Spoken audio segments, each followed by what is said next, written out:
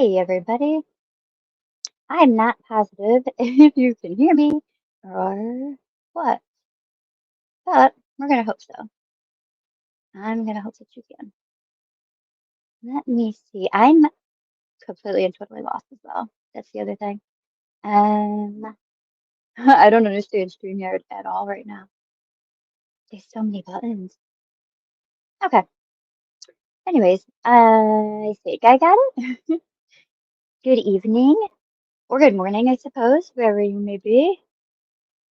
Good afternoon. Um, you can hear me. Thank you. Hi, MY. Great to see you. Moin moin. Good to see you. Thanks for being here. Does my sound too loud or too quiet or like messed up at all?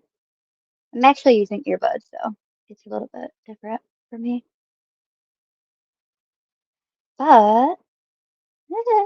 But all right. So if any of you were here back in March, hey Fark you. So hi.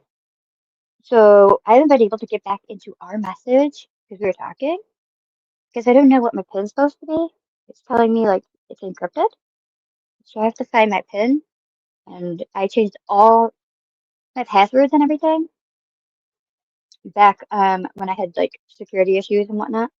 So I'm so good to see you and I can actually explain to you, but it's so good seeing you and I am still trying to find out how to get everything unencrypted because not all my messages are like that. Um, hey Sarah. Good to see you. How have you been? Logical. Yes, it has been a long time no chat. It sure has. Hope you've been doing well. I haven't done any chases. I haven't done anything. Um, but if any of you were here in March of 2024, there ended up being an Amber Alert. It was in Schenectady, New York, and you could see Halo in the bottom left corner. And so her mother had gotten into an argument. Hello, Brad. Good to see you. Nicole, hi. Good to see ya. And so she had been into her current boyfriend at that time, which was not the father to Halo. And she had been over at a party at their home and had gotten in an argument with the boyfriend and possibly family members. She had been drinking and she took off out the door and she grabbed the baby, but didn't grab anything else for the child. Now, the defense tried saying that she got lost, that she accidentally turned the wrong direction. That's crazy. And that um, she thought she was putting Halo in a safe location, which is also completely ridiculous. But um, so I've been watching as it's been going through trial, and ultimately, she was only 10 months old. She almost made it to 11. She was just a couple days shy of making it to 11 months. But unfortunately, they found her at the bottom, and they vary between a 8 foot drop and a 10 foot. It was like a drainage pipe or utility pipe that was on the General Electric property, and it was like a box that they said she thought she was safely putting her baby in, and there was like freezing rain, and it was 35. Wind chill felt like 33. But then she went and found her way into the building of like a storage unit of General Electric and fell asleep. So she was warm, but the Halo ended up um, having hypothermia and exposure, which is ultimately what led to her death. And so they originally um, arraigned her for manslaughter in the second degree and child endangerment, and then they upgraded it to add on a second degree murder with depraved indifference.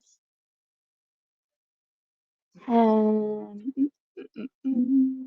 Hey, Johnny, how are you? Good to see you. Hope you've been doing well. So let me show you. And I had shown you like not all of the posts, but I had mentioned some of her posts that she had put. Actually, if I could figure out how to use Streamer, I will show you. I believe I must have shown you if I have it. After all this time, it's still in here. So here was a post from her mother. And actually, hang on, I'm gonna show you. Um, I mean, she's are upset about co-parenting is one thing, but holding on to dead weight for your own satisfaction is beyond me. Let that go. As long as your kid or kids are taken care of, what the next parent do should not and is not your business. Y'all be too caught up wanting the man or the woman and not really focused on the big picture, the child or children. And it's like, oh, that did not age well. But this right here was from March 9th, the night that she took off. And then March 10th is when they worker had walked in, woke her up, and then she's like, "Where's my baby? I don't know where my baby is." And they eventually ended up finding Halo.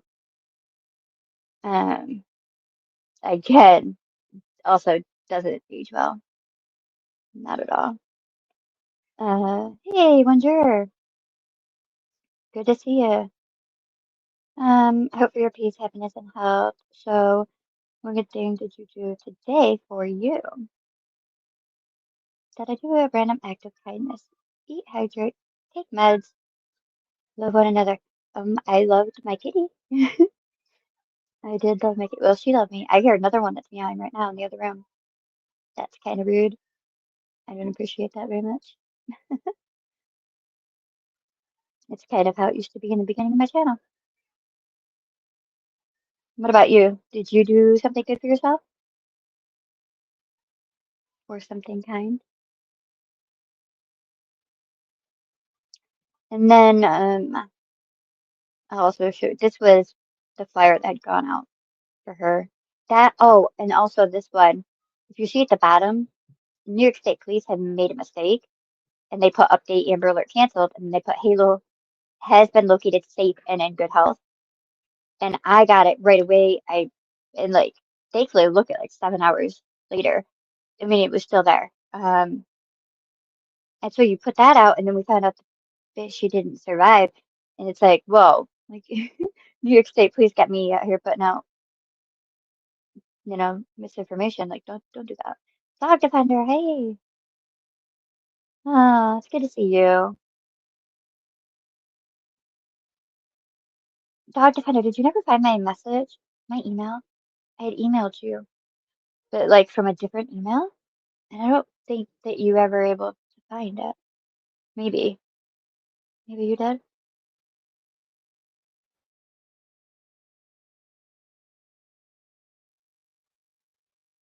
All right. So let me pull this up for you again. Bear with me, please. So much. I'm I don't know, feeling. I don't know. I'm just gonna start pushing buttons and hope that they work. It just looks so weird. All right.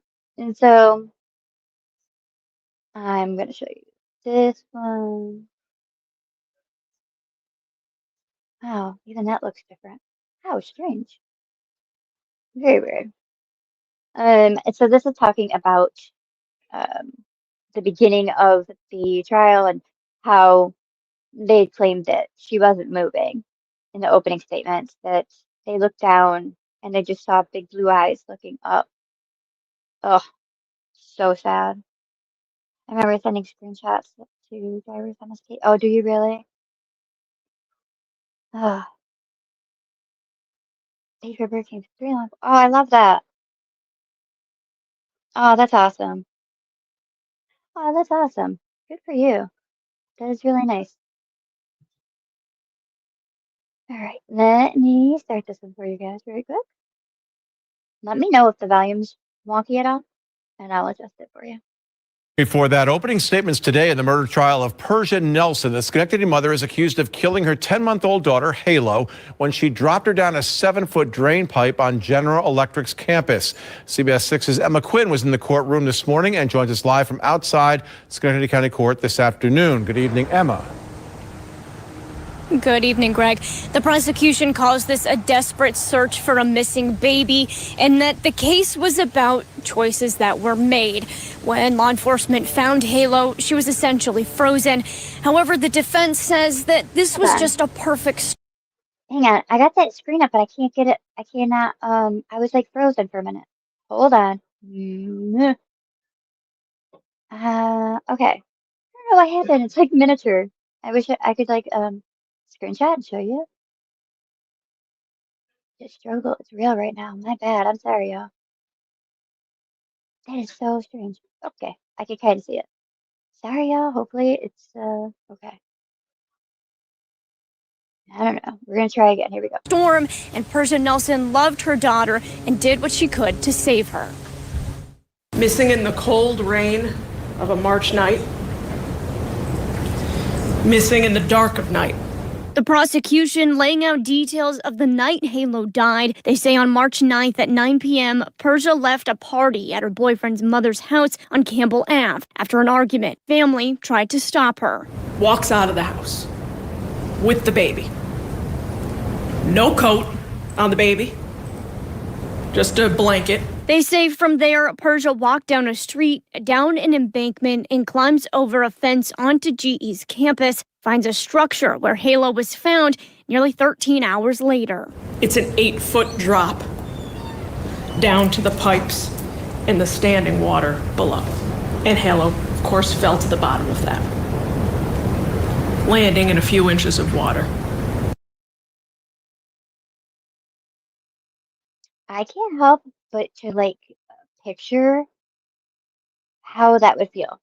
I know that she was just a little baby, so maybe not the same kind of thoughts that we would have being older, but pain is still pain and cold is still cold, and so when I first heard this, like just to sit out there for all of those hours, and I'm sure she was crying and nobody could hear her, nobody could come to her. It's so sad. The little white cat was running. It is. I have to fix that. Sorry if it's distracting. Unable to be seen by anyone on the outside unless you were to put your head into that structure and look. And then her mother walked away. The prosecution detailing the moments law enforcement found Halo. And what he saw were the blue eyes of a baby looking back up at him. She wasn't moving. She wasn't crying. They started taking off her freezing wet clothes, while other officers took off their own, took off their shirts, took off their jackets to wrap her in. The DA says the jury will see from police body camera video Nelson's lack of empathy and caring. The defense paints a different picture of Nelson. I believe it's going to show that my client loved Halo, her child, with every ounce, every fiber of her being. Nelson, originally from Hudson, moved in with her boyfriend after living in a domestic violence shelter. She's not going out to do something to the baby, the evidence will show. She's trying to go home, and she gets lost. Now, in court, we learned from the autopsy records that baby Halo did not have any broken bones or injuries. We do know already that her cause of death was hypothermia. We also learned that Persia Nelson had a blood alcohol content of 0.20 that March night.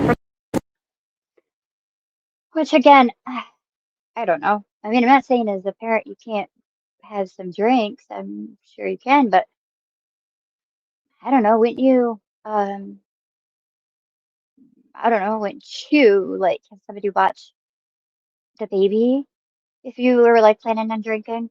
I don't know. And again, just from kind of seeing her social media,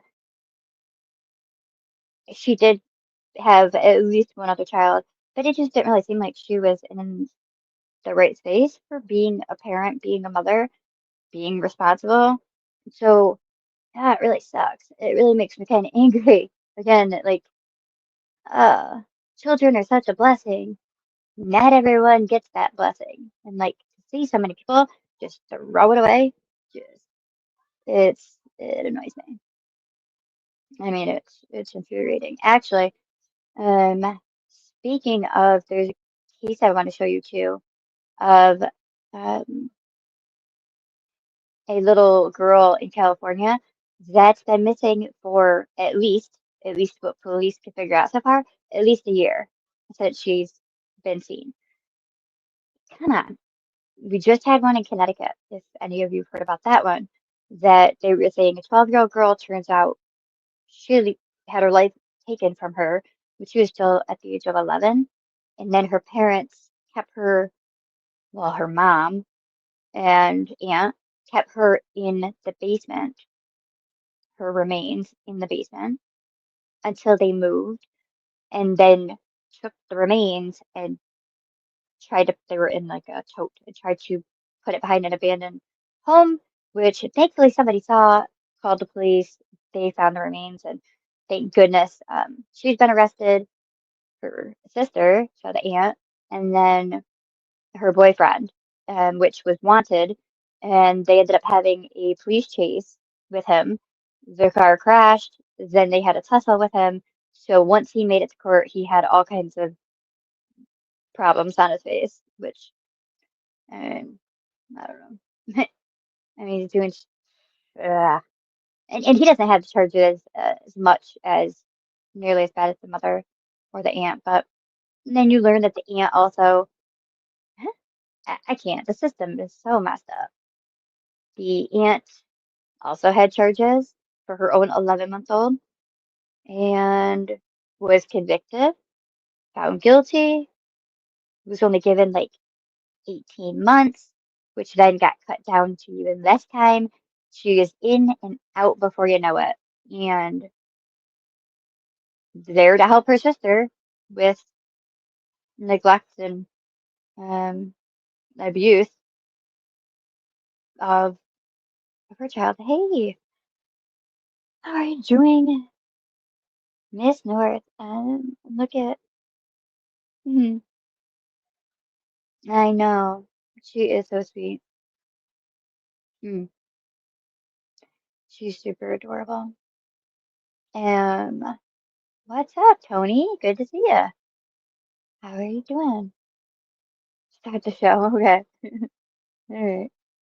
Uh, yeah.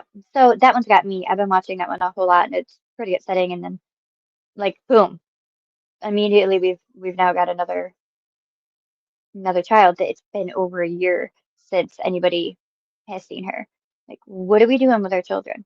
Also, with the Connecticut case, like, DCF had been involved with the family prior, but they wouldn't give dates or anything further. What are we doing? Also, another similarity, both of them, the children were homeschooled. Initially in Connecticut, she was not till they moved. Um, yeah. So with Connecticut, they have no oversight with schooling and homeschooling. But there's arguments of like whether that's overreach and whatnot. But yeah, same with this California case too. Georgia, we recently had two girls were kidnapped, 4 and 5, found and recovered after. I saw that. I had seen that one. Let's go to. Hmm. It really is a miracle. I don't know where it is anymore. I had seen something written by someone, and it was kind of similar to that.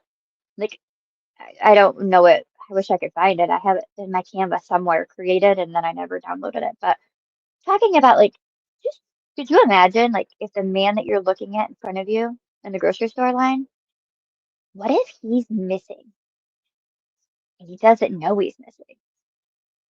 What if he's a missing little boy somewhere and he's got loved ones and parents that miss him, grandparents that have, you know, come and gone. They've lost their life and they never knew what happened to him. And he, like, it to me, like, that just was like, wow. Uh, it was really nicely written, and I'll share it with you whenever I can track it down. I'll share it with you, but it's just kind of a wild thought to have. And I don't know. I guess we don't really think about that, but there's so many people we interact with, and everybody's got a story, and Before that, opening statements. that was totally supposed to be the expand button, not the play button. But there we go. Um, but yeah, there's a lot of missing people. What if we've encountered one or some? Tony, behave. Uh-oh. Oh, woof.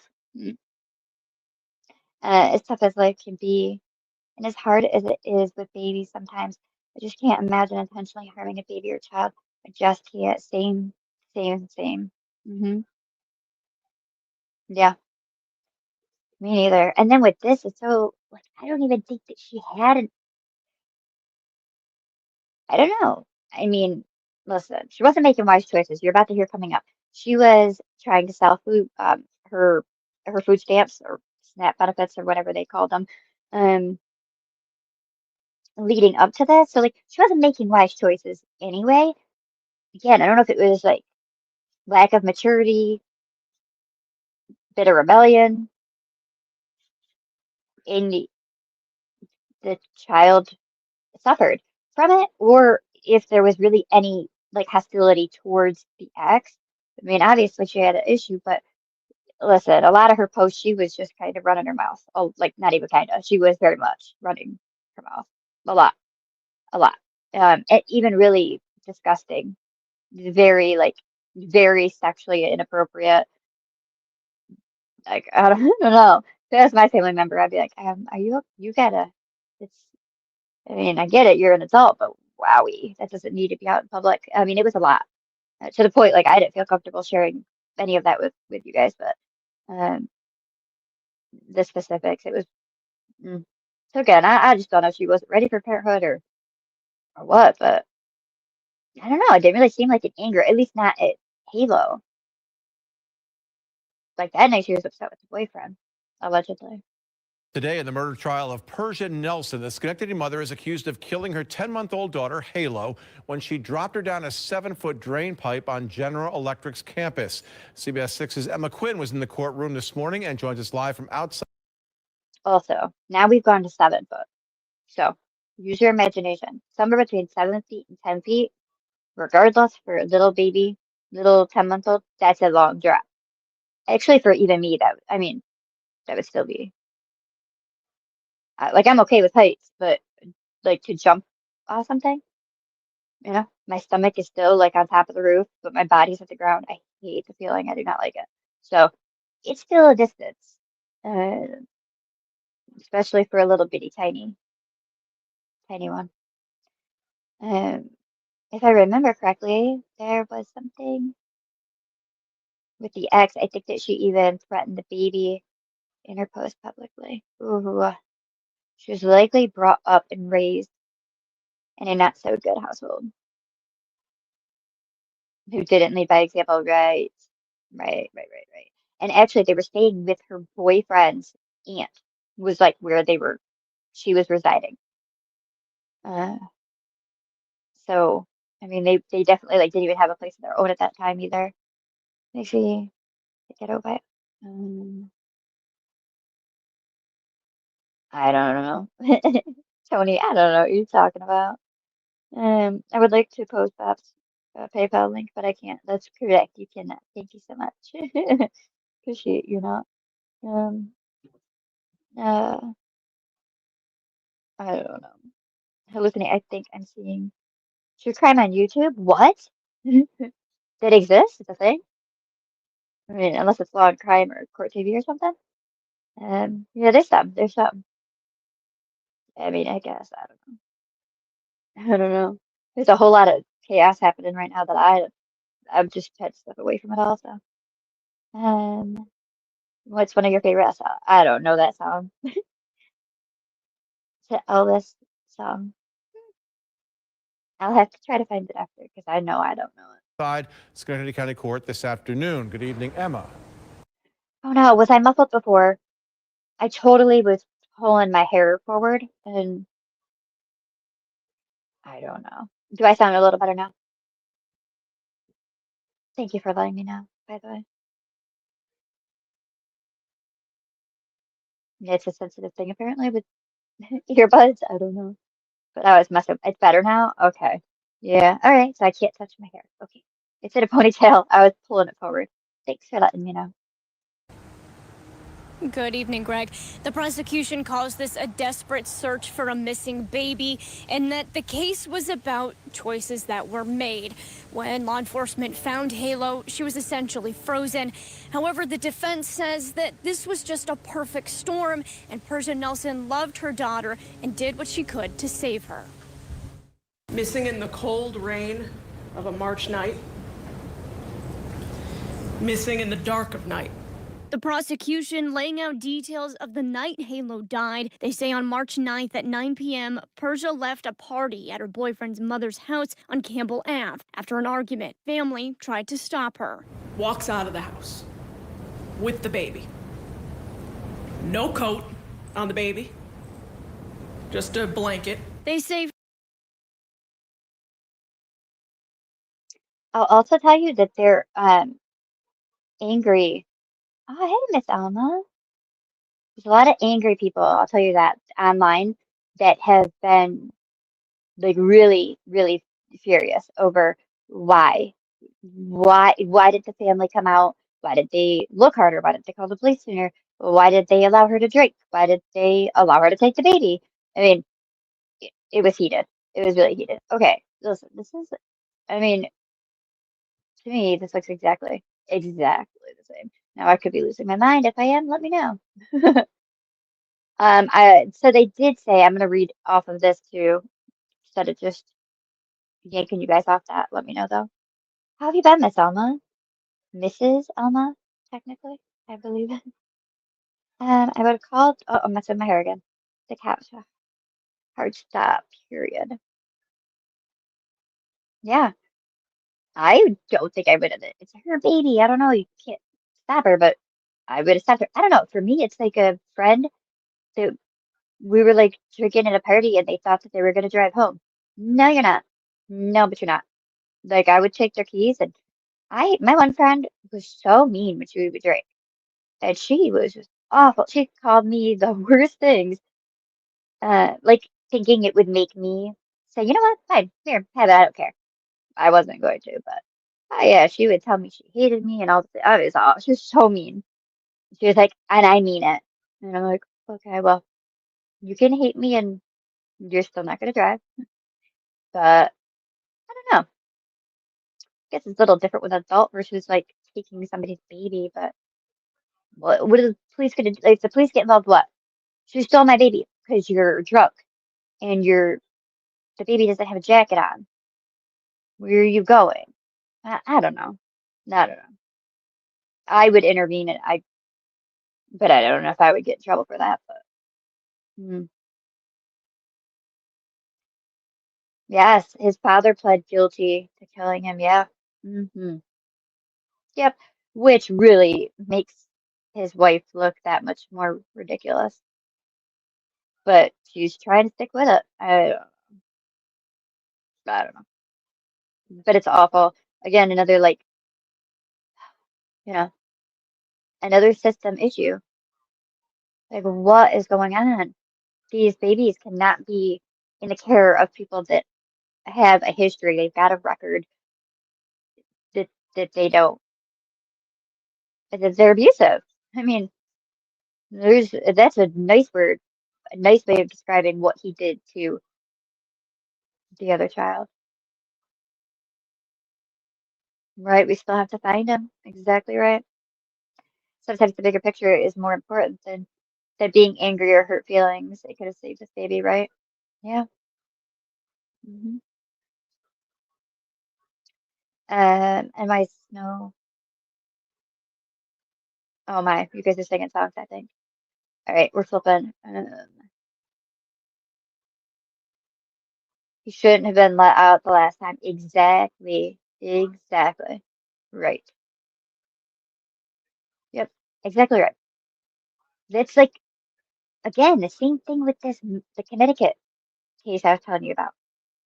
the mom getting a slap on the wrist and then getting that cut in time and that time cut and that time, and it was like nothing done over. She's out and helping her sister to now take the life of her. Like, what the heck are we doing? I don't. The time is so. I don't get it. I really don't. It's wild to me. Yeah, soft on crime is a bad idea. I agree. Hmm. A lack of bond with mother and baby.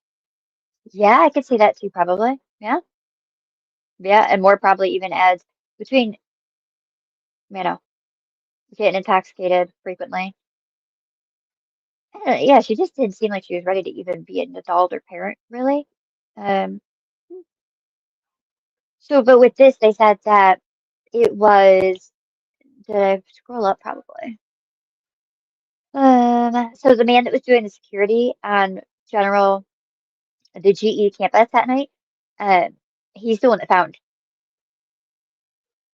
the mom. It said that she was in a break room of a building on the campus, and he was like shocked.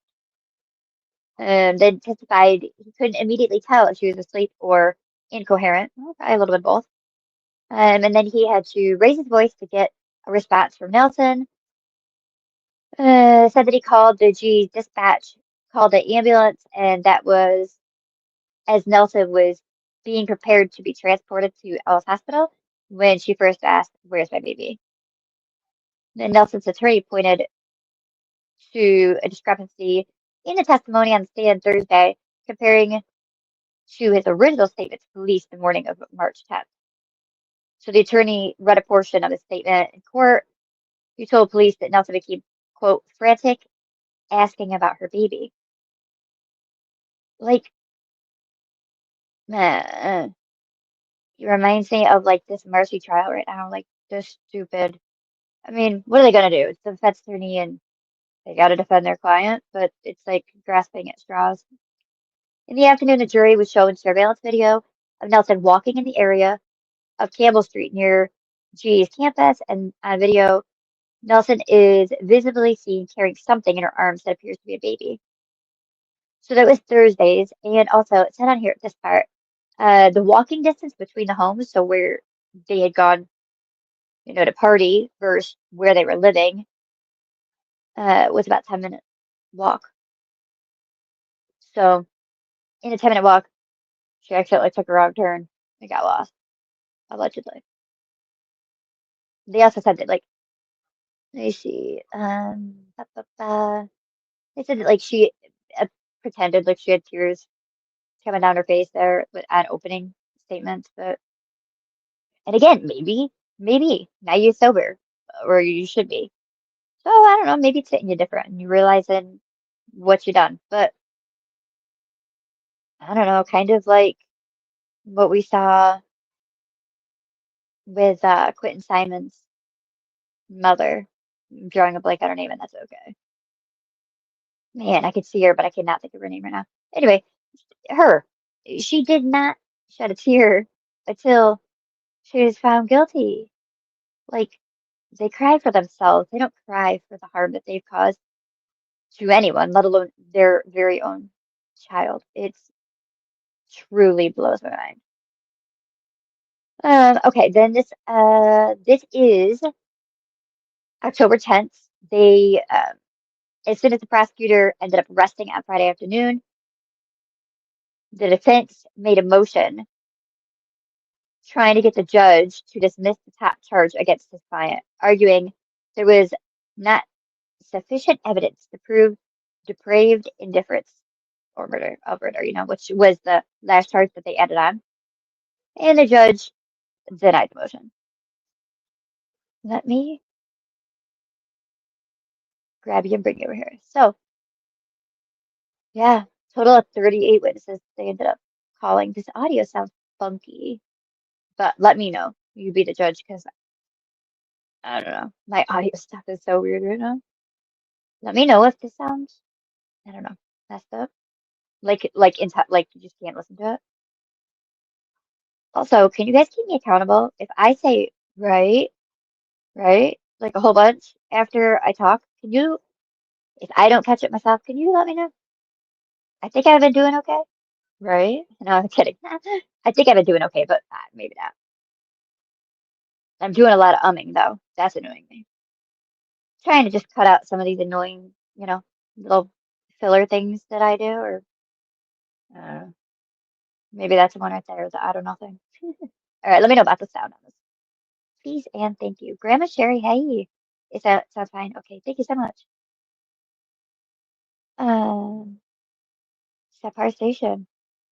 Thank you. It's my married name. Oh, wait, hang on. Are we having a different combo? Hope everyone's doing. I hope you're doing well. I've thought of you a couple of times. I've thought of a bunch of you a couple times, and then I'm like, is it weird? No, because I get to see you guys every day, sometimes a couple times a day. So, which is like more than I could say for my family. Or, it's kind of, oh, I hope you know, is it my new, right? Anyways, yeah, Grandma Sherry. Right? Okay, here we go. I don't know. I was in the middle of a thought and I lost it, so we're just gonna move along. And when I remember, I'll get back to you. After calling 38 witnesses to the stand, the prosecution rested today in the trial of Persia Nelson. Dan Levy was in the courtroom as the defense began presenting its case. And Dan joins us right now from the studio to explain what may happen next. Good evening to you, Dan. Good evening, Sabrina. Just as soon as the prosecution rested, defense attorney Mark Sacco made a motion urging Judge Matthew Subnewski to toss out the top charge against his client, arguing there was not sufficient evidence of depraved indifference murder. Well, the judge denied that motion, and so the first defense witness was forensic meteorologist Dr. Alicia Wasula. She was hired to analyze the weather conditions on the night of March 9th, 2024, the night 11-month-old Halo Branton died. It was rainy and it was cold, with the wind chill dipping down below freezing. Sacco wants the jury to believe Persia Nelson placed her baby in a utility shed on the GE campus to shield her from the harsh weather. Next on the witness stand, Dr. Oliver Brown, a retired pharmacology professor at Upstate Medical School in Syracuse. Dr. Brown analyzed Persia Nelson's body chemistry from the night her baby died, concluding her blood alcohol content ranged from 0.02 to 0.16. Testimony that Sacco will likely use to convince jurors his client was too drunk to remember where she left her baby and that she was not deliberately refusing to help authorities find Halo. Sacco said there has been no decision yet whether Persia Nelson will take the witness stand in her own defense, but if that happens, he says, it'll happen next Tuesday or Wednesday. Sabrina, back to you. All right, Dan, thank you very much. They were inseparable, and he was determined to always be by her side. We're learning more today about the two people killed in one of those tragic crashes on 787 this past Sunday.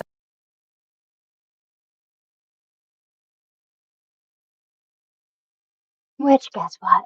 She did not. She did not take stand. Then also, okay, this is it. All right, which is right here. Let me bring you this. Schenectady woman accused of leaving her baby in the freezing cold water in a utility shed. Well, she was in the utility shed, but the baby was down a utility pipe. But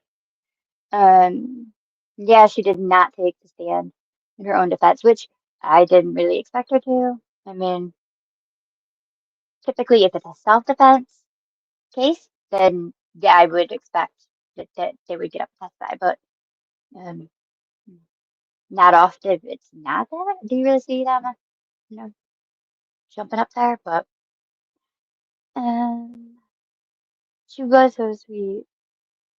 I know. Oh yeah, Leilani, that dummy. Yeah, and they block advertisements. Filed a motion 2 weeks ago for a new trial. Court hearing set sometime next. Is that right? I also heard something about Adam Montgomery doing some silly shenanigans too. I haven't looked him up, but perhaps one of you know it off the top of your head. But I see something with him too. It's like they are ghosts.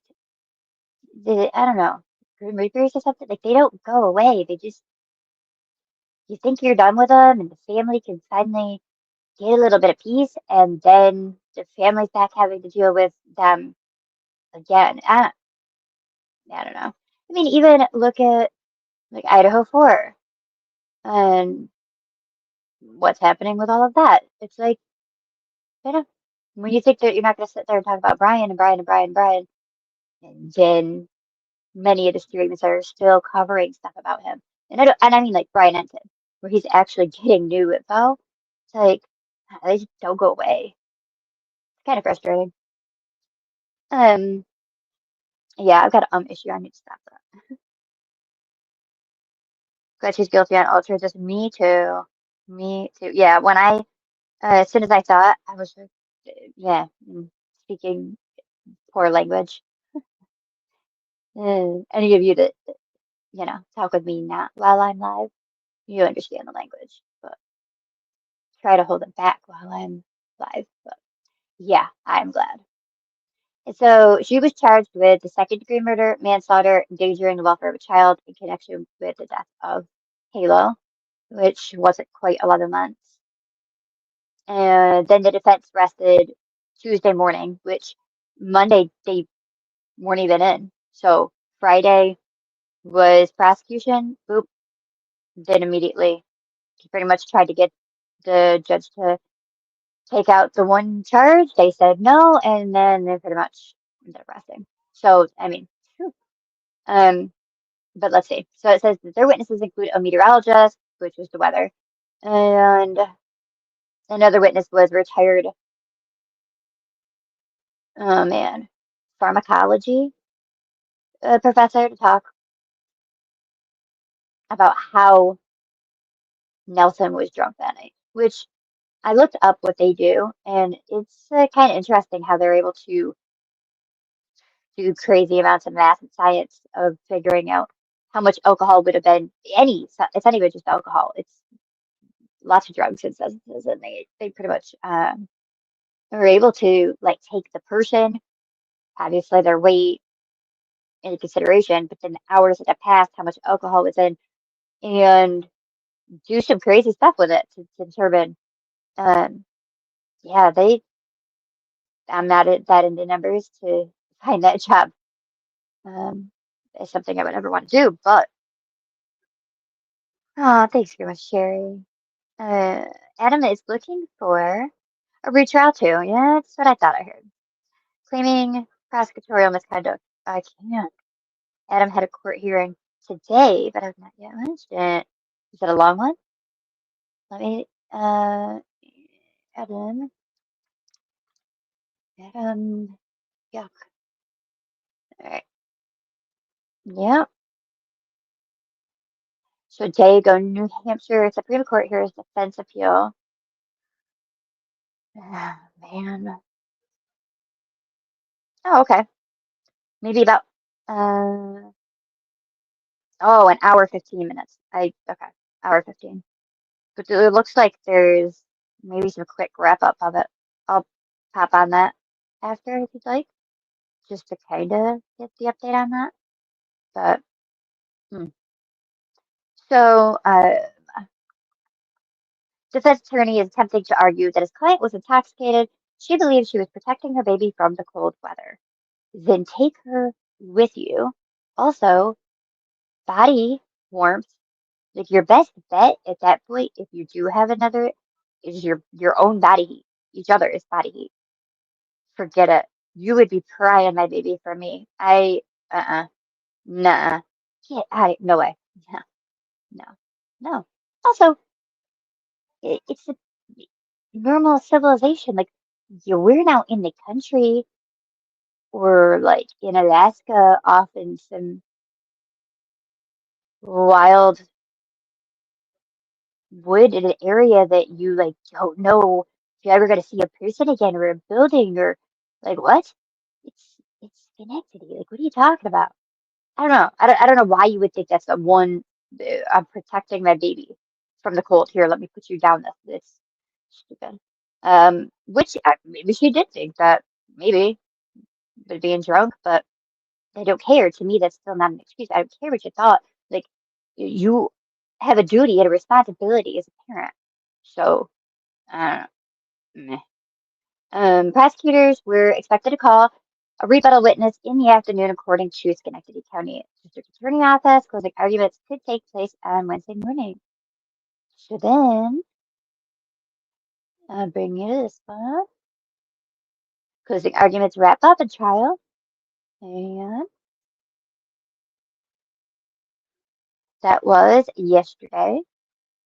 Went pretty quick, pretty quick. It was actually pretty close to being right with like the Marcy trial and kind of time frame, except as far as I know, they still haven't got a verdict. They could have since I've gone live, but they also could have been sent home too. I would have to look at the update on that. I stopped drinking. Okay, that's 2x the driving limit. She was not wrecked. Most who drink get way beyond that. Right, so like even more than, I don't know, it's even less of an excuse, but it's not a good excuse anyway, I don't think. For me, it's that. Stopped drinking alcohol 5 years ago. Best decision I ever made. 3 blankets, 2 sheets. To cuddle to stay warm, for fuck's sake. Right. All right. I don't know. Like, no pity for her. Me neither. I can't. It makes me so upset. It's like, ugh. What do you, I don't know. Like, what good can come of that? Right? Of drinking. Like, you're at a party and you're drinking and whatever, but you don't have a babysitter for the, she's a baby. Like, we're not even talking, oh, it's a 12-year-old. Maybe they can figure, life out a little bit, kind of, sort of. Talking about a 10-month-old baby, which I don't know. I doubt she was breastfeeding, but if, do you breastfeed up to when they're 10 months? I know, stupid question. You can tell I've never been a parent.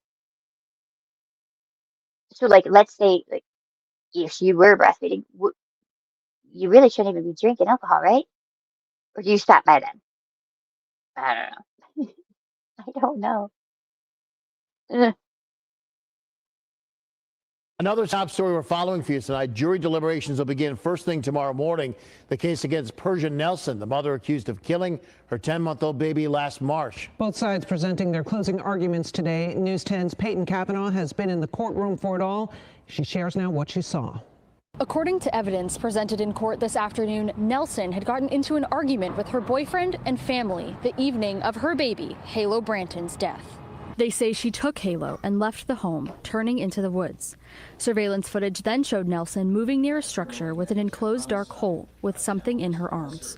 Halo was later found deceased with a head wound that prosecution argued was evident of the baby being dropped into the hole. The defense attorney argued that Nelson had a strong bond with her baby and protected her throughout the evening.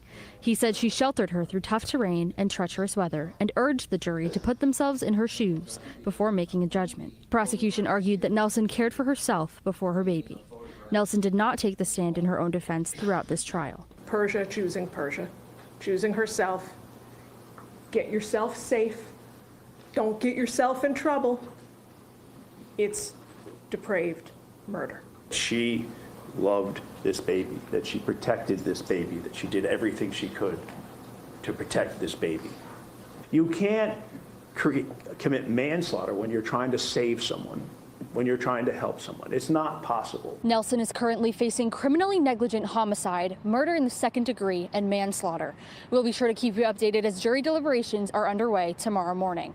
Reporting in Schenectady, Peyton Kavanaugh, News 10, ABC. Uh-oh. She's trying to turn on a camera or something. I don't know. Jury to deliberate. Today I followed up with. Go away, please. Thank you.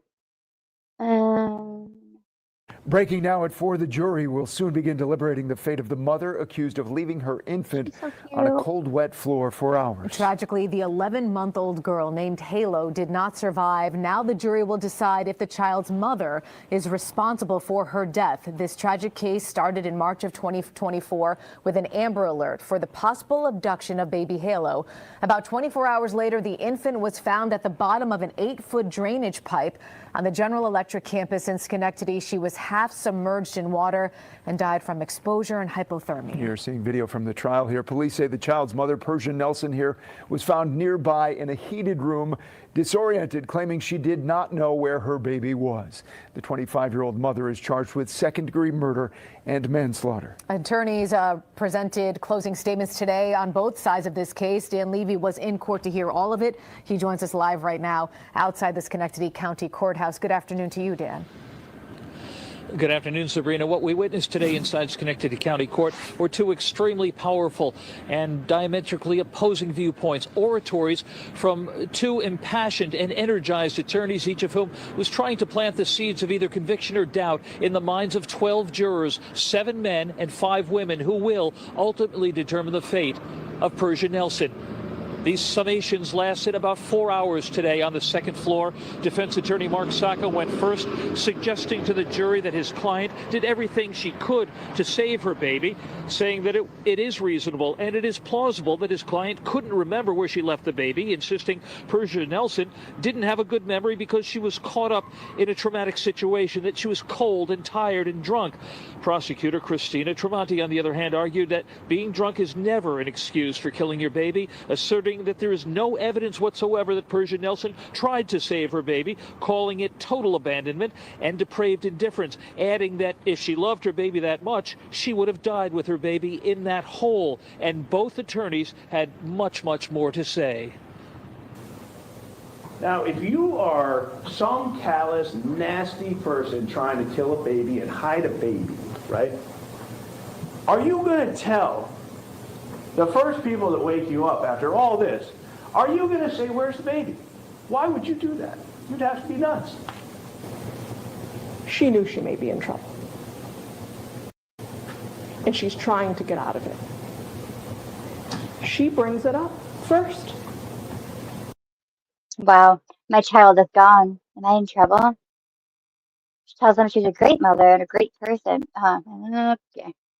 Because she kind of see, all right, like other great people online, this is like, some of the stuff you say online kind of lets people know, like, how great you are. I don't know. Because she kind of sees what? She's a great person because she kind of sees where things she knew. I guess I'll let her say it because it doesn't make sense to me. She knew that she was a suspect before they did. Oof. No, but really, back to this statement back here, as he was saying, like, what?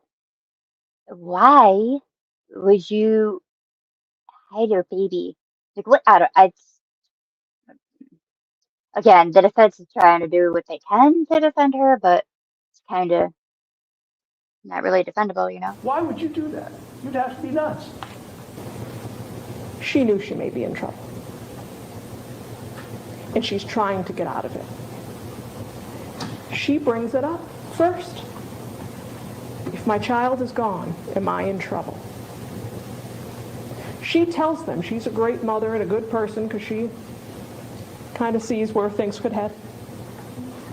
She knew she was a suspect before they did. And so after nearly 3 weeks of trial testimony that included more than 40 witnesses, after about 4 hours of summations, the judge will take roughly 45 minutes to charge the jury, and then in all likelihood, the deliberations will begin here tomorrow morning. Live in Schenectady with coverage you can trust. Dan Levy, News Channel 13. Mark, Sabrina, back to you. By the way, I really like Dan Levy. If you guys have followed the Samantha Humphrey case with me at all,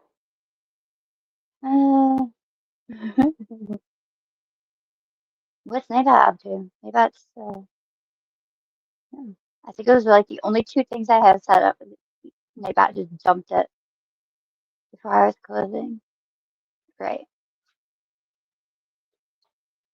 But Dan Levy's the one that did the coverage for Samantha Humphrey, which she was missing. He did a really great job. Really, really good. This one. Okay. And found guilty. All right. So, jury Thursday afternoon found Schenectady woman guilty of all charges in connection with the death of her baby. Persia, 26, was charged with murder, manslaughter, acting in a manner that would injure a child in the death of Halo Branton last year. Authorities found the 10-month-old body in a utility pipe access tunnel last March on the General Electric campus in Schenectady. Sentencing was scheduled for January 6th, 2026. I need to write that down, or I will forget, or take a screenshot, or do something. All right.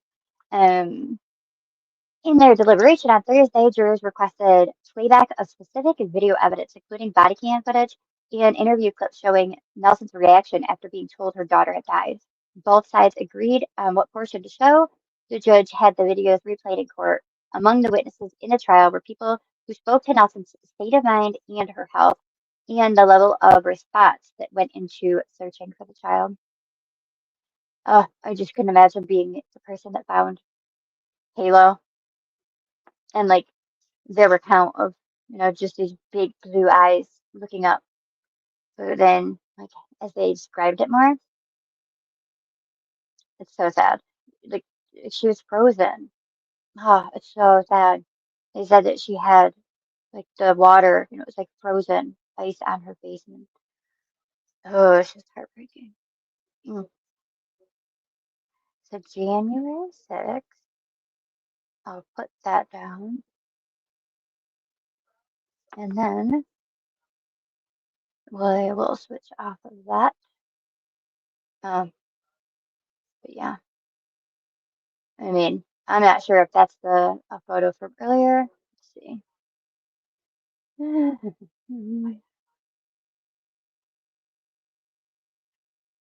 right. Number. I have a proton normal 2 now. Hey, I'm mine's in my description, but it's burn approved 13 add proton. That's the one that there should be one somewhere from me to you somewhere, but if not, I'm sure I could find it maybe and forward it or something. But I'll keep a lookout for yours. Closing arguments have just wrapped up in the trial of Persia Nelson, the mother accused of killing her 10-month-old baby last March. News 10's Peyton Cavanaugh has been in the courtroom all day and joins us live with the latest. Peyton. No, don't you trick me. Hold on one second. Why is I'm assuming this is an older video. They said they just wrapped it up. I mean, I could be wrong. Maybe. Let's see. Let's see if this is actual footage of her. Yeah, this is live. Okay, we'll give it a go then. They just wrapped it up. Let's see. According to evidence presented in court, Nelson had gotten into an argument with her boyfriend and family the evening of her baby, Halo Branton's death. Yeah, like we already heard this, right? I'm positive. Surveillance footage showed then Nelson moving towards a structure with an enclosed dark hole with something in her arms. Halo was later found deceased with a head wound that prosecution argued was evident of the baby being dropped into the hole. The defense attorney argued that Nelson had a strong bond with her baby and protected her throughout the evening.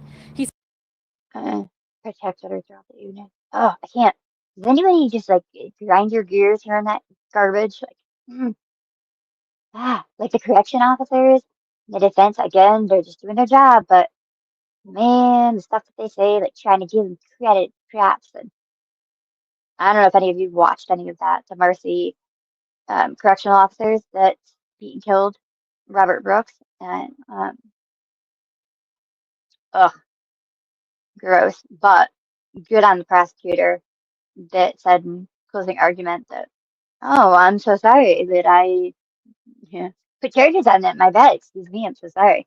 Apparently, I'm waiting for an award ceremony for him. And his sarcasm, like for me, fit very good with like the stretch that they were trying to make. It's like how great you. Oh, they didn't know what was going on. They had no idea. They didn't do anything. And in fact, they were helping. Do good things. And I don't know. If you got eyes and you're looking, you're listening, well, it's not true. But I don't know, it just drives me nuts. So jury has found Persia guilty of killing her 10-month-old daughter. They were in the courthouse. She was convicted on a unanimous vote of second-degree murder, second-degree manslaughter, endangering the welfare of a child after her daughter, Halo, was dropped into a shed-like structure into shallow water on the GE campus in Schenectady.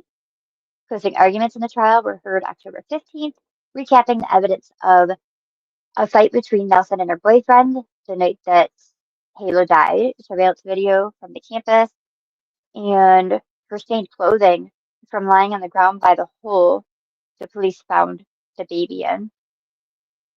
Quote, whether she was crying or contemplating her decision or praying or singing that song to the baby or whatever she was doing, she had 28 minutes to change her mind from what she did, Deputy Chief Assistant District Attorney said. Wow. Video player above is from closing arguments heard on October 15th. I mean, sort of. It's a recap of it. But jury convicts. Let's just see if anything's been updated to it. If it'll. Let's look.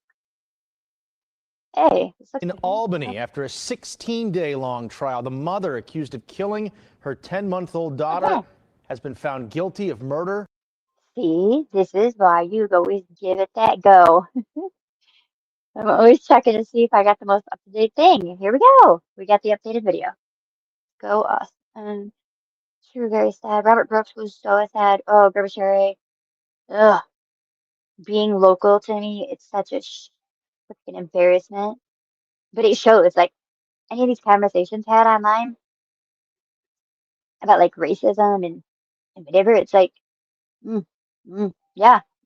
I have a whole lot of family members that are racist, and it's something. It's something out in the country. And I was listening to a man who's actually from somewhere in the city, New York City, and he's got a channel, and he has been a prisoner. He was convicted. And he actually was able to trick the system and pull off that he was like mentally insane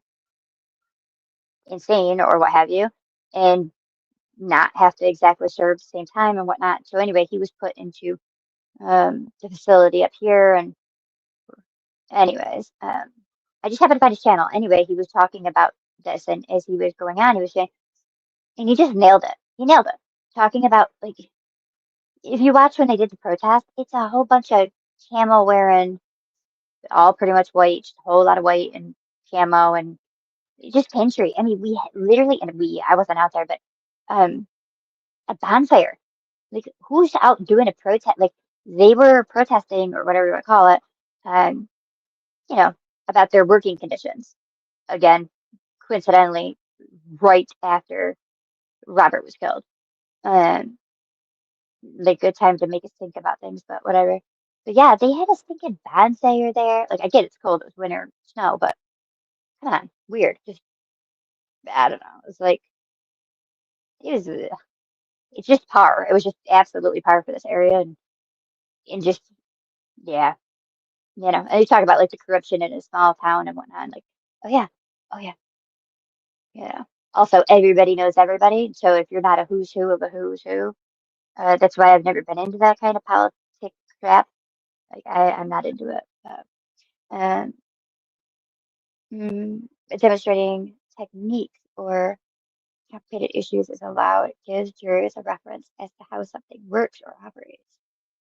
In my honest opinion, that's not true or fair after the judge says, you jurors have all the evidence. It was what it is. Prosecution's mistake.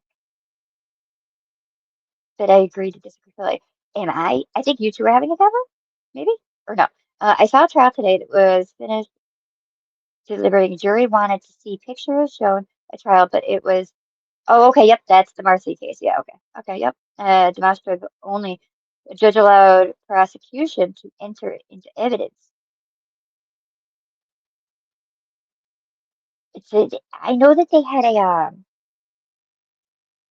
oh, I'm drawing a blank on the word. Oh my gosh. it's something that was very similar, not the exact thing. If any of you can think of the word that you know what I'm saying. Um, right, one juror matters. Or wasn't it sent back? Right. I've seen that previously. Here, once I finish, I'll actually play this, and then I'm going to show you how they explained like what happened with that initially, like what the judge stated on it. And it was interesting too that the jurors were requesting very specific things, and then the rest, like they wanted all the things, all the evidence, but they said first very specific few things. Multiple cases for you tonight in Albany. After a 16-day-long trial, the mother accused of killing her 10-month-old daughter has been found guilty of murder, manslaughter, and also endangering the welfare of a child. Prosecutors say Persia Nelson dropped the infant down a utility pipe last year. News 10's Peyton Kavanaugh is live from the court with the latest on the ruling. Peyton, what can you tell us? That's right. We are outside the courthouse where just a couple hours ago, the jury ruled Persia Nelson guilty on all 3 counts. Now, Nelson was convicted today of second-degree murder, second-degree manslaughter, and endangering the welfare of a child, following a unanimous jury decision. As you can see in these courtroom videos, this was the scene today. Jurors requested to review 3 key pieces of video evidence, each showing Nelson crying and praying. In one emotional clip, Nelson says, "I love my baby. Why would I do that? I don't know why I left." Her words were muffled by sobs, but it appeared she said, "I don't know why I left her." We spoke with prosecutors moments after the verdict, and they confirmed the jury indicated those videos played a crucial role in their decision, reaching a verdict less than 20 minutes after viewing that footage. After a 16-day trial, this tragic case has now reached a verdict, but it moves into the post-trial phase. Prosecutors say today was a step towards justice for baby Halo. Well, justice is done, but it doesn't change what happened. The baby suffered an awful death. Those officers are scarred by what they saw. The whole community really was invested in this case and was hoping for a better outcome for baby Halo, and doesn't change that. But her killer will be held accountable. Now stick with us for more on what occurred in court today at 5 and 6 p.m. Reporting live in Schenectady, Peyton Kavanaugh, News 10 ABC.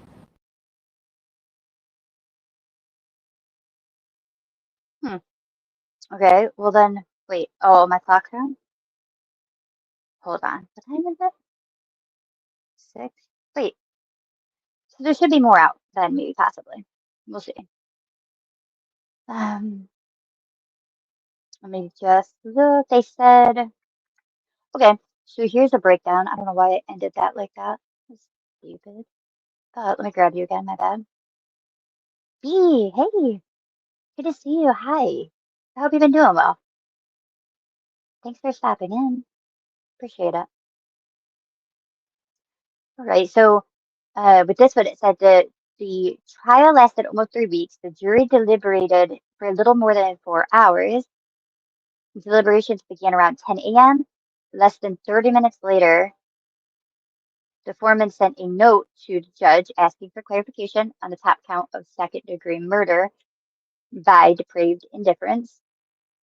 It's explained that a person is guilty of depraved indifference murder when that person recklessly engages in conduct which creates a grave risk of death to others if the defendant creates that risk and is unaware of it.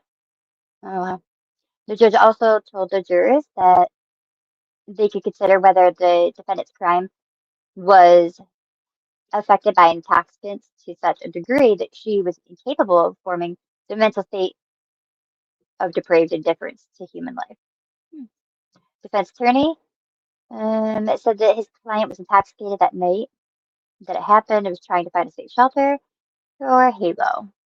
And then the assistant district attorney said during her closing that no evidence has been presented in the case that shows she attempted to get the baby help. So jury convicts. That's the one we just saw. And then that. We'll see if any updated ones come out. Also, one juror, my brain just thought about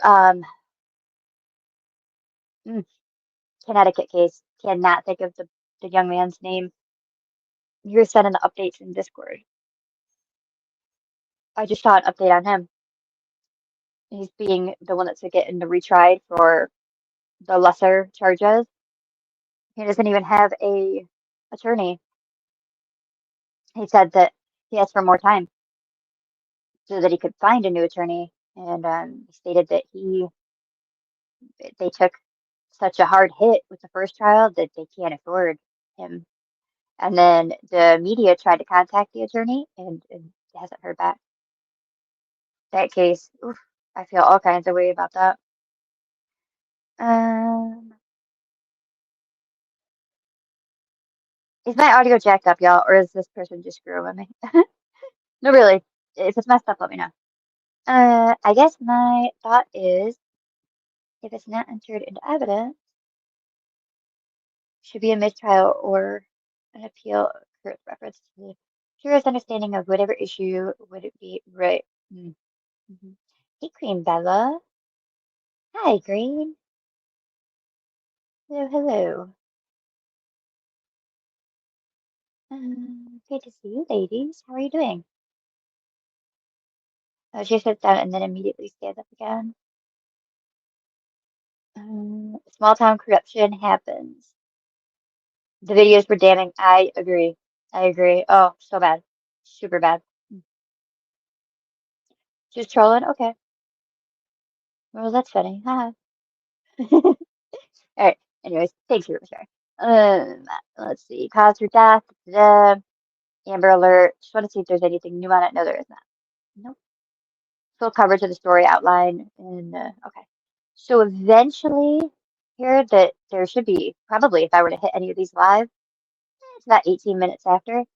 I don't know. Let's see. Let's just throw. Oh, this is a different. Wait, stop. Pause. I don't think I have you guys with me. It's for the best. What about this one? Did they have a live happening that you guys are on? Eh, mm-mm. But anyways, I'll keep a lookout just to see if anything does pop up to give any more. I mean, I don't know if any of the jurors were even attempted to be talked to or talked with, or I don't know. Let me see. An hour ago. Here. Nope. Same one that I just played you. That we just watched. Okay.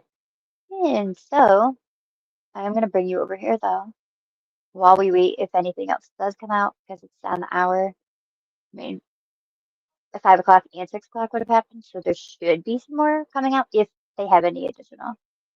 But I wanted to bring you to a page that I took live. Okay, we're back. Okay. So this is the one. California authorities launch search for a girl who hasn't been seen in at least a year. So authorities in Santa Barbara County launched a search for a 9-year-old girl who has not been seen in a year and who has not been seen in a photograph in 2 years. Santa Barbara County Sheriff Office began searching for Melody Buzzard Tuesday after a school administrator reported that she hadn't been at school in quite some time. Deputies attempt to contact Melody, her mother, Ashley Buzzard, at their home. The elementary school student was not there, and, quote, no clear explanation was provided for her whereabouts. Although the missing person case is only 1 day old, detectives have been unable to confirm a single recent sighting in about a year. The most recent photograph they were able to locate was taken at least 2 years ago. Why? She's so cute. Oh my goodness. Mm. So this one, it says it's an undated photo provided by Santa Barbara County Sheriff Office. She's not been seen in at least a year and photographed in at least 2. Sheriff Office is urging anyone with information about Melody potential sightings or contact in the past year to come forward. Quote, even small details may be critical in helping investigators ensure her safety, the sheriff's office wrote in a news release. Anyone with information is asked to contact detectives at 805-681-4150. Anonymous tips, they can do it online or call 805-681-4171. At this time, the sheriff's office has not said if foul play is suspected or if Melody's disappearance is considered suspicious. She is currently described as being, quote, at risk. Allegedly, in my own personal opinion, I can understand why they're withholding, really putting any kind of titles to anything other than at risk. But I mean, we've all seen these things too much, and not seen in a year. They showed up at the mom's home, and the mom was there, but Melody isn't. That's not good at all, at all, at all. I hate it. I hate it so much. Ugh. So I had run across that and was worried. Also, I didn't put an update out. I don't know. Some of you are on the Facebook, some of you aren't, but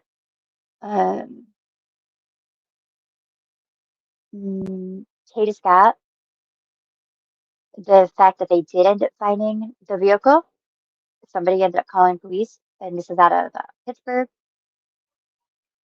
area. That's the 21-year-old man ended up being arrested on kidnapping for this missing woman, and yet they hadn't found the vehicle, but they were given a tip, and sure enough, they did find the vehicle now.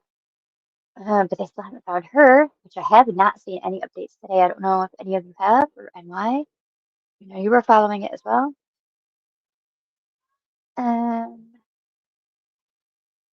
Entered into evidence. Here, I'll show you guys that one. Let me show you. I had shared it on my ex of what they initially said. One moment, please. Oh man, I feel like I can't tell anyone to hold ever again in my life. Uh-oh, what's happening? Damn it. Why are my pages not opening? It's like I don't have internet. Do I have internet? Am I here? I don't know. This is my life. What's happening? Okay, I don't know what's going on. This is ridiculous. What? All right, whatever. I'll try to take a shortcut. We'll see. Ah, crap. Am I not connected? What has happened right now? Why is this not going? Oh, no.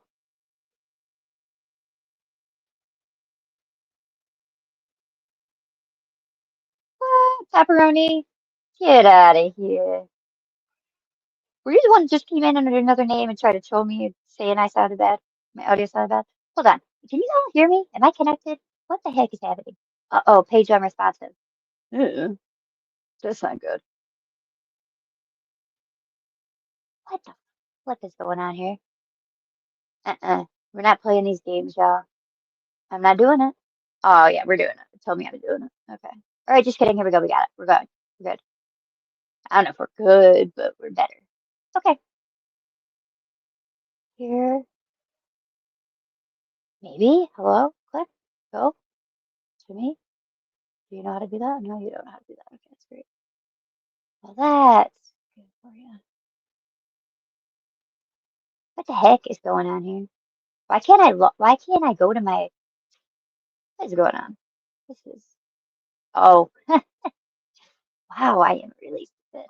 Okay, ready, set, here we go. Come to me. Or I'll bring you to me, actually, so it's better.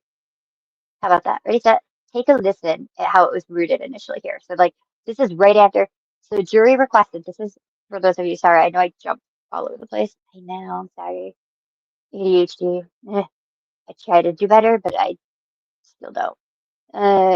A jury had requested the material in the trial of the three former correction officers charged with the beating death of the inmate Robert Brooks. So this is what was reported, right? Boom. Put out as soon as they had requested it. And you'll hear them explain like what it was that they were saying wasn't entered in evidence, which is, I don't understand why it wasn't to begin with. Yeah, that specifically, but here, let's listen. This hour, and Oneida County a jury, that is continuing their deliberations to determine the fate of 3 former corrections officers charged with the murder of inmate Robert Brooks at the Marcy Correctional Facility last December. The jury passed a note to the judge within the past hour. News Channel 2's Jolene Ferris has been in court from the start. She joins us now live from outside the courthouse in downtown Utica with the very latest. Jolene, good afternoon. Thanks, Gary. It would appear maybe the jury is making progress, perhaps toward reaching a verdict. They sent out a note around half an hour ago asking for 4 things. They want to see a compilation video that the prosecution put together in this case of the incident, and it has graphics showing the names of everyone involved in the incident. They also would like the judge to read back the definitions of murder and manslaughter, but more slowly this time. The jury also asked for the portion of the autopsy report for Robert Brooks relating to the injuries of his neck and throat, but the judge told the jury that was never admitted into evidence. But what was admitted into evidence is a corresponding PowerPoint that was testified to at the same time. He told the jury, if that's what you meant, if that's what you want, you can go back and send me another note. PowerPoint was the stupid word I was looking for. All right, pepperoni. I was writing to you, but I don't like writing. It's quicker to talk. I figured out it was you because you changed your name. The Bugsy, whatever. So like I had seen your message, your comment on one of my last videos. It was like 2 weeks ago or something. Under like some woman's name or whatever. And I'm like, oh, it's a long account. They've had it for a while, like whatever years, 13 years or something. I don't know. But then when I was in the setting yesterday, I saw that the name had changed.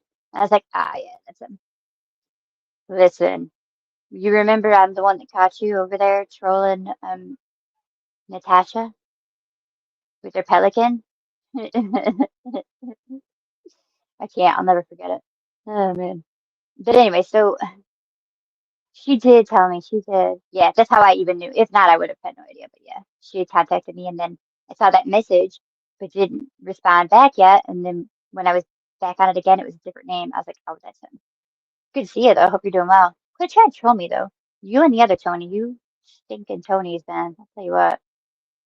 Boy, you tried to get me canceled from the jump when I was too stupid to know what happens if you give someone a link, just let them come up and talk about whatever.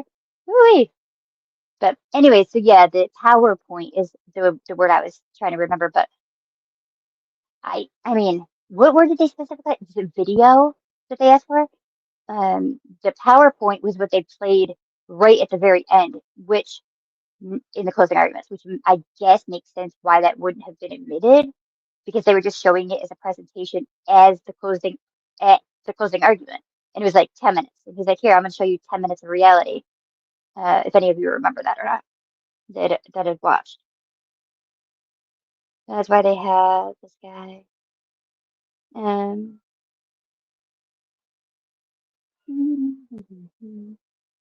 I left that Discord.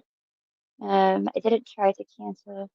Well, when you're talking about the COVIDs and the um, politics and the things and the rigged voting and oh my Lanta, oh my Lanta, boy, were the people in chat very angry? They were upset, very angry people. They were so mad. I didn't know what to do. I was like, oh. Then you were mad when I told you like I'm like a missing awareness to crime channel, not like politics. We don't really do that. And yeah, I can laugh now. I was laughing very hard about it the other day, but at the time I didn't know what was going on. So does that make a little more sense though? For those of you with what it like why this was not considered evidence, not put in. And I can actually try to grab one segment of it. I'll show you exactly what they mean by it being like a PowerPoint. But I pulled it back real quick just if you want to hear exactly what she said again that was requested. There. video that the prosecution put together in this case of the incident, and it has graphics showing the names of everyone involved in the incident. They also would like the judge to read back the definitions of murder and manslaughter, but more slowly this time. The jury also asked for the portion of the autopsy report for Robert Brooks relating to the injuries of his neck and throat, but the judge told the jury that was never admitted into evidence. But what was admitted into evidence is a correspondence. All right, scratch everything I just said. Delete it. Delete it all. Laugh now? I can laugh now, yes. I wasn't laughing then, though, at all. I did not think it was funny. Hi, by the way. Good to see you. Hello, hello. Don't mention the leg waxing ceremony on YouTube. Yes, right. Gotta do some more. Man, you unloaded it all on me that one time. I'm like, whoa. Oh, my earbud is doing a thing. And then the other Tony decided he was gonna, hang on one second. Hopefully this doesn't take away my audio completely or something. I don't know. Sorry if that was loud. I don't really know what that did, but then the other Tony decided to come on after having some drinks and not with a shirt on. So then people were mad at me about that too. It was a good time. You too. Oh boy. Okay. Hey, good to see you. How are you? So happy I found you again. Yeah, I randomly had seen you at maybe at Deets or something a bit ago. It had been a while. I could use a better microphone. It's a little hard to hear. I actually probably have a better one. I'm actually just using earbuds now, trying to, but if it sounds like trash when I listen back, that's cool. I actually don't know what I'll do. Get a new headset because I don't like my other one, but I'll figure something out. Okay, so back to what I was saying about this though. Scratch what I just said because it's actually completely unrelated to what I was just talking about. So you're talking about the autopsy report about the neck and like the injuries to his neck, and that wasn't admitted, but there was a PowerPoint admitted. So, and yep, I don't nope, that is not what I thought they were referring to. So good thing I even listened back on that. I don't know, but I'll see if they gave the answer because we do have additional information that's come out. Well, one, the verdict is not in. It didn't come, but day of deliberation, still no verdict from. Yeah, okay. And so I don't know if they did contact. That's what I'm hoping that they'll update us and say whether they did end up coming back and saying, "Yep, the PowerPoint's what we're talking about. That's what we meant," or if that's not at all what they meant. But we'll see. I will bring you onto this one. All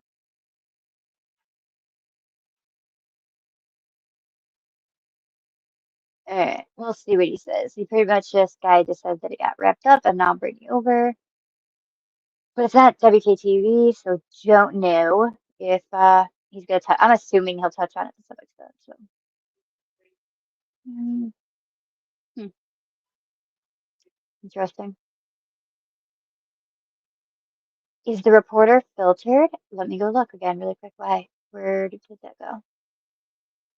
What do you mean? What does that mean? Is she filtered? I don't know what you mean. Like, is she using a filter? Kiefer, Matthew Gallagher, and David Kingsley all face charges in the death of inmate Robert Brooks in December of 2024. Body-worn camera video from corrections officers at Marcy capture the moments that Brooks arrived at Marcy from Mohawk Correctional. It shows the COs taking him on a walkway outside, then into the prison infirmary. It's there we see Brooks get punched, kicked, and beaten. He later died at the hospital. 10 officers were charged, 6 took plea deals. The I-Team's Mary Keeler's live in Utica tonight, outside the court, still waiting for that verdict, which won't come till at least tomorrow, Mary.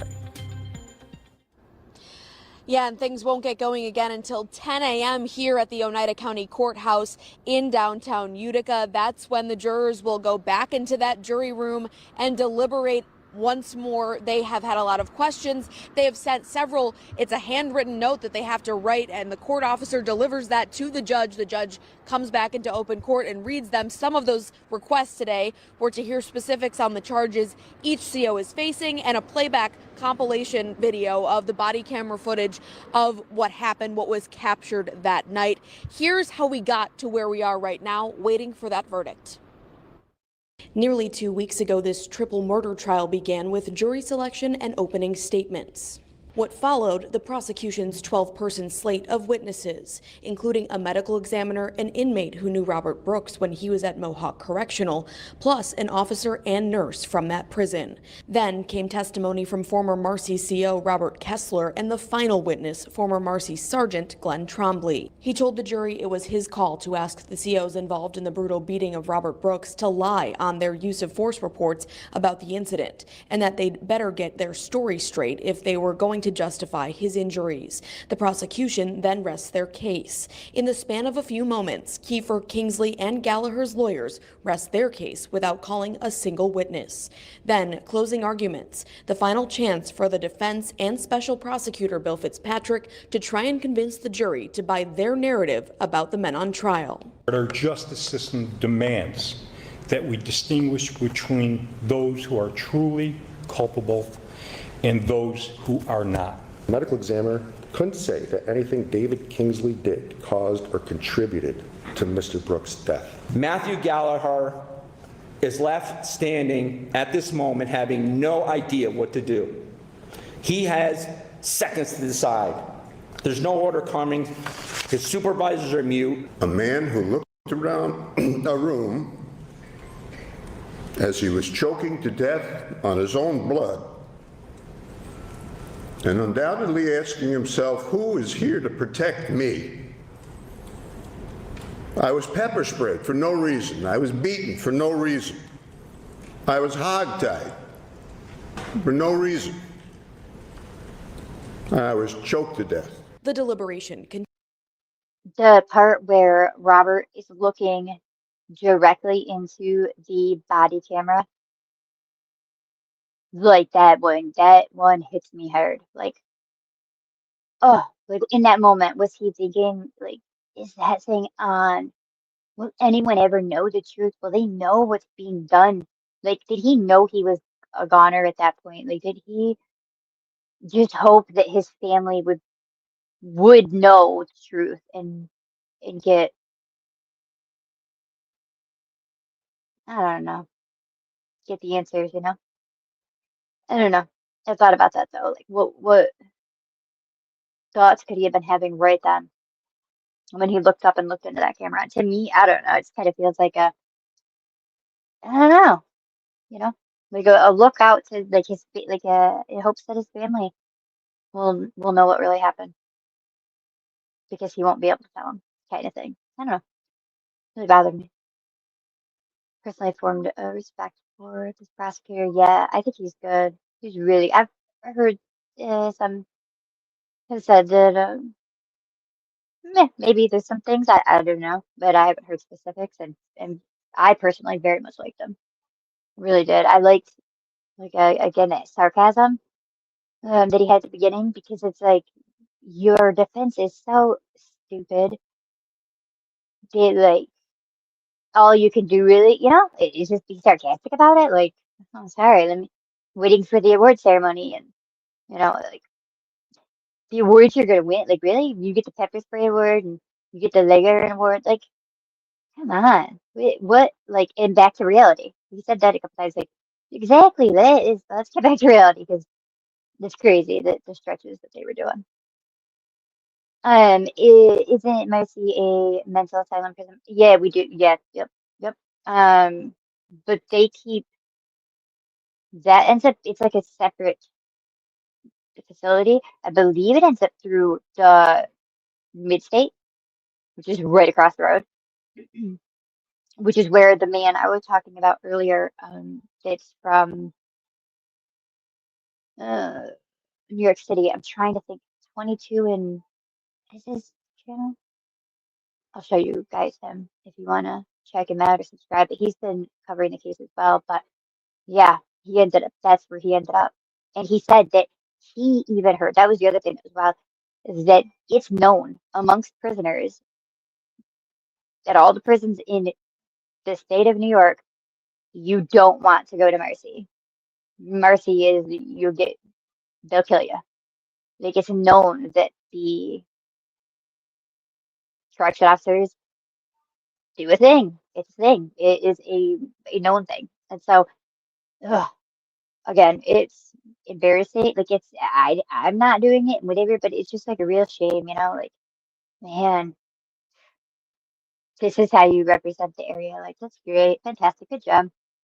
Real great job. And that's kind of like even the thing I was saying yesterday about like hoping that they get the verdict right. Like, could you imagine if they just let them go scot-free? Like, what? What? I don't know. And then I was thinking about it today, the jurors just being like, how hard is it got to be for them? To some extent, you might feel like one man's already lost his life and now you're taking the lives of these other men. But I mean, you can't watch that video and not see that that is not okay. The other part is like, it's very clear it's not the first time. Not a single one of them looked concerned or worried or, oh my gosh, what's going on? This is abnormal. This is out of control. No, they were all in control. Every one of them. They're propped up, leaning on the counters, their arms crossed, and just, yeah, it was far too comfortable and normal of a routine. It's just, I'm drawing a blank right now on the guy's name right now, but he's got to have uploaded something recently, probably that will help me find him. He's a very good, in my opinion. I think this man. Oh, right there. Oh, conservative felon. Am I right about that? But then his at is like at 22. Yes, at 22, conservative felon. Okay. um, but yeah, he nailed it though. He was speaking just like and of what I'd seen, like he knows the system. I mean, you would think that prisoners would know this, but there's so many that really don't. He does. I mean, he gets it. He totally understands the entire. He paid attention. That's what I say. He absolutely paid attention in every single one of every hearing he had to go to, what it was for, why he was there, what they were trying to attempt to do. I mean, he really paid attention, and I have a lot of respect for that. That he wasn't just like throwing out bogus crap. I don't know. It's very refreshing. How many true crime journals do we know that like they don't know they don't understand how anything works? And I'm like, what are you doing then? What's going on right now? Or they just throw out a ton of mis and disinformation. He was factual with it, so that was refreshing. I'll tell you that. It really was. Well, again, he's a good start, and maybe his accent helps with storytelling. Maybe, maybe. Uh, okay. Okay. He covers a bunch of stuff. He covers here. Why am I over here by myself? He covered like the Mark Sanchez situation, reality of politics, protective custody in prison, P Diddy, P Diddy, prison, how they look for drugs inside of your body. I had a feeling that's what that was about to say. And then he's got shorts, but the one was about his stay at Mid-State.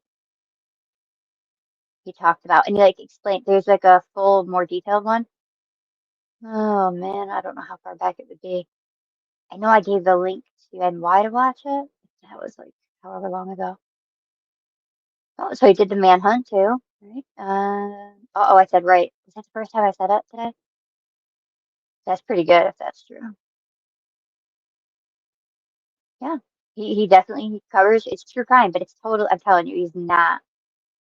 It's almost like jumpsuit Pablo, but just not. It's not. But it is. But it's more kind of like that.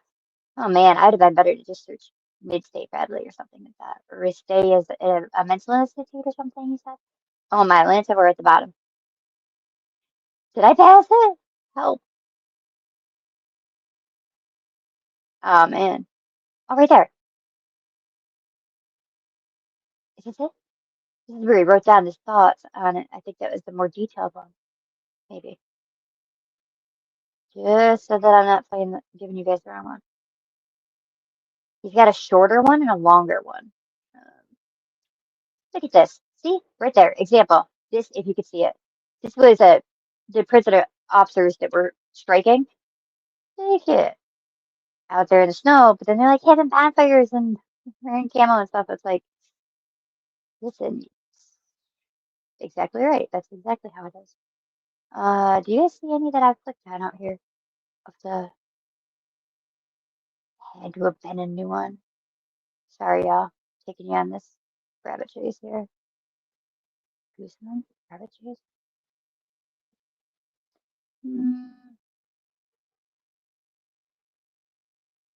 The one I bypassed, I'm pretty positive was the longer one.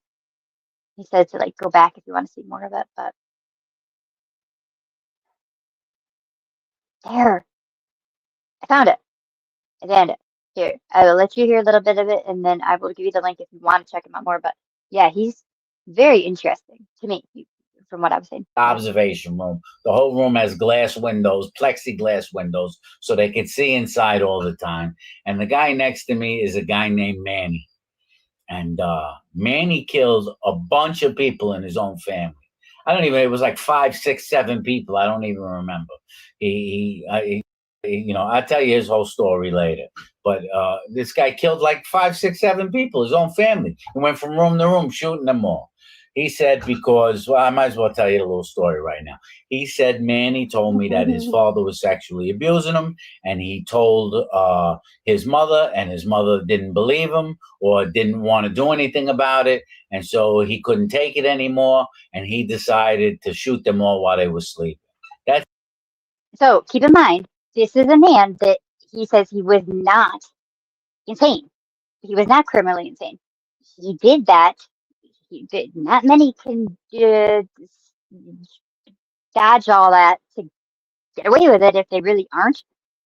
And so it's really interesting perspective of somebody that's not, that was in there, and he got to witness those that were criminally insane.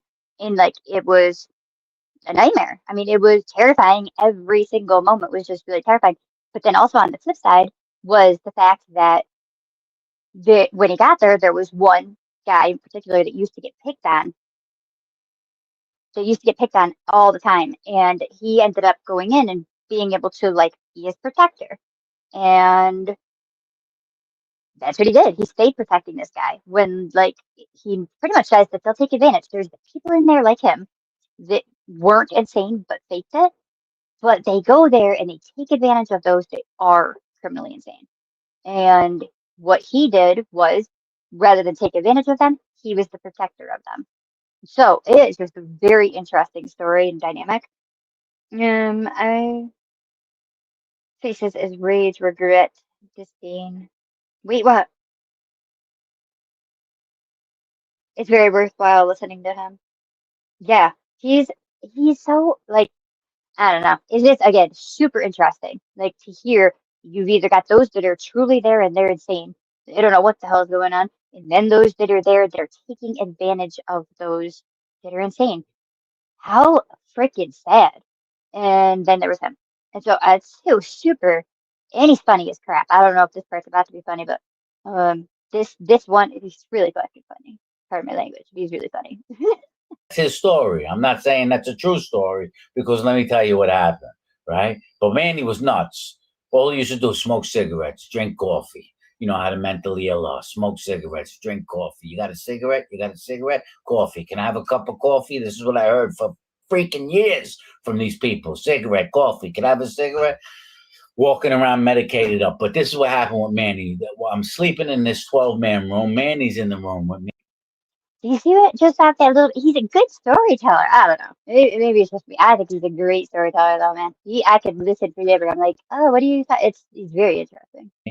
And I wasn't asleep. I was wide awake. I couldn't fall asleep this night. And all of a sudden I feel something. I open my eyes and Manny's sitting on the corner of my bed. This guy that killed 6, 7 people, whatever.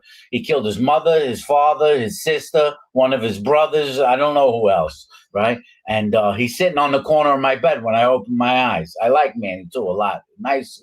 I like him, you know. So what can I tell you? You know. And I says, Manny, what are you doing? So he goes, did you see that? Did you see that? I said, did I see what? He goes, they just came in here and raped me. I said, who came in here and raped you, Manny? Relax. I got to calm him down. He's bugging out. I'm like, yo, Manny, relax, man. Chill out. Relax. He's like, they just came in here and they raped me. So he starts getting me a little nervous because he's It's like not a funny topic, but like he doesn't know if he's supposed to believe it. Right, fish stories. Right. He's like, am I supposed to? Did this really happen, or is he again just thinking it? Like what? Um. Hey, Ramlin, great to see you. How you been? How have you been doing? Thanks for stopping in. Great seeing you. Yeah, is funny. getting crazy. I said, yo, Manny, calm down. I said, nobody came in here. I'm wide awake laying in bed. Nobody came in this room. So he starts freaking out, man. And I calm him down. I get him to go back to his bed. But nobody came in the room and raped him. So Manny killed his whole family because he thinks people are raping him, or Manny got raped by someone in his family and it screwed him up for life. Or he's delusional and it never happened and he just thinks people raped him. I don't know what his story was, but Manny was out of control. Manny did. A lot of people ask me what was one of the most or the most disturbing thing that I. All right, that one I won't play. Yeah, if you guys want to know it, go listen. I don't want to play. It's bad. It's the most disturbing thing. And so he puts this on because he said in his top 3 of most disturbing things that he had seen while being in a criminally insane, like a psychiatric hospital for the criminally insane. I ever saw during my 17 years incarcerated. 17 years. And now you know what he's doing? He just got invited to go to Rikers Island to speak with the prisoners there. Yeah. So people, listen, I'm biased in some crime, pedophilia, right? That I don't know about all that being able to change, but the rest. I mean, people can turn around their life and get it together.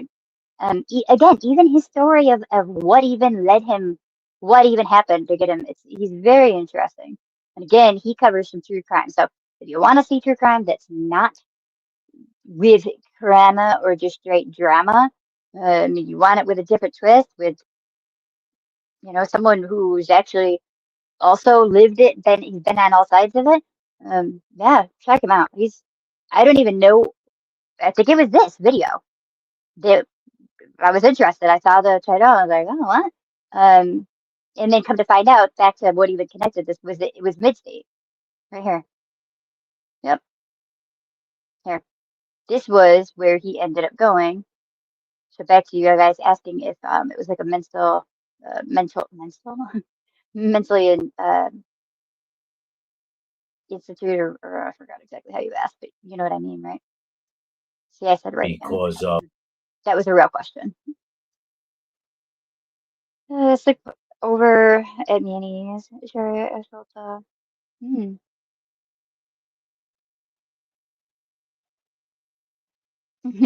of many reasons, not excuses, but reasons. Addiction, abuse, neglect. I grew up with all of those things as a part of my life.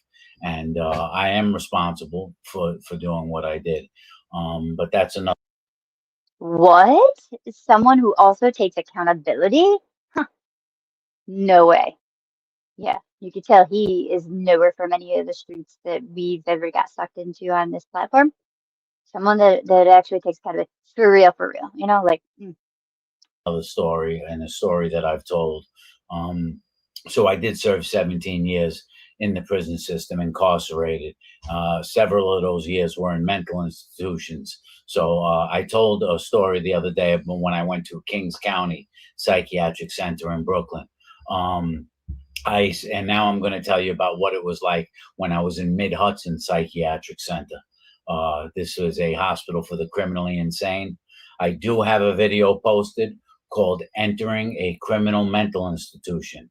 I would really appreciate it if you guys checked it out. It's a more extensive video about what the entire experience was like entering Mid-Hudson. But I'm just going to. That was the video. It's so if you go to his channel and you're looking for that one, if I could grab it, I will for you too. It's way towards the bottom there. It'd be probably easier for me to find it than y'all. So I'll take a look right quick. That way you don't have to go hunting for it. But yeah, that was the one that I first come across and was gonna stop on. Tell you about what it was like. That's what accountability looks like. I forget. Yeah, right? It's wild. I mean, wow. Again, it was so refreshing listening to this man, like taking accountability, not being the bad guy. Actually, like he had to do what he had to do to get around the system, and I can understand. I think we all could probably understand that. You know, is it good to like bluff and what do you? No, not really. But like when you're talking your whole life, he was facing his life. He did what he had to do, and now look at like he didn't do what he had to do and then get out and be a pile of crap. He actually got out and has changed his life and is doing good. And so, um, I think we can all kind of understand that to some extent, you know. Oof.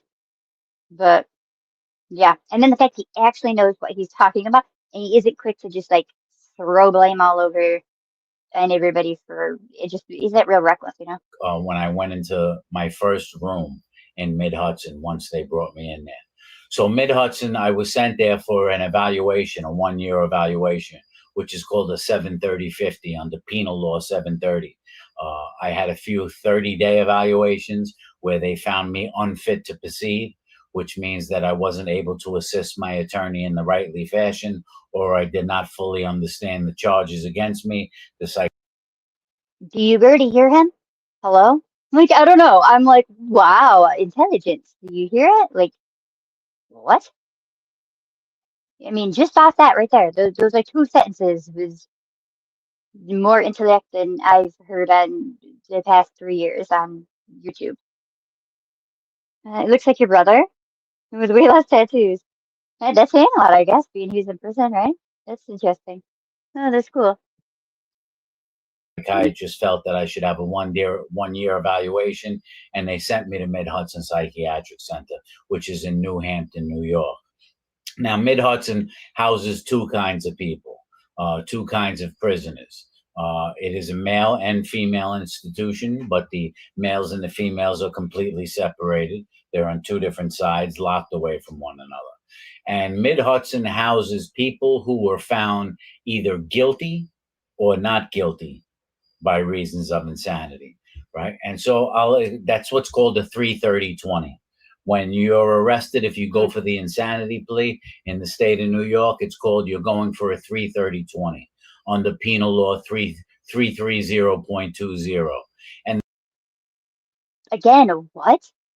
I don't know. In my opinion, I think the man's probably extremely intelligent. I think he's got some intellect that he's working with that, you know, may could have just all gone to waste if he was locked up doing life. I think he just sounds like just a really intelligent man. But then also he's lived it on top of it. Oh, thanks for dropping his channel. Thank you. I'm actually going through the video trying to find the original one that he was talking about. I made it to the bottom, so it should be along, you guys. The next, I got it. Entering a criminal. I got it. Okay, so this link I'm dropping is the like starting the entering a criminal mental institution, and so this is the more detailed part of his story that he had asked people to check they out. have guilty by reasons of insanity and not guilty by reasons of insanity. And I believe it's about 2% of people that go for the insanity plea actually receive it. So it's very difficult to get. In the 1950s, 60s, and 70s, it was prevalent. Many people were given the insanity plea, but what they realized is that people were avoiding incarceration by going for the insanity plea. And so they made it much more difficult to get by changing laws. And so Tell me that's not perfect right here, though, on his wall. Fish stories told here. I love it. The humor, it's fantastic. Also, I wonder what's up here. My ADHD wonders what he's got up on the ceiling up here. Looks like a menu. It's probably not a menu, but I don't know. It's one of those things that I don't know. But anyway, very intelligent. Definitely check him out. I don't know. There's a couple parts in here of his story that just had me cry. I don't know the timestamp. I wish I did. I said, holy shit. I turned around. Right there, maybe sounds like it might be one of them. He's got some really good stories. It's true. How long you been there? He goes, 14 years. Just staring at me. I said, what'd you do? He said, Oh yeah, this is one. This is funny. Look at you can just see the smirk on his face already. It's already funny. and all three of them, it happened to be three No. black guys in the room. Grimature, you stop it. It's a vent? He's not a vent, you lie. Shut up, is that a vent? Is that a vent? No, it's not. There's ready. Look, there's posters over here. You're gonna share it. You stop that. It's not a vent. It's a menu. And then there's posters or something. And they were all looking at me with that mentally, they're just staring. And so I walk in there, put my stuff on my bed, and I say, hey guys, how you doing? What's happening? And they go like this. No words. They're just shaking their head up and down. I said, oh, these guys are nuts. So I say to the first guy, how you doing? I said, how long you been here? He said, 7 years. I said, 7 years. I says, what'd you do? He said, rape. I says, okay, all right. I moved to the second guy. How long you been here? 11 years. I says, all right. What'd you do? He said, rape. Okay, great, wonderful. I go to the third guy. I'll never forget this guy. His name was Lyndon Giles. He was a black guy from England. He had a big afro. He was in his 40s, maybe mid-40s. And I say to him, what'd you do? And he said, I said, how long you been there? He goes, 14 years. Just staring at me. I said, what'd you do? He said, rape. I didn't know what to say at this point. I got 3 rapists in the room with me. So again, not funny. Nothing about rapists is funny at all. His scenario, his situation, like the oh shit moment that you're like, I'm the what? I'm roomed with 3 that doesn't sound like it's gonna be a great time for me. It doesn't sound like it's gonna work out too good. You know, like just the oh man, the situations you don't ever want to be in. And there you are. sarcastically, I said, was she cute at least? He said, it was my mother. I said, all right. Okay. I says, you mind if I ask you a few questions? Can I ask you a few questions? And he goes, Right, so if you guys got that right, the one said that it was his mother that he raped, right? Mm. I said, well, I got to ask you. I says, Lyndon, I says, why would you rape your mother? And he goes, she liked it. I used to do it every day. I said, if she liked it and you did it every day, then why'd she have you arrested for it? And he said, she didn't want it this day. I said, holy shit. I turn around, walk out of the room, and I tell what they call TAs, which are like the restrainers there, the nurses' assistants, the guys, the white coats that walk around with the white coats. I tell this guy, I says, I'm not living in that room.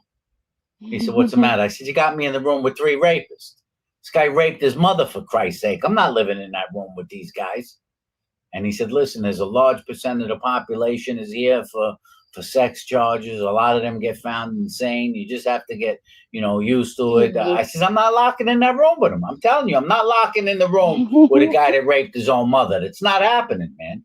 I says, I'm going to end up hurting this guy. That's what's going to happen. So he says, all right, listen. He goes, I have one other room. He says, that's available right now.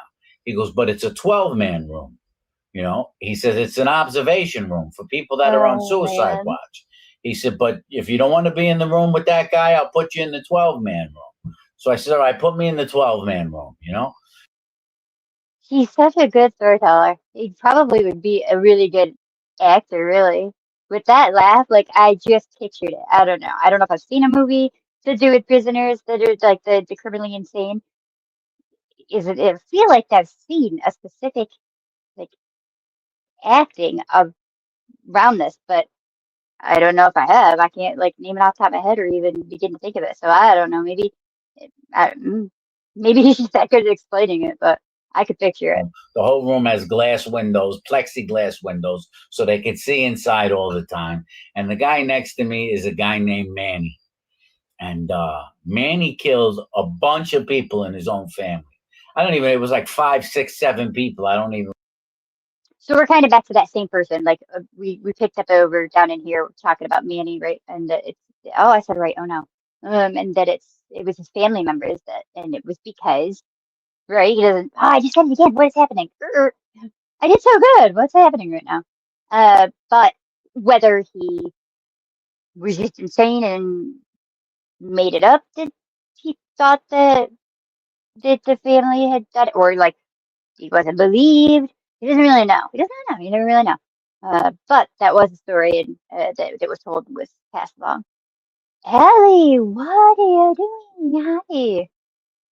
Good to see you. How have you been? Oh, you got a picture of your pup. At first I thought I was a kitty or two, like all like cuddled, and now it's like this. I can't see it very good, but see your doggy. How you been, Ellie? It's so great to see you. I've missed y'all. It's nice there again, just like the old days. I don't know, just like, but it's good. I've missed y'all so much. Again, I just had to get over my whatever, you know.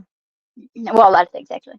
That being said, all right. So we touched on. I'm gonna do a look and see if there's an update real quick on Halo and the 5 o'clock and 6 o'clock. They said that they'd be doing updates. So, um, let's see. And then also, I'm also wondering if there's anything new on the 9-year-old that was missing.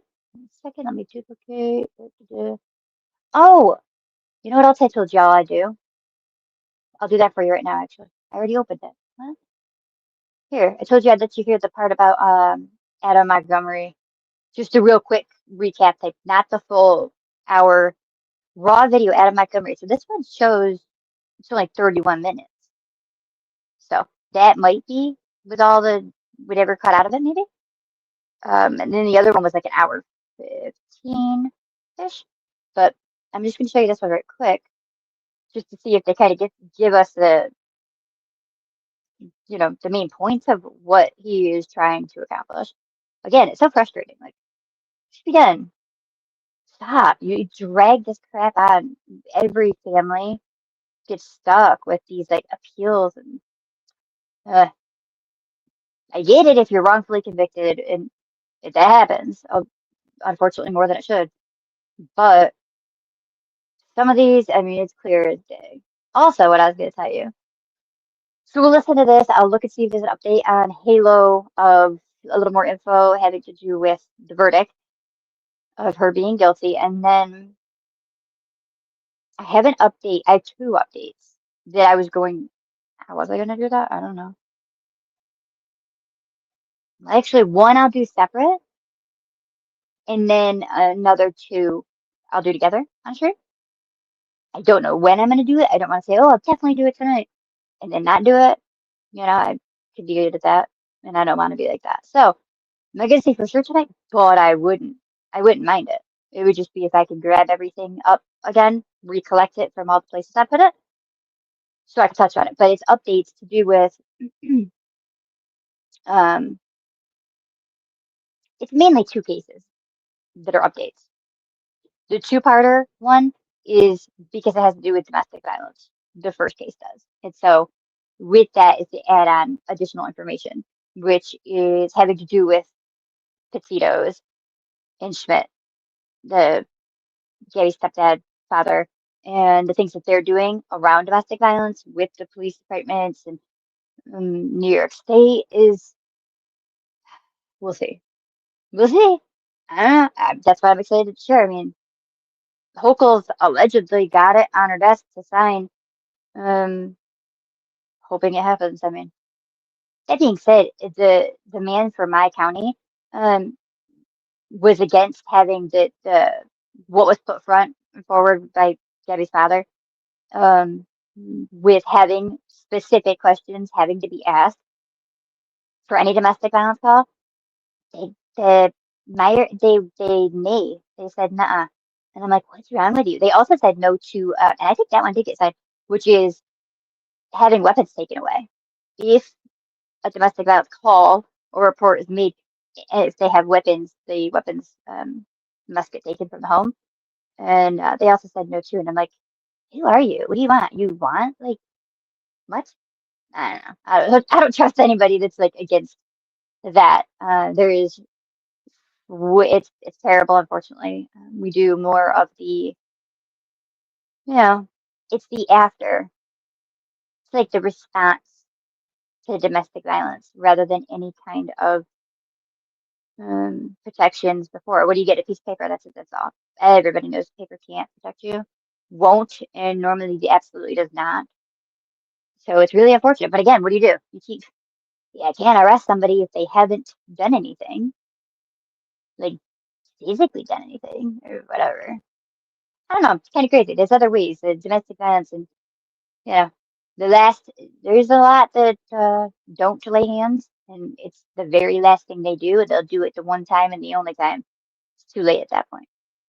And not enough people even understand that, recognize it, or aware of it. And again, what do you do in that situation?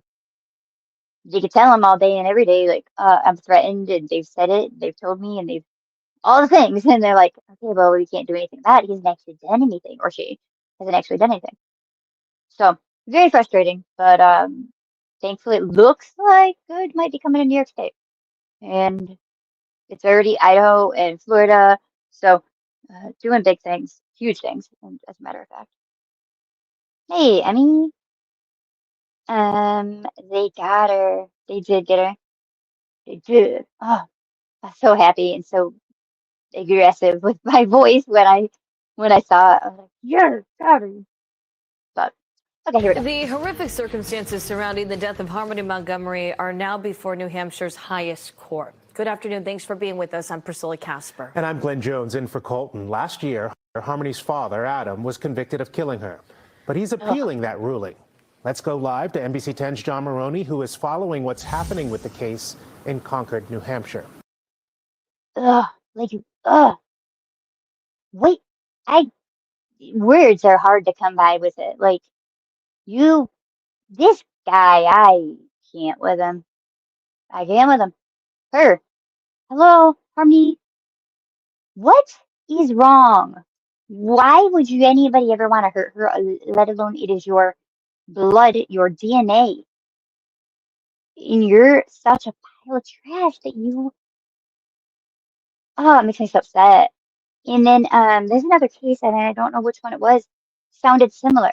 Had to do with accidents and then getting hit and abused and killed over it. And if my parents were like abused of it, I'd be dead for sure. These ones are like, what? We go to the bathroom? If you've got her living in a stinking car, what do you expect? Stupid. You put her in a dumb situation like that and then expect her to do unnatural, unhuman things like hold her bladder. Poor baby had to be in so much fear. Man, it's infuriating. And now he thinks he's going to come in here and like want an appeal. John Maroney, who is following what's happening with the case in Concord, New Hampshire. John. Glenn, good afternoon. Harmony Montgomery was murdered 6 years ago. Her father did not appear in court today. And if you recall, he didn't appear much at his trial either. Did the Superior Court give that robust instruction? The New Hampshire Supreme Court has taken up the case of Adam Montgomery. Do you find the defendant guilty or not guilty? Guilty. Montgomery was convicted last year of murdering his 5-year-old daughter, Harmony. Her body hasn't been found, but he was sentenced to nearly 60 years on charges including second-degree murder and assault. The homicide-related charges rested exclusively on Kayla Montgomery's version of what happened on December 7th. She had significant credibility problems. The defendant's attorney asked the High Court to overturn the conviction for several reasons, including the credibility of Kayla Montgomery, the prosecution's key witness. He folded her in half and put her in the double bag. Harmony's stepmother, Kayla, testified against her husband after pleading guilty to perjury charges. She said Montgomery killed his daughter by hitting her repeatedly because of frequent bathroom accidents. The family was living in a car at the time. He could smell urine, and he started yelling at Harmony and kept hitting her in the head. The justices heard other grounds for Montgomery's appeal. His attorney said the murder and assault charges should not have been tried together. Plus, jurors improperly learned about the defendant's abusive treatment of his daughter before her death. The defendant did have extreme indifference to the value of her life. He did not treat her the way that a father is supposed to treat a 5-year-old daughter. Exactly.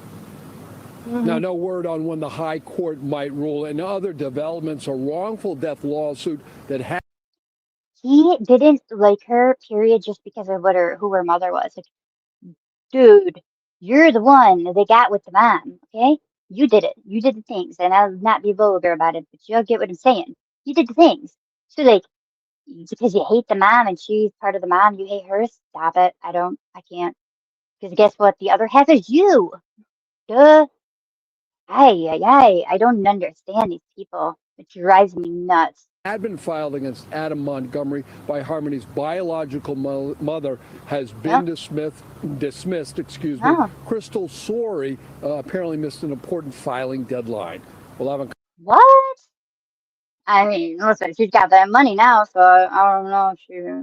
What exactly was the part again? Extreme indifference to the value of her life. He did not treat her.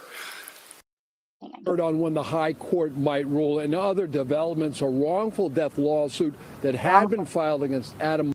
Dang, that's upsetting that she missed that deadline, but I don't know. Yeah, Allie, I'm up to par with you. I've caught up to you. Hold on one sec. Here. Oop. I couldn't think of her name either right off the top of my head once I read your comment. It's always like, instead of just even typing in, I know exactly where I could cheat. This woman, right? Cindy? Well, I don't think I can hear me.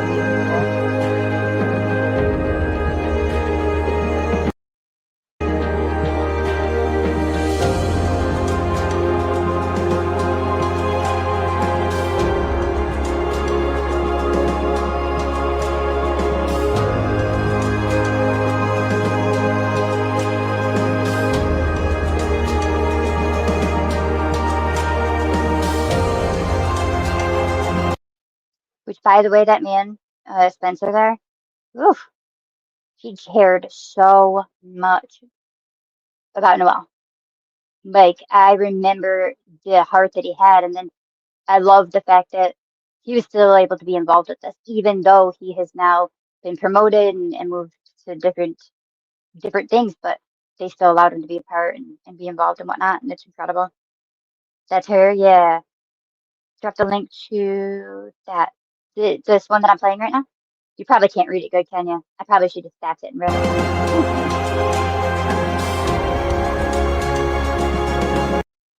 I don't know how to be a YouTuber anymore, apparently, or something. I don't know. Here, I will grab this link right quick. Yeah, it's probably really hard for you guys to see.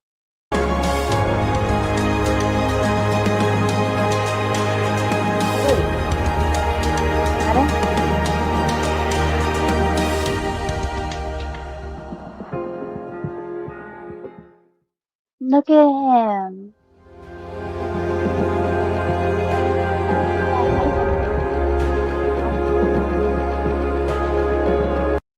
But yes, Yes, the FBI announced the arrest of a woman wanted for the 2022 murder of her 6-year-old son, Noel Rodriguez Alvarez.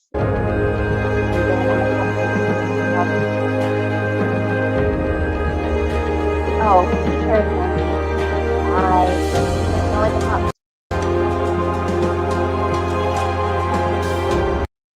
So, a statement from the Everman city manager and former chief of police, Craig Spencer, quote, "This has been a long and emotional journey, one filled with difficult days, long nights, and an unwavering determination to find the truth. Today's capture is not just a law enforcement success, it's a testament to what can be accomplished when people stand together with a shared purpose. I am profoundly thankful to every agency, every investigator, and every member of the public who refused to give up. Most importantly, I want our community to know that we will not stop. We will continue to fight for answers, for justice, and for the safety of the most vulnerable among us." Sorry, I was getting choked up. I was trying to control myself. I apologize. And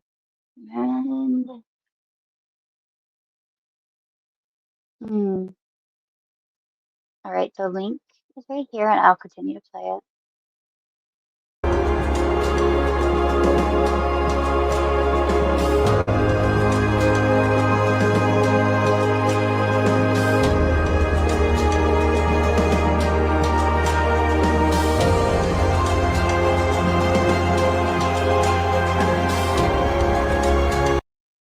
That's the other part too, is that like his remains still haven't been found. There's a lot of points of justice and a band-aid sense of closure because it's really not ever closure. But one of them are the people that are responsible or person that's responsible of these crimes of taking the life. But then there is something to be said about finding the remains of these people.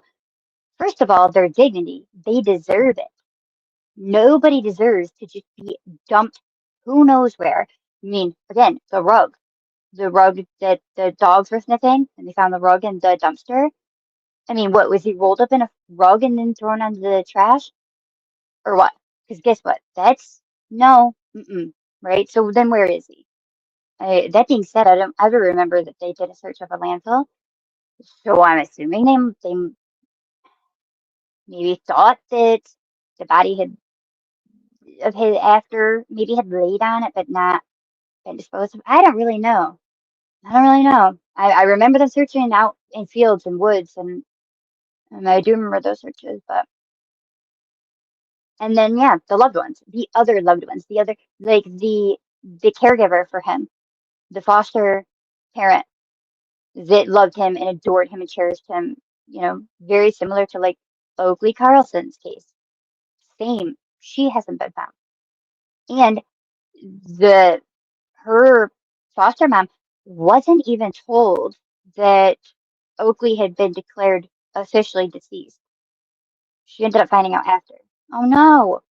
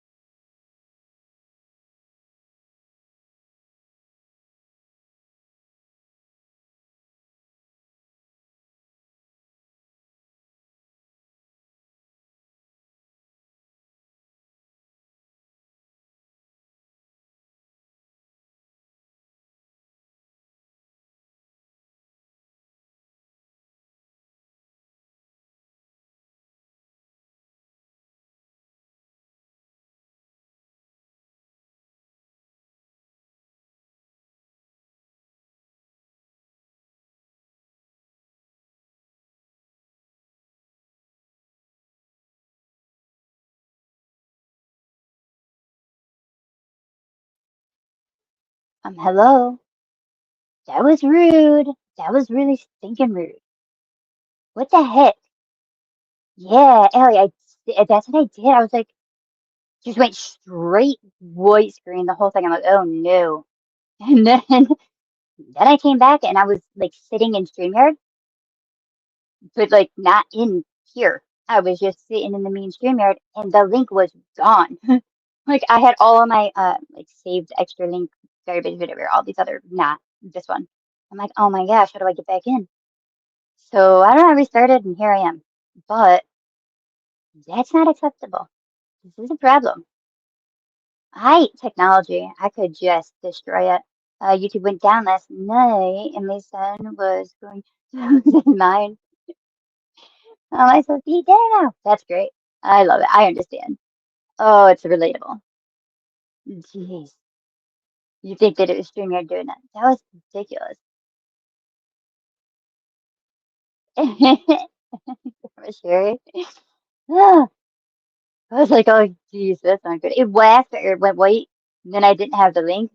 I was like, okay. Then it did a blue, like a not normal blue, not like the mild blue, really vivid, bright blue color. And I was like, that's a new color. Oh boy. And there was nothing on my main screen, but thankfully my bar, my all my like things at the bottom, so I was able to restart. But I don't know. We gotta fix that situation. StreamYard's being ridiculous lately. Why? They keep charging more and more money. You'd think that they would get better. I don't know. Maybe it's because they've given us like 5,000 different options on here. Like, like on the left, all that stuff about media presentation. I'm like, I don't touch it. I don't know what it means. I don't know how to work it. I can't do it. So I'm over here still doing it like the old school way. 'Cause I'm not trying to mess anything up. The blue screen of death, is that the one? Because at first I was like, white screen of death? Blue screen of death. Oh no. Yeah, me too. See, how did I not know what happened yesterday? I've heard a lot of people mention like it went wonky, but I don't know what I was doing. Hmm. Anyway, what was that? I don't even know what to say. And I guess that's the period on that story, whatever it was. I don't know. No, Noel and his remains and then to be found. Period. Him and a lot of others. Um, uh, Alyssa Taylor. Alyssa Taylor, her remains need to be found, and a lot of understand like what happened, what's the story, what happened, and that one's always upset me quite a bit. But now, unfortunately, it's caused a rift. Um, the heartache, the grief, the not knowing, and the no answers, and not having her daughter. And then, of course, she's stuck between two agencies, North Carolina and Virginia, and they're each telling her to go do the other one and the other one and the other one. Yet no one's calling in the FBI. It's just really frustrating. And so her mom's just been really depressed and emotional and upset and um, having a hard time. Completely understandable. So she mentioned just kind of not feeling, fully supported. Like that her family maybe doesn't check in as much as she would like, or like on the important days to her, the days that are like, um, those days on the calendar, whether it be the date that she went missing, her birthday, other days that are not holidays for everybody, those are upsetting too. But anyway, so she made mention of that, and her sister, I believe sister-in-law, sister, um, kind of took it personal, which I can understand, even though it wasn't directed to her specifically, to just like anybody.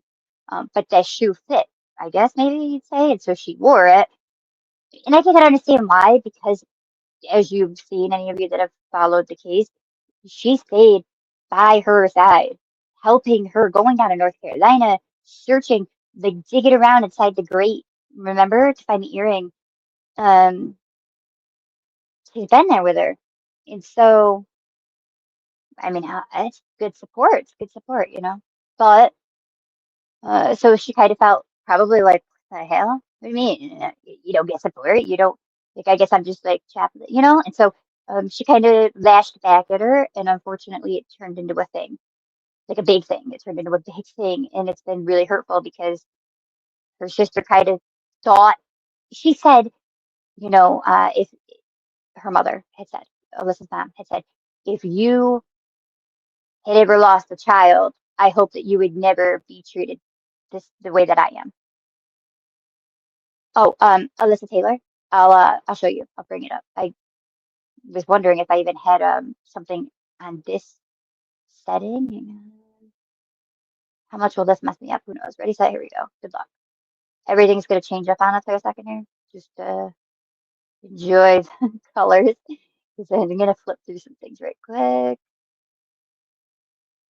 Uh, and so she just made that statement, like, like, if one of your children ever passed, I hope that you would never be made to feel how I feel. Well, her sister didn't take that very well, and kind of what she heard was maybe that she had wished death upon her child, a child, which isn't what she said, but it's kind of how she took it, Oh my gosh, look at these. I didn't know I uploaded this. Downloaded it? Uploaded. Both. I didn't know it. There it is. Hello. Well, what was the other thing I was looking for? I was telling you guys, I don't know where it is. It might be in here too. Oh yeah, the thing about the person standing in front of you in line. What if they're a missing person? For all I know, I could already have it in here. Is this it? As the world fights to figure out. No, that's just about being a nice person. This might be it. Oh my gosh, this is it. I'm sorry. I hope I didn't hurt anybody's ear. Please hold the Alyssa Taylor really quick. Don't let me forget it. This is the one. To realize when you're out in public and you're passing by hundreds of people walking through stores, at the park, enjoying a concert, or really anywhere, some of those people are probably a missing person, but they're only a missing person to those who once knew them. To us, they're just another random face in the crowd. You don't really ever think about how the guy standing in line in front of you might be somebody's child who went missing years ago, and just how badly someone wants to see them again, but maybe never will. Whew. Ooh, that one was written beautifully. It hit me. I'm like, I have not ever thought of it like that. But I kind of feel like it's inevitable. I feel like we've had to have, at some point, walked past a missing person. They're not even missing themselves. They don't realize they're missing, and we don't realize they're missing. It's just this crazy thought. It really. Whew. Anyway, it was a comment I've seen on one of the missing. I don't even know what case, but yeah, I'd seen that, and I was like, oh wow, I've never thought of it that way, but it has changed. It's changed my brain with that thought big time. Okay, so this one's a bunch of Gabby. A lot of Gabby in this one.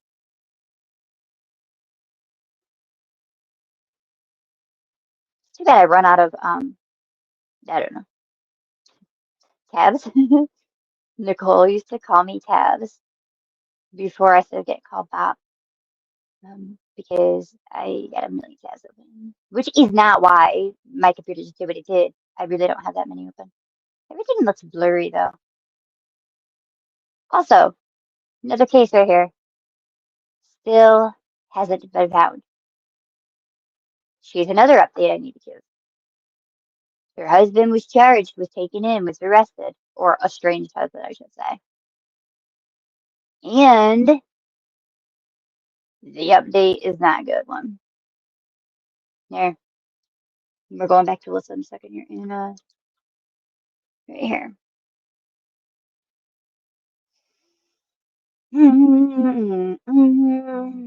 Yeah. Another one that was found dead in prison. Makes me so angry. So, I mean, it's been a while. It was April. I mean, it has been a while, but again, I've been gone for years. So, anyway, here. Uh, while we're here, I'll give the update. I mean, I should do a stream on it too, but I'll just show you the update real quick. But yeah, another one. Kind of like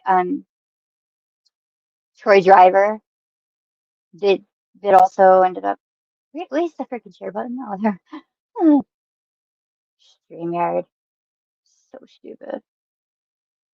Or is it me that's stupid? I'm not sure which, but not good. But yeah, so this update's been forever ago. But at the end of the day, they still haven't found her remains. So full answers aren't completely known. They were obviously starting to piece stuff together, but her family deserves that.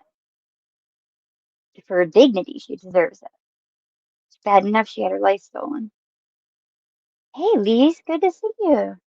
Tabs, yeah. You forgot to see. Autocorrect is ridiculous. Oh, I miss y'all so much. Nikki still drives you crazy. Nicole, I think of you every time I get like contemplating over Liz Taylor's case, which right after this, I'll go right back to Liz Taylor. I'm gonna actually pull that up since I haven't yet run into it. I still have half the tabs to go through, but I'm not gonna mess with it while I'm playing this. Who knows what would happen? The job of the media is to afflict the comfortable and comfort the afflicted. That was said by this humorist, Finley Dunn, for his character Mr. Dooley, many years ago. Now, I don't really believe that we're here to afflict the comfortable, but I do believe that the media has an advocacy role in bringing things up that people can't get attention to themselves. In February of 2024, we brought you a story that was nowhere in the national media. A person was missing, not getting any attention. She was a woman from Florida named Anne. And I'll back him on that. I will back it. He ain't like he's not just like bragging and to brag, right? Maybe he can with some other things, but like with some other things, but like this is true. He really is the one that brought it to make it a bigger case, to make it known, and really the direct connect to the brother and actually like breaking down the language and how the brother said, and even the friend, that the text messages that were sent to them were not in the correct. It was not how she writes. It's not the same. It was as though Google Translate had put it in, which come to find out later, we learned that it was somebody that the estranged husband had met on a dating app online and had asked her to write it. Like, what? What's wrong with people? I'm sorry, I'm not doing that for you. Don't get hold of me on a dating app and then ask me to write. Like, you wouldn't question. Why do you have me writing this? Like, that's a strange thing. Who are you saying that to? Why are you saying that? Come on. But yeah, yep. They found out it was him. This case. I'm assuming he's gonna show you. Let me see. I have flyers on this too. Out, man. I hate technology problems because I just all my stuff is either missing, lost, or I don't know where it is. Oh, right here. Yeah. Okay. I'm just gonna shut up later. But I do have flyers still, and again, it wouldn't be a complete waste to circulate them considering they still have not found her remains. But um, mm, mm, mm, mm. Thank you for covering this. I had no idea. Good riddance to him. Yeah, it's like, ugh, I don't know. I don't know if he could have given, some of them, they'll just take it with them when they go, which when they do this, they all do. It's guaranteed they take it with them. So I don't know if the family maybe still had hope that he would give up maybe some more info to help lead them to her, or whether it's, justice looks different for everybody.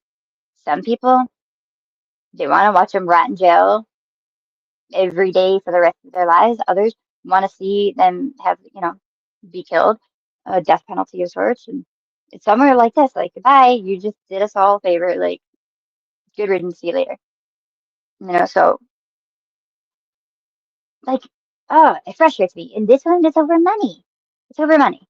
He didn't want to split the assets.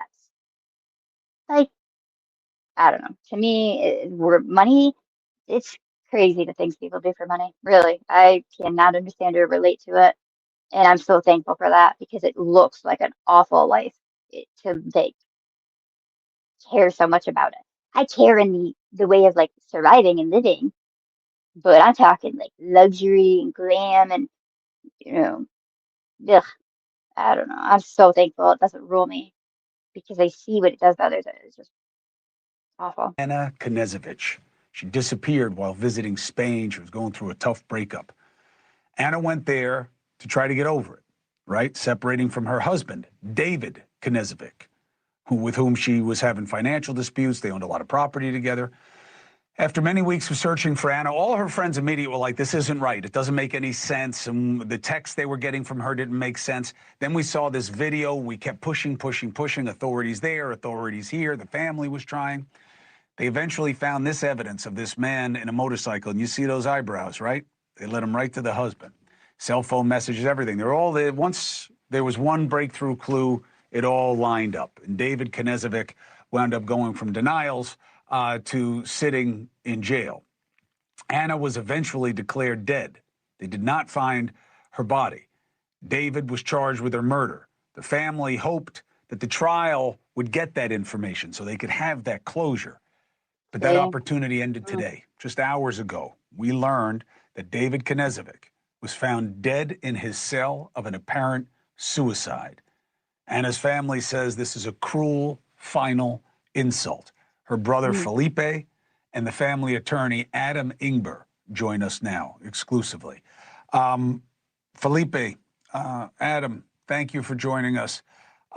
This is a shocker. This was a guy who had been Right, Allie? That's what I'm saying. Like,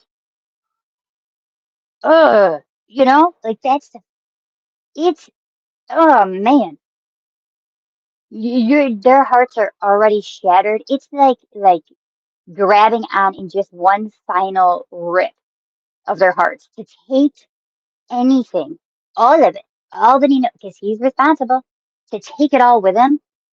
Like how being selfish, you coward. Ugh, it's so man. I For what? For a flipping, because y'all didn't work out. You took vows, it didn't work out. You split. That's the way life is. You should have got a prenup if you didn't want to split your money or whatever. Like, the end. That's it. It's really not. Certainly don't deserve to be taking people's lives. Disgusting. And he's an idiot. The stupid text that he sent. Oh, I was at therapy, and then I was walking home, and I met this wonderful guy, and I'm gonna go stay the weekend at his place, but there's no service. So, like, don't worry if you don't hear from me. It's okay. Right. Not a single one of us, not a one of us, no, I don't think any of us would ever meet somebody on a sidewalk and be like, wow, they seem wonderful. They invited me to go to a place that's got no service and just stay there for the weekend with them. Total stranger. Shut up. That's so crazy. Like, so many. And it reminds, like, again, it goes to like Ryan Laundries that are sending text messages. And another case, one that I'm going to be giving an update on that I was just talking about. Uh, Cassie Carley, the father to her child, also did the same thing, sending text to her father. Like, so stupid. Again, it's just so frustrating. Mm. I was about to read that and it's not that. It's awful. Mm-hmm. Mm-mm-mm. been so arrogantly stubborn that he Right. hadn't done this. What did you make when you heard this news, Felipe? Thank you for having us, Chris, again. So this is all just big tragedy for my sister and for my family, right? We had the naive hope that he would come clean and tell us what he did with her. Now that's not gonna happen, unfortunately. But you can never lose hope, right? So now that the authorities don't have to focus on trial, they can invest that time in finding where she is, so we can mourn for her, right? I was extremely worried about how the trial will affect my mother. I was in all the detention hearings. I didn't want to expose her to any of that, and it was extremely painful. he had like 3 or 4 detention hearings. I didn't understand why he had so many opportunities. We love to give opportunities to defendants. Also, YouTube rejected your comment. This usually means they think that it's spam. Try changing it a bit. What? Hello, YouTube, it's me. Hi, the one that you shadow banned for like ever in a day. You know, me. I'm here, I'm back. And I wrote, she's one of the 2 lives I have been planning to cover. What? Come on, YouTube. StreamYard. I don't know. I don't know which one to use for that one, but like, come on. So Allie, I was writing back to you, and I literally said, she's one of the 2 lives, meaning live streams, I've been planning to cover. I didn't say planning to take. It's not like I'm like about like taking lives of like what is going on? Can y'all even know? I still connected. I don't even know anymore. It's crazy. But yeah, it rejected it and it's got an X and it told me YouTube rejected my comment. Because it thinks it's spam. So anyways, yeah, she's one of the 2 that I was planning on doing. And then I knew Halo update would be coming here when they had a verdict. Yeah, YouTube, like, are you being weird? Someone's being weird. I don't. I'm interestingly, it's StreamYard that said that. It's StreamYard blaming it on YouTube. So I don't know, but that's silly. It's what? Oh, it triggers the me getting a strike or whatever for um the terms of service or whatever over animal cruelty for showing a video of a monkey saving a kitten. What? What? And then I tried to fight it and get their attention, and they're like, yeah, no, our boss is still saying that you're in trouble. What are you talking about?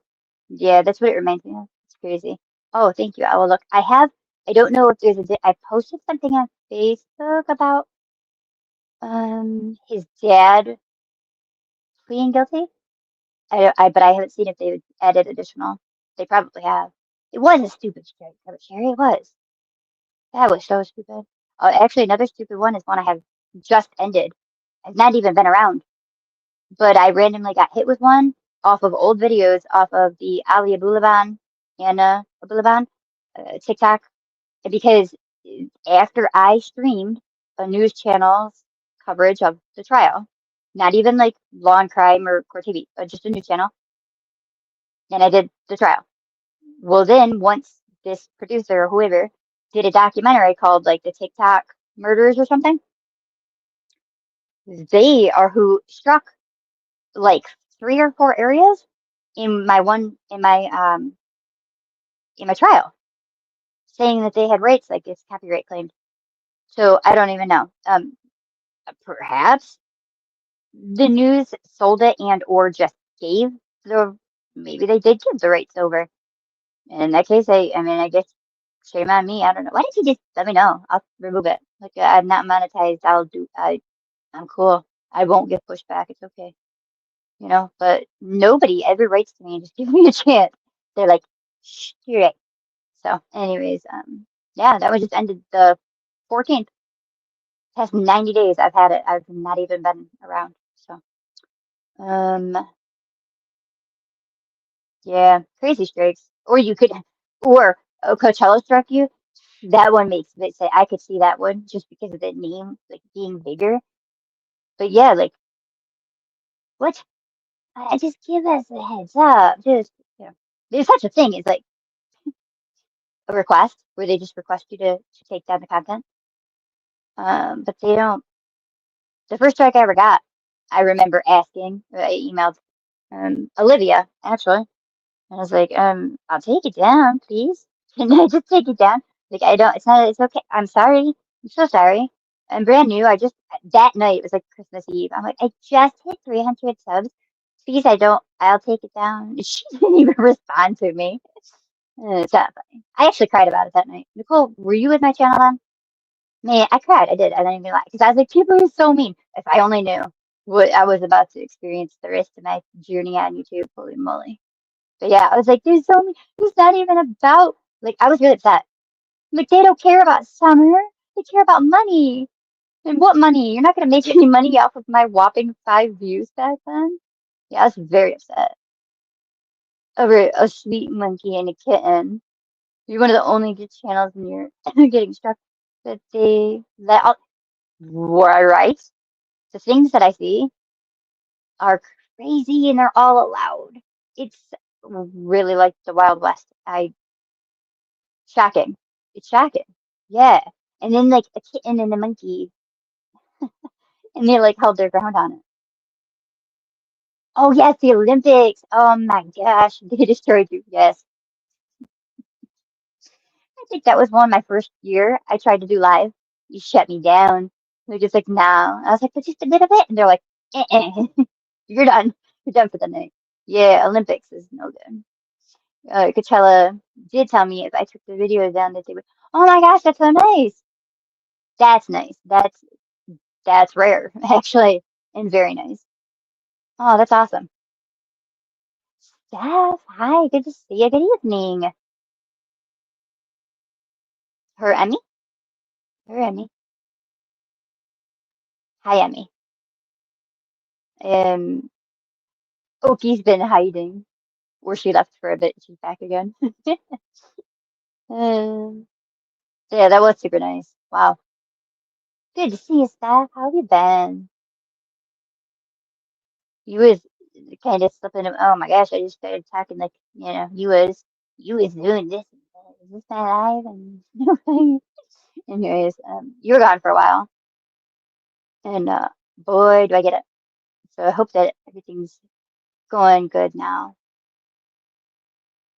Going good. Man, the journeys that we've all had on here is crazy. Like I said, whew, did Nicole answer? Did you hear me? The band is back together. Wait, where is it? Nicole, did you hear me? Or did you answer and I missed it?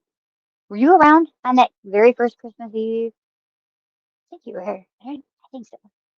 When Molly Golightly taught Olivia how to strike, she said she likes to do it at Christmas time to give a Christmas gift to the creators or YouTubers. How mean. And she laughed. Thought it was so funny. Anyway, Olivia struck me for the Summer Wells, like a little footage off there. And I remember being like, I didn't even want to show it. I was like, I don't know, they're out there, like they're there. Maybe we'll get something out of it. Maybe let's just take a look. And then I took a look right into a strike. And then I had one on unpublished or private or whatever, unlisted. And after the first strike ended, 90 days, boom, they hit me with the second strike on the unlisted ones. Either way, I did 90 days, 3 back to back. Like when one ended, boom, she hit me with not nice, Olivia. That was not very nice. She's back again? Okay. Not this one, I don't know. I had seen her the last time around, and then she lost that channel. Yeah. Yeah, Nicole, I was so sad that night. I was so sad. Really. Like, I should have known then, though.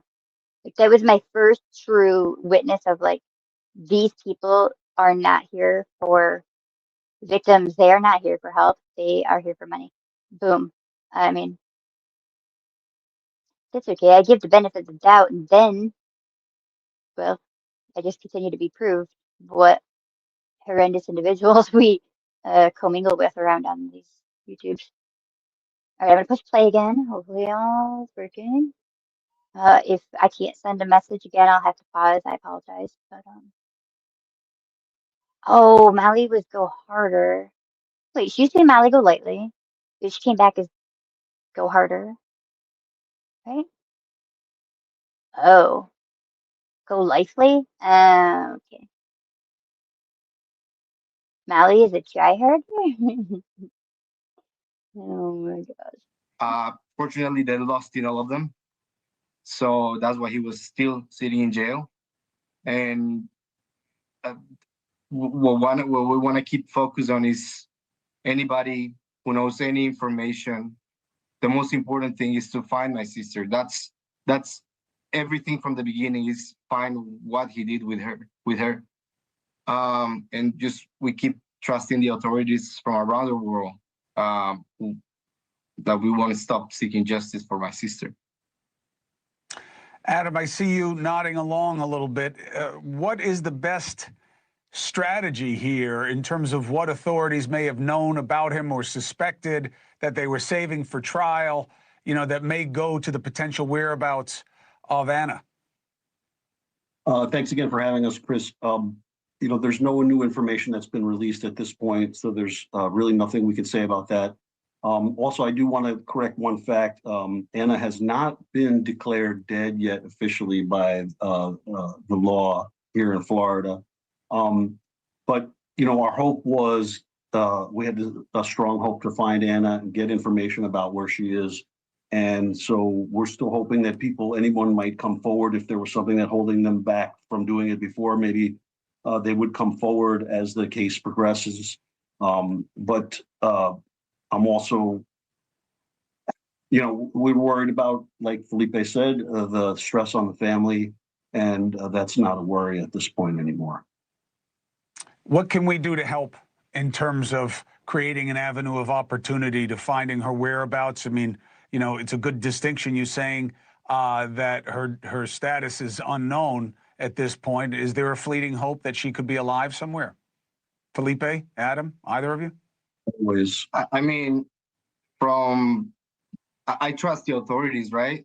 And they've done a tremendous job from the beginning, especially FBI and Spanish police. But I mean, they're pretty smart people. They're telling us that the chances are pretty slim. So, you don't want to lose hope. But I just hope we find her, just either happy with her or mourn for her, or like that we can give a body to my mother. It's really tough. It's horrible situation. Like, how heartbreaking. Closure of at least a sense, right? Hey, John. Yeah, give her body to our mother.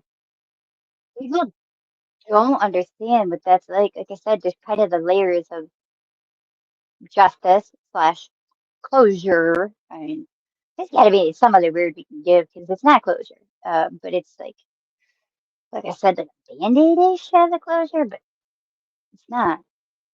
But again, these people, even in death, should have dignity, and their loved ones deserve to have their loved ones remains with them, to know where they are and to do what they choose, whether they want to cremate and be able to distribute amongst other family members or keep it in certain places or in a locket, in a necklace, or have them buried in a certain area or put out to the sea or in the mountains, or, all the things. And they should be their choice, their decision, and their right. And it's just so much gets stripped from these family members by these people that do these acts. It's so selfish and cruel. And then you take yourself out and you take everything with you. Ugh. The threat of lack of closure is apparent right now, and obviously we're still processing what's just occurred. I know from reporting on this and meeting people in the extended circle of your family, how amazing an impact she had even in her young life, Felipe, and I hope that's some solace to you. She touched so many.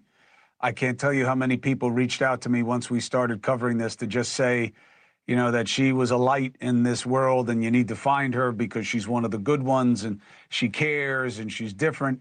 And I hope your family is able to take that in, no matter where this ultimately ends, that she really had an impact on the people around her and they were fighting for her every step of the way, as were you, my friend. And I am so sorry for the pain you've endured. All I can do is offer you my services. If there's anything I can do to help Felipe, I'm a call away. And counsel, I know you know that. Thank you for watching. Yeah, he really did a lot of help for them. Sad. It's really, really sad. And actually, I'm trying to see. That was April. If they're April,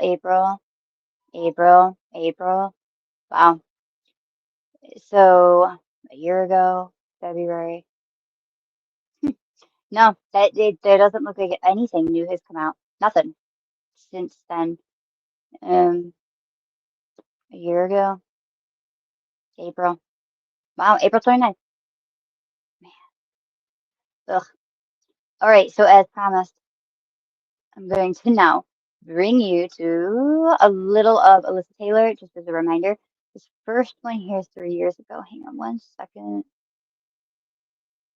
If I want to click, who are they? Oh, wow, here's the body camera footage I never got to upload and show you guys because I've been gone. But let me show you. All right, I'm going to show you this first one here because this is, as I was telling you, Alyssa Taylor's mother. And then she had two aunts with her, aka her sisters, that were with her with the like trying to find her, trying to do the searches, and had gone because they live in Virginia, had gone to North Carolina where the tractor trailer wreck had happened. And again, we're digging in this crate, a crate, grate, a grate, and ended up finding a neck earring that they believe was Alyssa's. And so again, to see the toll that it takes, like not having answers and the grief of being a mother with a missing child, doesn't matter their age. That's her child. So what if she was an adult? It means nothing.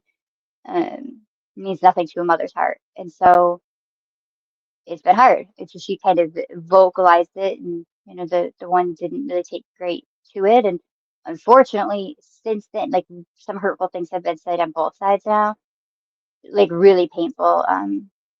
Alyssa's mom feels like the aunt had pretty much said that she was responsible for Alyssa's disappearance slash death.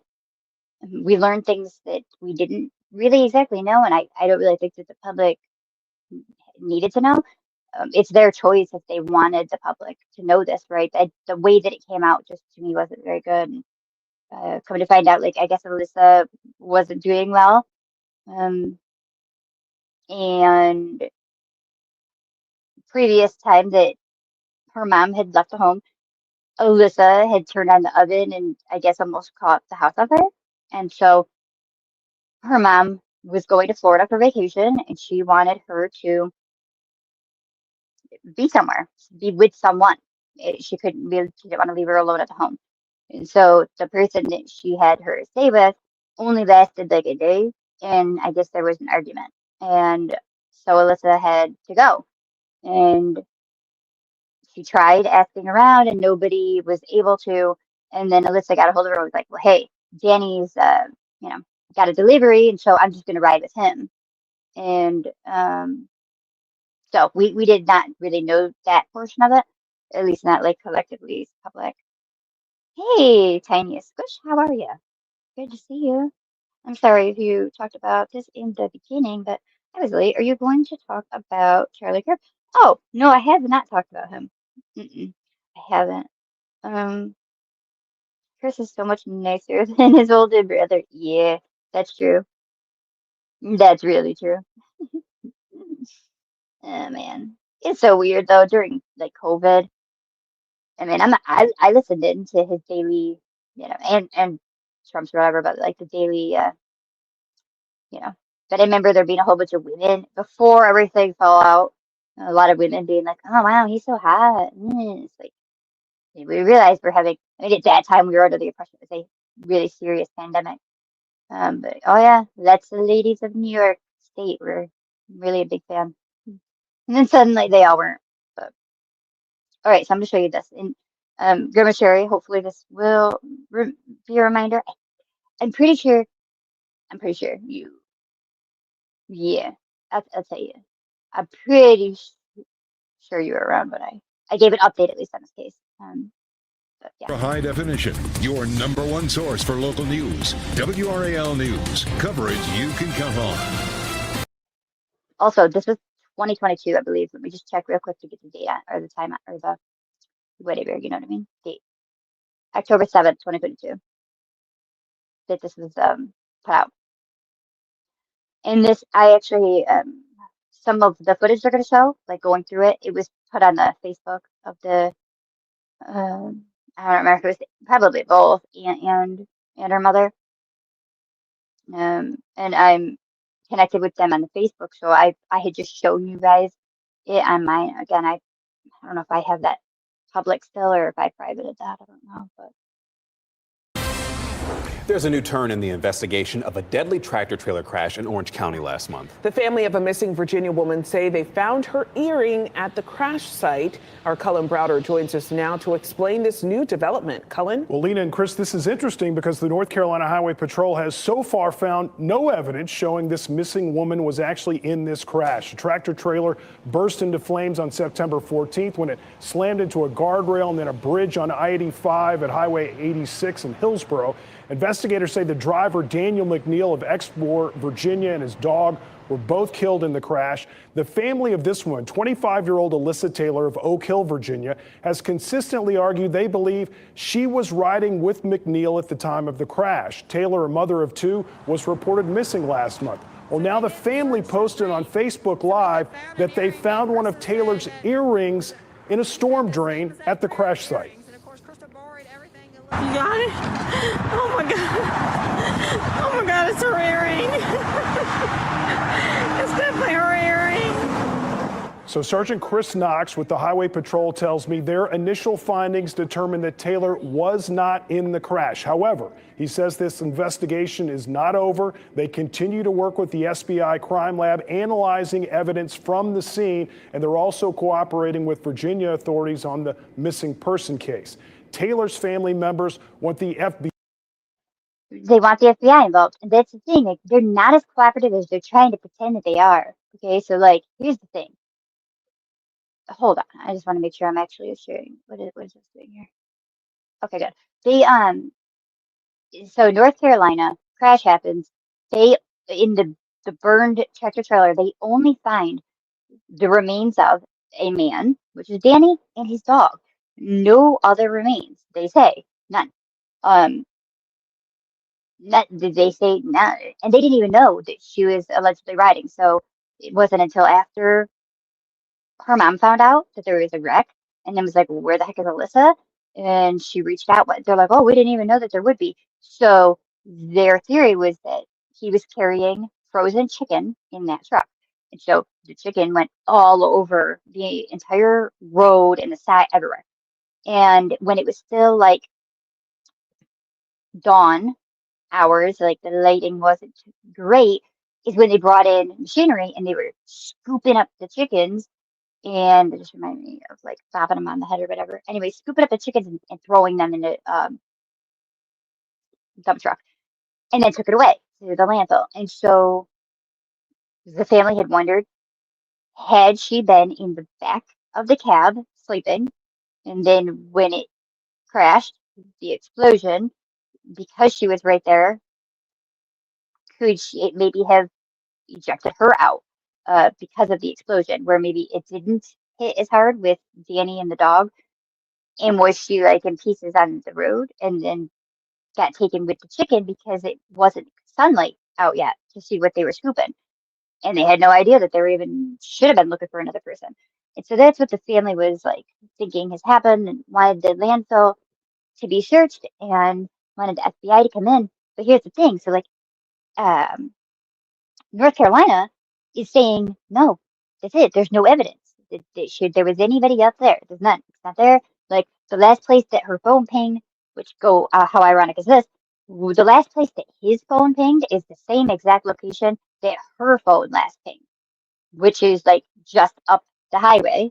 It's at the last, I guess you call it stop or whatever, right? So their phones were on the same path the entire time until that spot, both pinged, and then nothing.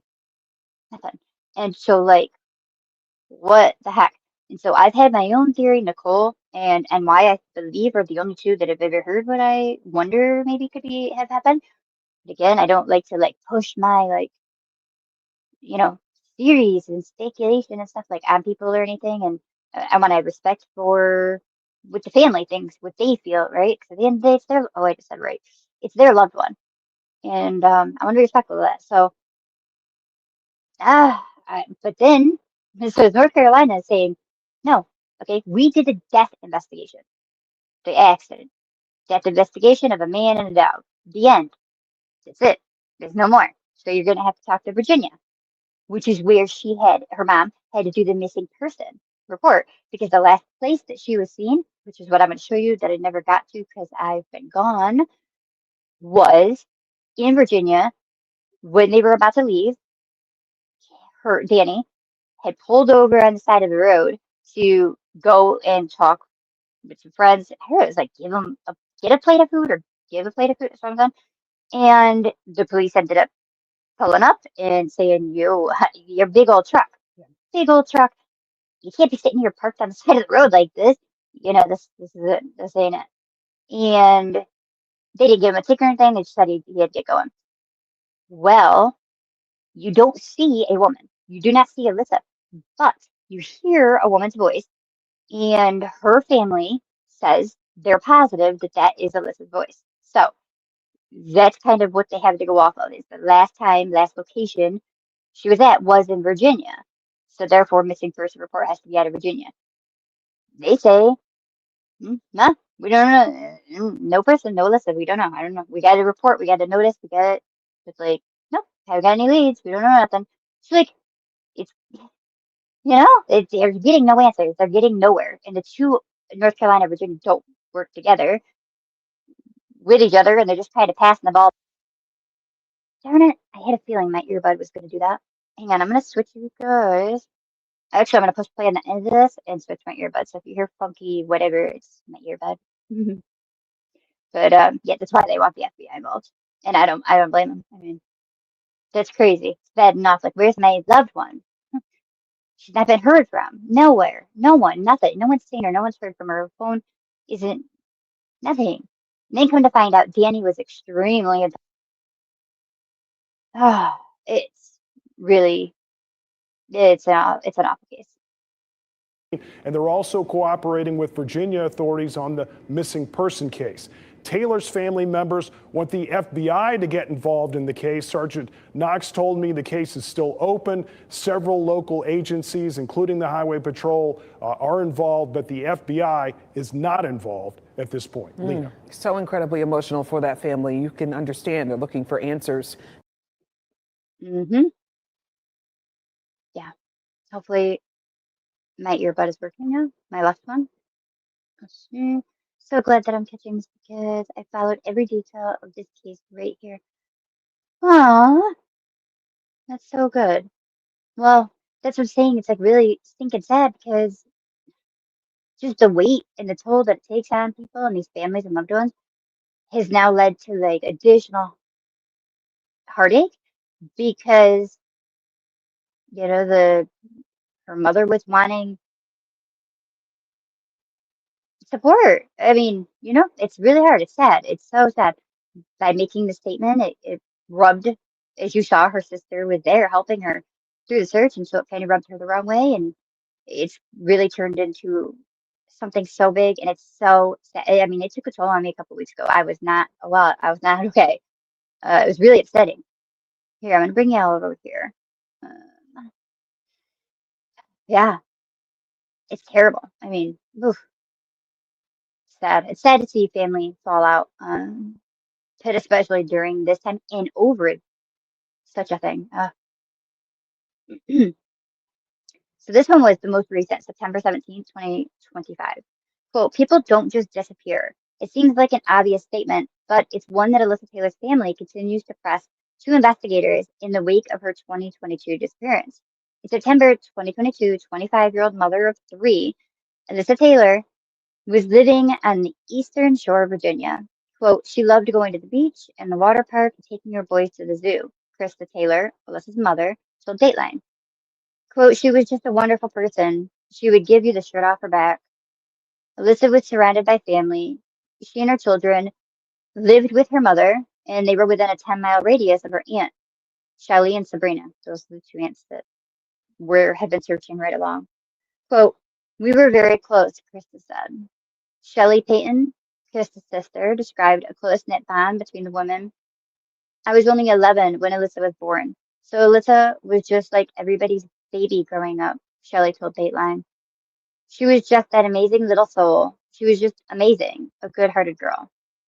She loved Halloween, Sabrina Taylor, Krista's sister-in-law, told Dateline.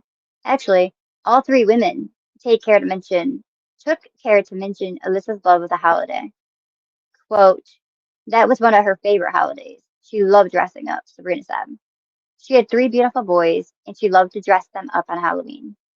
In the wake of separating from her children's father, Alyssa was navigating young adulthood and being a single mother. Quote, she was in her early 20s, still trying to figure life out, Shelley said. After she had kids, she enjoyed cooking. She actually had dreams one day to become a baker. She started baking all these cakes and cupcakes. That was her biggest dream, that one day she was going to have her own shop. September 13th, 2022, Alyssa texted her mother to let her know she was going to join her friend Danny McNeil on his 2-day trucking route to North Carolina. Quote, just to get out of the house, Krista recalled. Alyssa's trip didn't alarm her mother.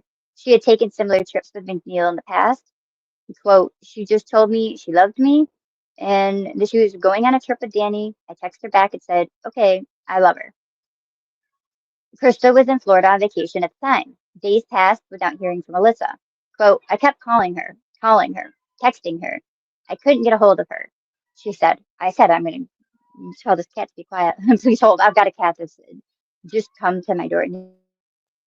Like, I don't know if you can hear it. I'm assuming you can. Meow. Hold on one second. I'm sorry.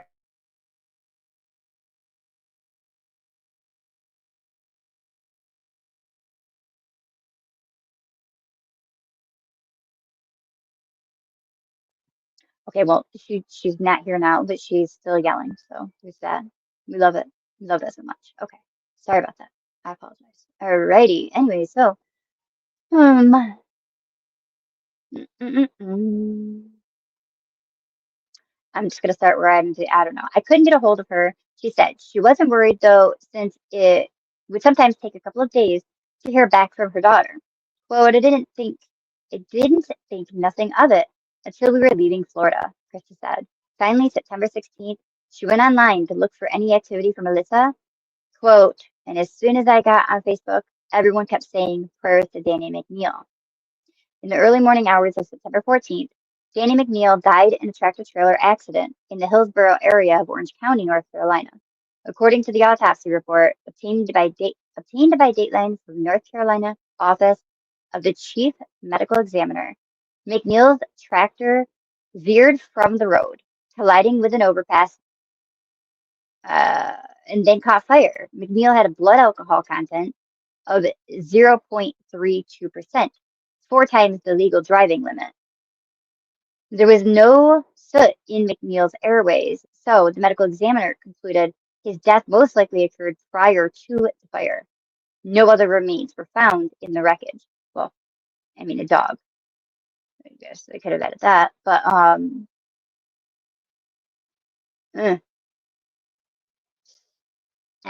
don't know. It'd be cool if they. I mean, I don't know. I guess it's like a way of saying perhaps died on impact.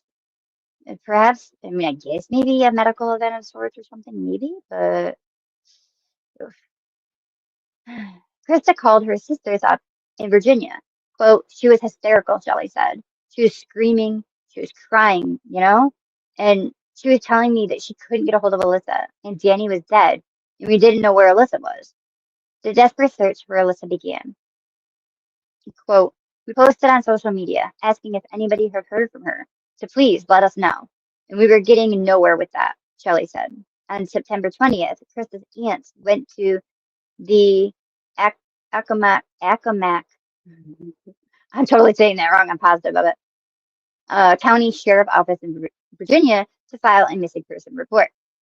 That's an image that they took of the front. That's the front, that's the side, probably backish end. I don't know. This almost looks like still where the cab might have been, but it's not connected. So I guess that would be up further. Either way, this is like what you can see of this part of the wreckage. And I'm assuming they're going to add other pictures. If not, I'll find them for you. So I'll hold off. Yeah, right there. So North Carolina State Highway Patrol was in charge of the investigation into McNeil's accident. Krista, Shelley, and Sabrina traveled to Hillsborough area to visit the crash site and see what was left of the wreckage, which had been collected by Moore's Trucking. Krista said she identified items that she knew belonged to her daughter. In particular, she found Alyssa's pink, fireproof hunting blanket seared to the dashboard of the cab. So there's the pink. Which is wild if that survived. But, according to Sabrina, Highway Patrol contracted a North Carolina towing company to collect the remaining debris, which was taken to the landfill. She says investigators took cadaver dogs to the dump site. Quote, to our understanding, everything was buried over 50 feet underneath the ground. And the dogs that they brought in can only do, I think it's 10 or 15 feet. So they couldn't even, if they wanted to. There's nothing that they could have done without digging everything up, Sabrina said. And they didn't do it.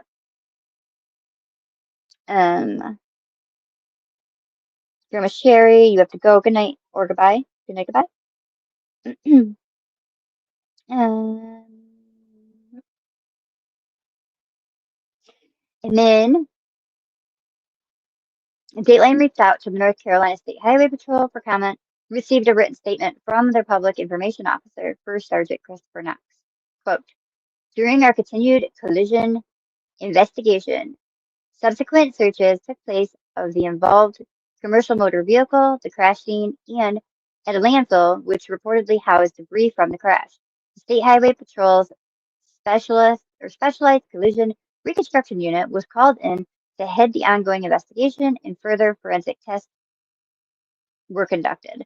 The State Highway Patrol has worked with outside partner agencies from the local, state, and federal level to assist with our collision investigation techniques and findings.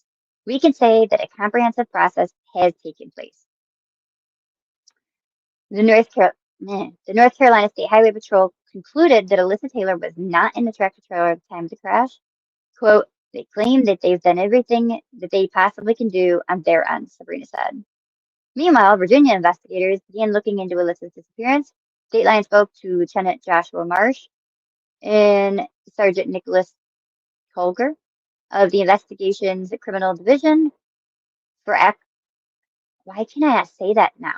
Accomack. I don't know. County Sheriff's Office. Accomack? Listen, I used to say that word right. I feel like I'm not now though.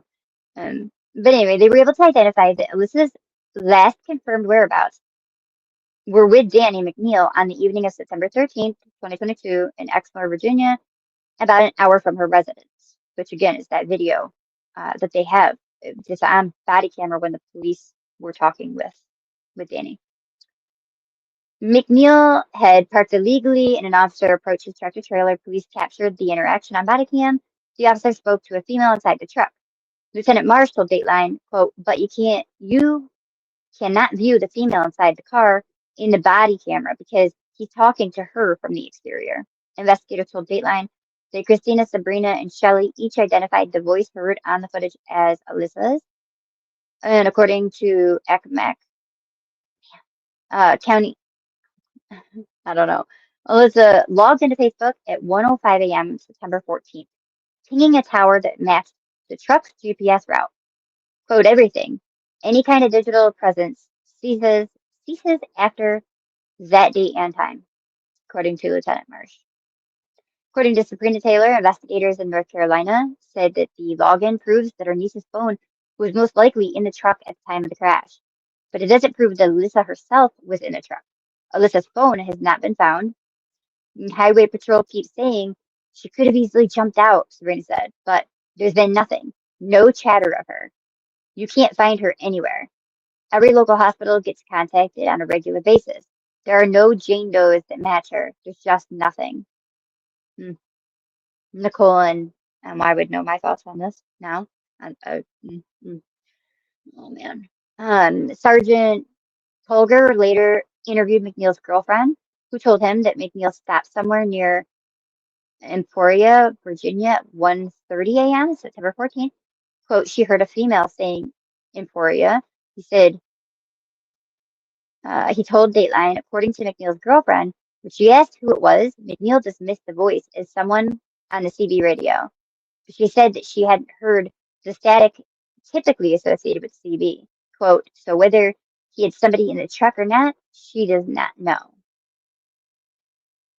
Accomack, man, I need to like play this word so I say it correctly. Please forgive me if I'm messing it up.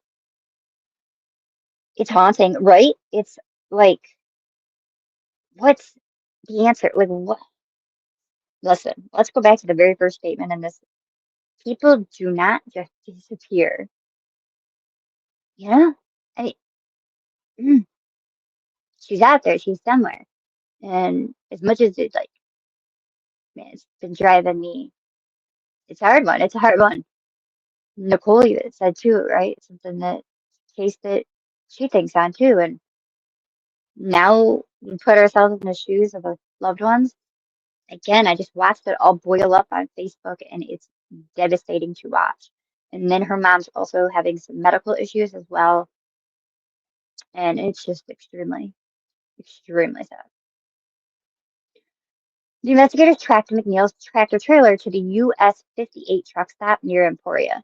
Quote, they reviewed footage from that truck stop and they did not see anything that would raise suspicion that she got out of the vehicle or some kind of tragic accident happened at that location. Hold on one second. I'm just doing my own brain. Wait, where's the last place it said it pinged though? It logged in and pinged at a tower that matched the GPS, but it doesn't say what that one was. Interesting. Okay. So then also with this footage that they received, they also said they did not see a person in the car. He got out. He went into the gas station and bought beer, came out. That they saw an image, a figure in the vehicle that they believe is the dog. His dog was sitting there, but no human. And that's why her family was like, well, she probably was laying down in the back, you know, trying to sleep. So, um, mm, mm, mm, mm. So then, according to Marsh, the Virginia Department of Emergency Management sent cadaver dogs to the truck stop, but they didn't find anything in connection to Alyssa. Which again, how does her phone make it there and maybe even beyond? She doesn't, at least according to cadaver dogs.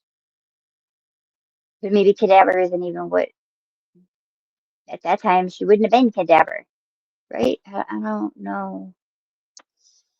Oh, sad. The differences in the two state investigations have led to tension. Exactly. They had their determinations and what they believed that their evidence was showing. And then we had our belief, Lieutenant Marsh said. So we kind of hit a brick wall with some kind of level of cooperation at that point. Like, that can't, I'm sorry, pause. That can't happen though. Like, come on. You know, I get it. Two people, let's just say, forget agencies, people, they don't get along. Like, how about husband and wife? They're getting a divorce. You got to do what's in the best interest for the child. This situation, you agencies have to work together. I mean, I get it, but this isn't fair to the family or to Alyssa. I mean, according to the Accomack County Sheriff Office, the North Carolina State Highway Patrol closed its report, making the determination that Alyssa was not in the vehicle. Quote, they never officially told us that they closed it, according to Colger. We don't have a completed report, start to finish from their side. What? You know what I mean? This is what I'm saying. Like, so yeah, the crash investigation, death investigation portion of that apparently is closed and done, but they didn't even complete it or send it over. Meanwhile, like, then there's a missing person. Listen, the phone, and again, just because the phone was there doesn't prove that she was there. I get it, but let's go off the assumption she was. And then at that point, then officially, that you would have made it to at least North Carolina. It's so frustrating. I mean, it's the family is stuck in a rock and a hard spot, and bad way. And it's been going for years and it's not fair. Up to a certain point, that is exactly the right way to put it. Yeah. She had to have been in his truck up to a certain time and point, right? That's what I'm saying. I mean, technically, maybe not. Sure, okay, her phone was in the truck, but she wasn't. I don't know. Again, think back, his ex or his girlfriend heard a woman's voice. So, I mean, that was a little bit further into Virginia. So there was the original stop police body camera, which I'm going to let you listen to, which heads up, it's loud. The truck is running. So that doesn't help things at all. That they're like talking over a running tractor trailer sound. But, and then a little bit further, which is where his girlfriend said that she heard a woman's voice. And then the phone ping, which is that's even further. But I don't know. For me, I feel like the safe way to go about it is the assumption that she was in fact still in the vehicle. I don't know. Also, I don't know if they're gonna show the pic, but like her flip flops too were also in the truck still, and then the earring that they believe is hers as well that was down in the drainage.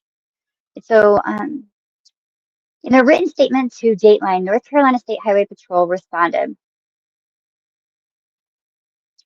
quote, the current collision investigation report reflects the original findings in that the collision was a single vehicle fatal collision involving a driver only. The report is supported by the initial at-scene findings as well as the investigation conducted in the days after the collision. We continue to be open to assisting Virginia authorities in the continued missing person case and join with all in hopes that this case ends positively for Alyssa Taylor and her family. Any questions specifically to the missing persons case would best be directed to Virginia authorities. Again, there's the ball. Ping pong, you know? It's like ping pong. They just whoop, tapped it back. Quote, I just kind of would like for North Carolina and Virginia to get more on the same page with things, Alyssa's Aunt Shelley said. Exactly. Quote, to me, it just seems like it's a contest. Who's right and who's wrong? I just kind of wish that it would be more working together. That's not too much to ask. I don't feel, man, like collectively, I feel like everyone needs to do better dealing with, missing, loved ones of missing and crime victims. Like, ugh, society kind of collected as a whole, just we do not do great. It's Octavia, honey. Yep, hello. Okay. Okay. Yep. Almost. Alyssa's family has a hard time believing she would disappear of her own free will. So do Accomack. I've got to learn the word. County investigators. Quote, Alyssa was heavily dependent upon her family, Lieutenant Marsh said. To go this long to believe that she wouldn't reach out to them, say hi, want to know how her kids are doing, isn't consistent with her normal behavior. Alyssa's absence looms heavily on her family. It's really hard on me, not having closure and having answers, her mom, Krista, said. And of course, I would like for her little boys to have answers and closure too, when they get older. Alyssa's two oldest children now live with their father, and her youngest is being raised by her Aunt Sabrina. In Accomack County, Alyssa's case is still an open missing person investigation. Her family regularly checks for new info. Quote, people don't just disappear, like she's somewhere, and we just want to know where, her Aunt Sabrina said. If it is in the truck, we want North Carolina to do a thorough search, like prove to us without a shadow of a doubt. If she wasn't, then where is she? Alyssa Taylor is described as 5'5", weighing 200 pounds, brown hair, green eyes. She'd be 28 years old today. If you have any information, please contact the Accomack County Sheriff Office at 757-787-1131 or 757-824-5666. Or you can go to the website, which is accomackcountysheriffoffice.org. So like that's the most recent thing that they've written up, just kind of to run through everything. And again, this was done prior, just prior to, I don't know, it's interesting to hear it said how they used to be really close, the aunts or the sisters, I guess, yeah. So it kind of sounded past tense, but yeah, this is like right just before the fallout. I think like within days when it got published. Um, I don't know when they actually like did the interview, but very, very sad. Here, I'm going to show you the video though. It's less than 2 minutes. And this way, this is the video that her, Alyssa's two aunts and mother have all confirmed that the woman's voice that could be heard, they say is absolutely Alyssa. But again, heads up on the tractor trailer running sound. All right. And it's also dark, so you can't listen much of anything either. You heard my kitties. I'm so sorry. Octavia just got right on my lap and just let me hear it. I apologize. 177 Eastville. I'll be out with a tractor trailer blocking part of Lincoln Avenue. Did you want me, guys? Oh my gosh. You're just like it? Do you want me, guys? I wouldn't ask, do you want me, guys? That's so weird. Can you guys see this in front of the screen? Hang on, I'm waiting for my cell phone to catch up, but it's not. Oh, perhaps you guys don't get, maybe it's only me. Okay, just kidding. Disregard. No question. Never mind. I guess the caption thing's only showing up on my like TV or something. Yeah, see where my cursor is moving? Yeah, it's okay. All right, never mind. Disregard. Just kidding. Here we go. 177 Eastville. I'll be out with a tractor trailer blocking part of Lincoln Avenue. You have to speak up. Where's the driver? It's illegal, right? Who is it?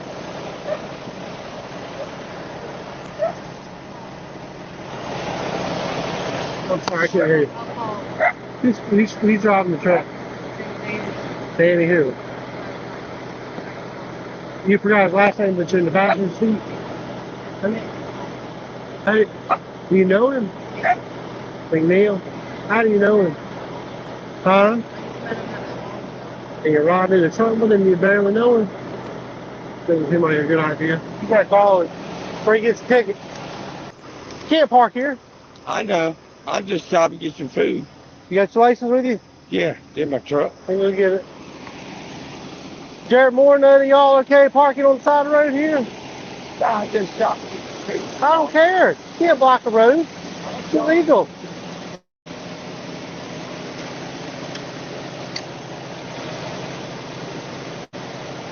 Who'd you stop by and see?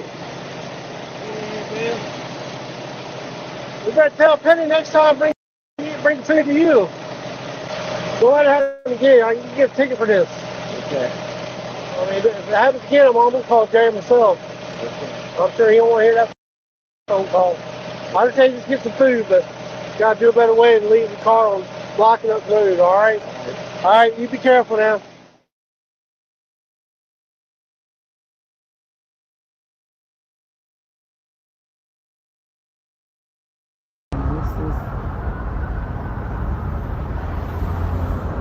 This is an officer, a hero. I don't know what that was. It was like a blue screen, but with noise. It was weird. Yeah. So I don't know. I don't know. The very frustrating case. I don't know. This I think date is.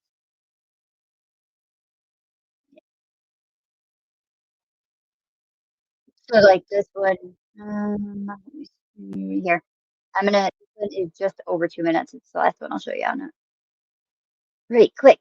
I disconnected it. Come back. Yeah, I heard a female's voice too. It makes me wish I had a video of her. Like I've seen a lot of photos of her. I haven't. If I had, I would have. I think it would have clicked in my brain. I would love to hear a video of her just like interacting.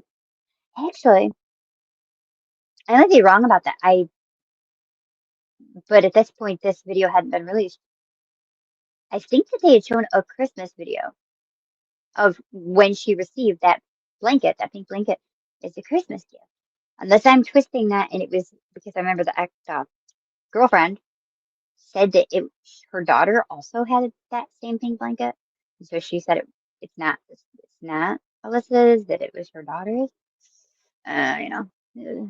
Conflict. But I'm pretty sure that I then saw footage, a video on Facebook where they showed her she got it for Christmas, and she like lifted up. Maybe there was an audio. I don't know. I should look for that because I would love to see if I could hear that. But I definitely heard a girl's voice, a woman's voice for sure. I don't know. Okay, work with me here. What are you doing now? We are learning new details in the search to find Alyssa Taylor. That's the North Carolina Highway Patrol confirms they have searched a landfill in Sampson County. Yeah, she's a 25-year-old mother, disappeared on September 14th. Her family, however, believes that she may have died in a vehicle crash. CBS 17's Brea Hollingsworth is live in Orange County tonight, where she spoke to Taylor's family today. Right, Angela, the family told me that investigators didn't find anything, which has only left them with more questions. Today, they placed a memorial right here at the crash site before they head back to Virginia. They're not giving up hope. The family of 25-year-old Alyssa Taylor remembering her and her friend Daniel McNeil with this memorial in Hillsboro. And we picked the one out that has Halloween stuff on it because she loves Halloween, and I'm painting an A because she loves green. It's their last stop before heading back to Virginia. Taylor's mother, Krista, along with her sister Shelly and sister-in-law Sabrina, have been here for about a week. Taylor disappeared back on September 14th. Her family says she took a trip with McNeil from Virginia to North Carolina in a semi-truck. He was delivering chicken, and she just wanted to get out of town. The next day, McNeil's truck crashed onto the NC 86 bridge, catching fire. McNeil died along with his dog, Blue. He was just a fun person to be around. He always had everybody's back. Taylor's family believes she also died in the crash, but investigators say there was no evidence that she was inside at the time.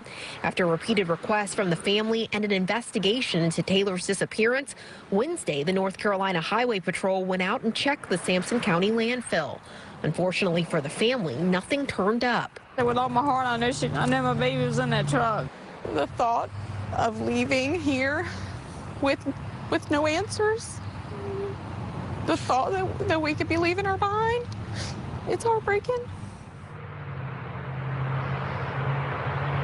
And the family told me again they are not giving up hope. They say because the Highway Patrol does not investigate missing persons cases, they are hoping that another agency will continue the search here in North Carolina.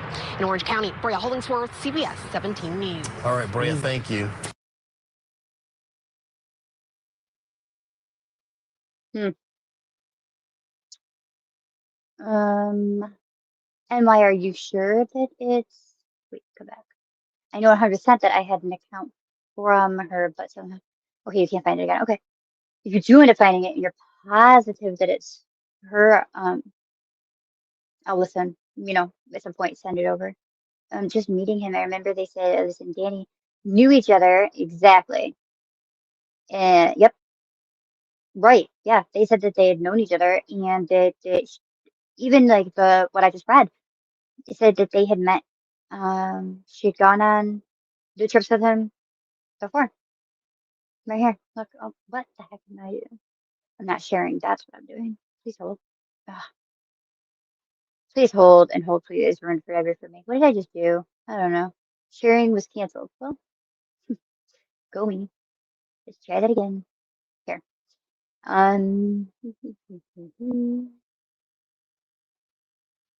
Christopher called. Alyssa's trip didn't alarm her mother. She had taken similar trips with McNeil in the past. So, and we'd previously heard too that he'd like helped her out in like other ways somehow with like maybe your money or like shopping or like things like that.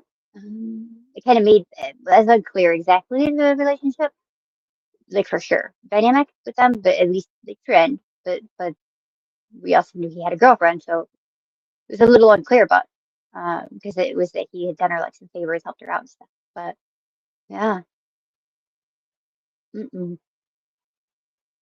Nah. Then what was he? Let me go back. Liz or Allie, I just called you Alyssa. Thank you for listening while I do housework. Off to town now. Great lives, stay safe. Same to you, FarQ. Please come back again when I do another live. I'm hoping I kind of get back to giving updates again. As you see, there's like a gazillion 100,000. So I'm trying to like bang out a bunch of them, but I mean, there's just so many, just a lot. But please be safe. And again, I'm trying to find the passcode, the correct passkey, in order to be able to access our conversation. Mm-hmm. Very strange. I know. Okay, hang on. Oop. Watch videos of her before Facebook or TikTok was posted to Discord, I think. Oof. Under Alice Taylor, you think? Under wait, do I have a? I don't even know if I have a folder that is. I don't know what I have actually anymore. I don't know. I'm not positive. I know that hmm, hmm. How do I feel like I don't besides maybe the Christmas one, I don't know why. What is wrong with this right now? Sorry, I'm over here trying to make something work and it's not working. I don't know what his problem is, but it's really annoying. Huh. Interesting. I blame it all on my computer at this point. I'm gonna look right quick and just see if was anything additional with Halo, and then I should let you guys go because I've been here for a million thousand years. And again, I have a bunch of other updates to give on a lot of other cases, and so we'll definitely talk again soon. Uh, Also, remember the date for the sentencing. So we'll definitely be doing that too, January. So 2 hours ago and 6 hours ago and 2 hours ago, Times Union. Let me see about that one. And then I'll bring you over. All right. I'm not sure if that's one that like tries to tell me I have to have a subscription. AOL.com. That's it. Wait, what? What's going on? They have some other weird woman's picture posted up on an article. Sounds like it's about Halo's case, but it's absolutely not about Halo's case. Weird. Very strange. Hmm. That's so weird. The search is odd right now. I don't really know what's going on with it. Like, there's quite a few. I don't know. Hmm. Anyway, let me see if I can get that. I can. However, I don't know that it'll say anything. No. Hmm. There's no lack of awareness here. A lack of caring, but no lack of awareness. Assistant District Attorney said during closing argument of Nelson's trial, quote, "This is not some horrific accident after a night of drinking. It was a deliberate act. It was her decision. It was her baby. She put her in that black hole in the middle of the night in frigid temperatures." Opening statements. Attorneys present contrasting versions of events in the death of Schenectady infant. Per trial, jury selection. But Nelson is scheduled to be sentenced January 6th before Schenectady County Court. Same judge. She faces a maximum penalty of 25 years to life. Defense attorney had argued that his client loved her baby, did everything within her power to save the infant, and would never have abandoned the infant. Medical expert, whom the defense called as a witness, told jurors he believed Nelson had suffered from, quote, cold stress the night that Halo died. He conceded that the baby was put in a structure on the GE site. Prosecutor countered that Nelson was seen on video dropping Halo into a utility pipe, access tunnel area, or a dark hole, with the baby facing up in standing water before she then walked off toward a lighted area, a lit up area. I don't know. about 400 feet away. She argued that it was the moment that Nelson left her child for dead and walked off to the heated structure. Nelson was found by GE security 20 minutes later, when she alerted them that her baby was missing. The revelation set off a forensic 12-hour search involving multiple law enforcement, during which a police officer peered into the tunnel and found the child. Paramedics on scene tried desperately to resuscitate her. She wasn't breathing and had ice and frost on her face. Taylor was later transported to Ellis Hospital. Doctors and nurses continued life-saving efforts for 45 minutes. Taylor died of hypothermia. The defense surmised Thursday afternoon that the jury did not believe Nelson forgot where she left her child. She said that though he respected the panel's decision, he disagreed with it. Quote, it was a very important piece of the case, obviously, what her actual memory was, and I believe the jury thought she knew where the baby was when the police found her.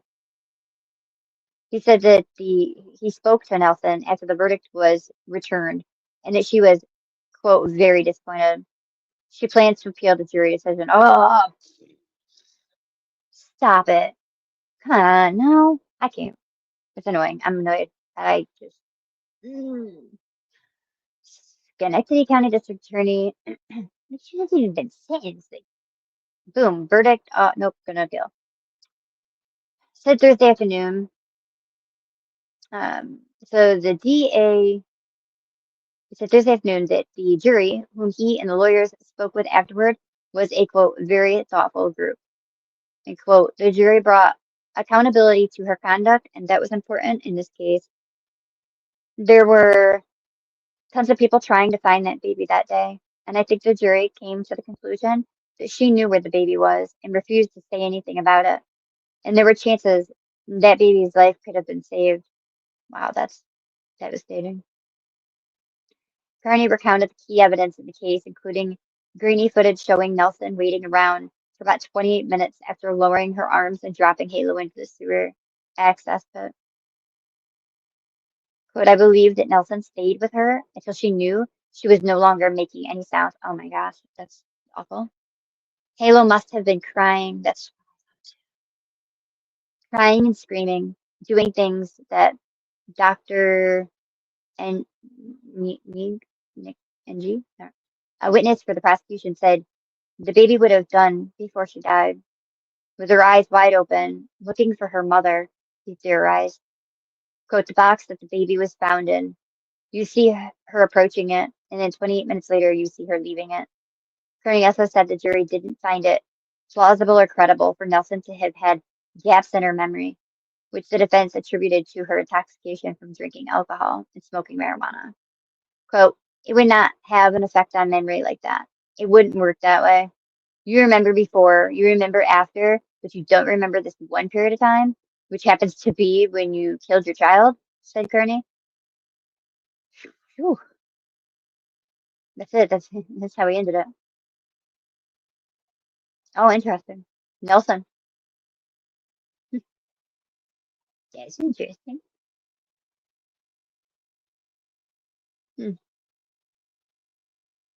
Paul Nelson covers cops in court in Schenectady County. Is Nelson a common name? Schenectady. Anyway, all right. So there's a little bit of extra additional info there that we did not know. That's really stinking heartbreaking. Wow. I feel like there's a lot of cases. I also feel like, oh, there we go. Bye, stuff. Sorry, I'm just coming back. I have to go eat dinner with my family. Sending love to you all. Sending love to you as well. Enjoy dinner. I hope it's delicious. Delicious. Let me take that off. If I can get this to work, that would be fantastic. Let's see. Hmm.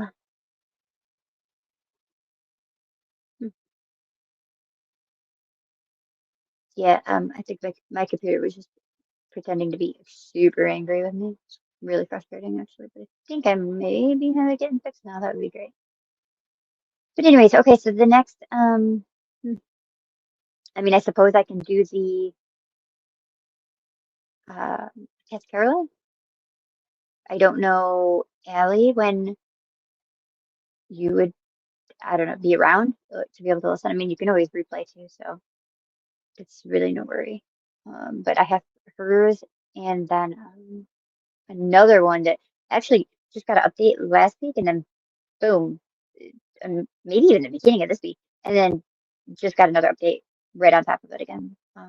It just helps with clarification of things. So that one I'm going to be covering too. I just, neither of them are anything happening like anything soon, so it's not like a massive rush. Um, what in the world is this thing doing? No, okay. Oops. Um, okay. So, why? Was there something else I said I was going to update you guys on though before I go? I don't think so. I think I pretty much got it. I could also be very wrong though. So please, if you think of it, if I said something else, definitely want to see that. And I mean, I can't imagine, no matter how desperate I felt, I could never. Uh-uh. I don't get it. Also, really interesting to learn that she sat there like 28 minutes, like gazing down, looking in. That's really, wow. I mean, why? I wonder what the heck, I don't know. What was she thinking or why would you do that? I don't know. I'm very confused about that because I just kind of was under the impression she kind of just dropped her and took off. So, uh, hmm, what a horrible person. So, yeah, like for them to add in the part that she was waiting for her to stop making noise, that's sick. That's awful. Again, then it goes like, yeah, it completely removes the just being drunk part of it. Drunk, confused, not making wise decisions. Like if that was an absolute intentional, like I mean, that's the best thing for you that you're done. But the fact that she's already speaking of appeal, like just let it go, people. Let people heal. Let people move on with their lives. And I don't know. It's like a thorn. I just feel like these people are like a thorn in these families, and you know, like it's just a thorn that never goes away. Just keeps reminding the person. That being said, it probably hurts much worse than even a thorn. It makes me very upset, especially now. Like, okay, great. So we've got all these. Leilani's doing it at Montgomery, and now she just got the verdict and immediately was saying she like ew. That really annoys me. No, I know I was gonna talk to one juror about um the one case. Oh, what is his name? His name Valley? I don't remember. I don't know. It's out of Connecticut though, and it was off of like a fight that happened. High school, drinking, whatnot, fight. Somebody died. Others got stabbed. He ended up not getting convicted of the charges, and then they're now going and recharging him with lesser charges, and now all of a sudden he can't afford his attorney again. That's pretty wild jump. Why did I do that? Thank you so much. Mm,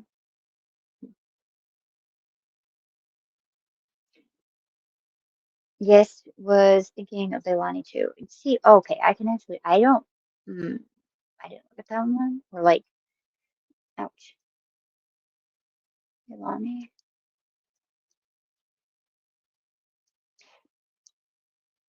These people. I'll tell you what. November or so a month ago. Okay, I did see that. I think Leilani requests new trial after murder conviction. Who else? Is there anybody else you guys can think of that are top of your head? Um, Oh my goodness, I just remembered too, I have another 2 cases of trial stuff to go over if you guys would be interested. I don't know if you just want to do recap on it or if you would want to watch the trial or if you would want to watch the key portions of the trial. I actually should have made a poll when more of you were here to see. Wait, hang on, my comments are stuck. Ugh. Yes, and Brian Walsh. Correct. That one actually now isn't going to be coming up because he's no longer competent to stand trial after getting attacked. Have you seen that update? I mean, that one, like, brain fart. Hang on, what's I'm having like Brian. Duh. I just read it from you and then went to the next page and totally forget his name. Wait, what? Mm, mm, mm,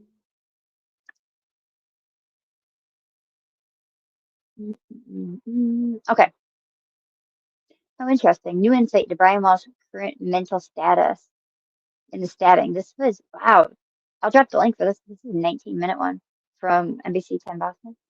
But another one, what Brian said in court as his murder trial was delayed.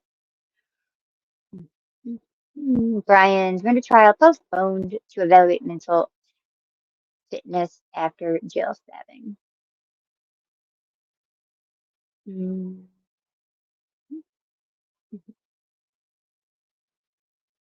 Oh, 4 days ago, 11 hours ago.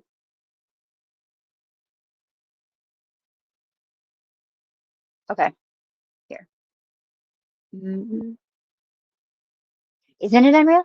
Get out of here. Yeah, yeah. He got stabbed and then was taken to a hospital, evaluated, so on and so on.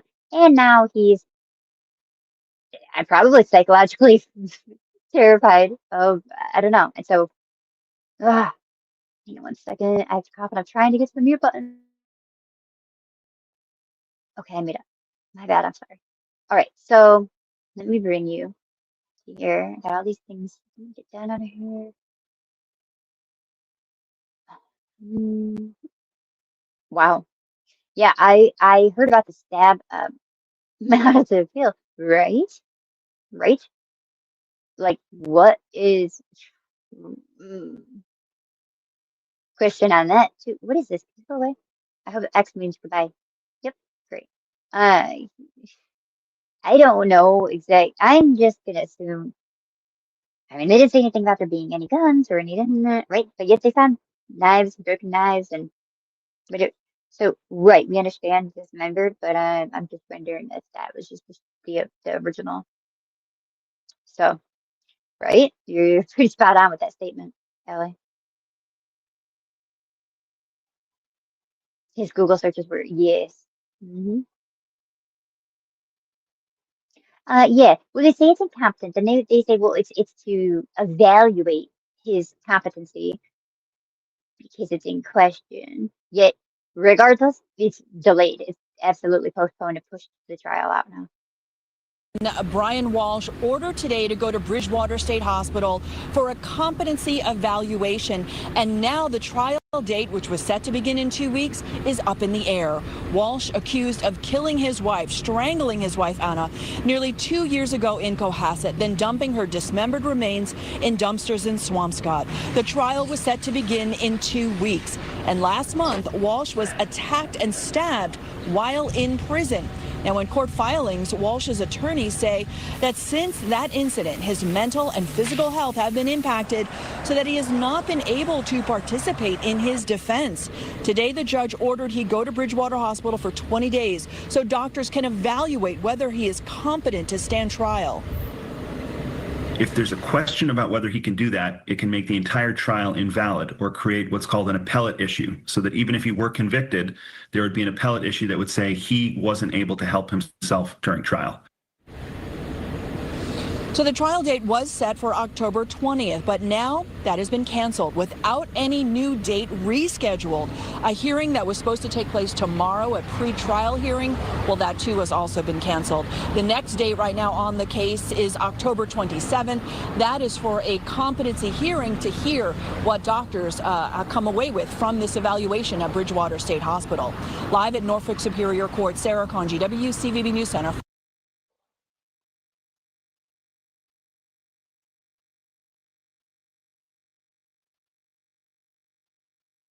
Oh, I was unmuted. I'm sitting here being like, oh, I can't get unmute.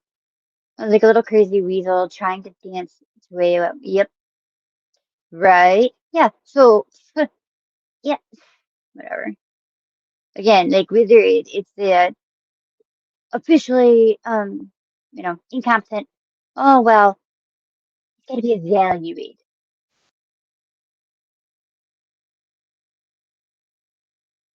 Oh, okay. I just heard audio and I was thinking that's him. No, but it's not. Let me, is that him, Brian? Da da da, blah blah blah.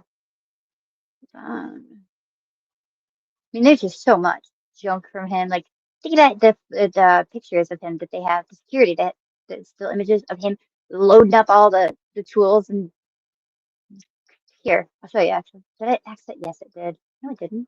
Just kidding. Look, it does. Right here. Like, are you kidding me? Yeah, very tricky, dude. Just so sneaky.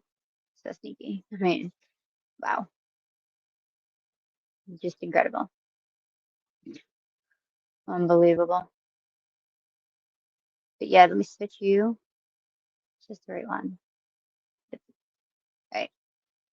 And then I'm going to drop the link on this. It's a 11 hours ago. The search for Anna Walsh new courtroom audio gives new insight for a doctor and Brian Walsh's current mental status, including how the stabbing in jail last month may have impacted his ability to understand, the legal situation he faces. I think he understands it about as good as he could. It's like, this is going to be my life forever now, moving forward, with these people that are dangerous and could kill me at any moment. Yeah, I think he's terrified. Anyway, for updates to the case as they happen, visit So, hosted by, but yeah, it's a podcast of sorts, but it's on YouTube. So I will drop that as I play this. Accused killer Brian Walsh is postponed. He's going to be evaluated by a doctor to see if he is competent. Why does this look like crap? There's no setting to change it. Sorry, my bad, y'all. Hold on. There's no way to fix this. Setting. Say what? Yeah, that ain't it. Okay. Goodbye. Great. Okay. I don't know. I'm sorry. The image is rough. My apologies. Not sure what to do. The trial for accused killer Brian Walsh is postponed. He's going to be evaluated by a doctor to see if he is competent to stand trial in the murder of his wife, Anna. And now we're hearing new audio from the defendant in court and getting insight into the prosecution's plans for the case. NBC's Monica Medea has more. Accused killer Brian Walsh responding to the judge in a hearing earlier this week. His response is important because the judge ultimately determined he needed further evaluation by doctors at Bridgewater State Hospital before his trial begins. That I can order an exam, and that I did this morning. I'm sorry, could you repeat that? Order something? I can order an examination of you. Yes. Walsh is accused of murdering his wife Anna in 2023. Her body was never found. The trial was expected to start October 20th. Walsh's attorneys made the last-minute plea to the judge, citing grave concerns about his ability to participate after he was stabbed in jail last month. A doctor testified that Walsh seems to know the rules of the court, but is showing signs of stress. There's also the retesting of DNA and the possibility that prosecutors found evidence favorable to Walsh that has not been disclosed. The Commonwealth opposed the postponement, citing a high number of witnesses set to testify in the trial that will slow down scheduling for a new start date. There are huge adjustments that we're going to need to make. And none of them are more important than me assessing the defendant's mental health and ability. NBC Boston legal analyst analyst Michael Coyne says scheduling issues are common in every trial. I think in this case, I think it would be very unusual if we extend the trial any significant amount of time. If convicted of these charges, he's going to receive a life sentence in prison, as all of us would be under some significant mental stress these days. But every criminal defendant who faces serious charges is. So that's not the standard. The standard is, can he assist with his defense, and is he competent to make important decisions here? Walsh has pleaded not guilty. A competency hearing is scheduled for October 27. Monica Medea, NBC 10 Boston.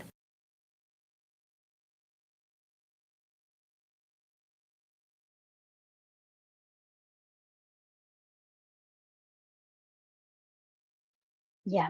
So it's pretty much. So yeah, that one's pushed out. Also, I need to look up the one. I'm not gonna remember his name. It's Arkansas, and why you might know it. The father that his daughter was gonna be taken again by the predator, the pedophile, older man, and then he ended up killing him. That one was coming up pretty quick too. Isn't it wild, Allie? Like, what the heck?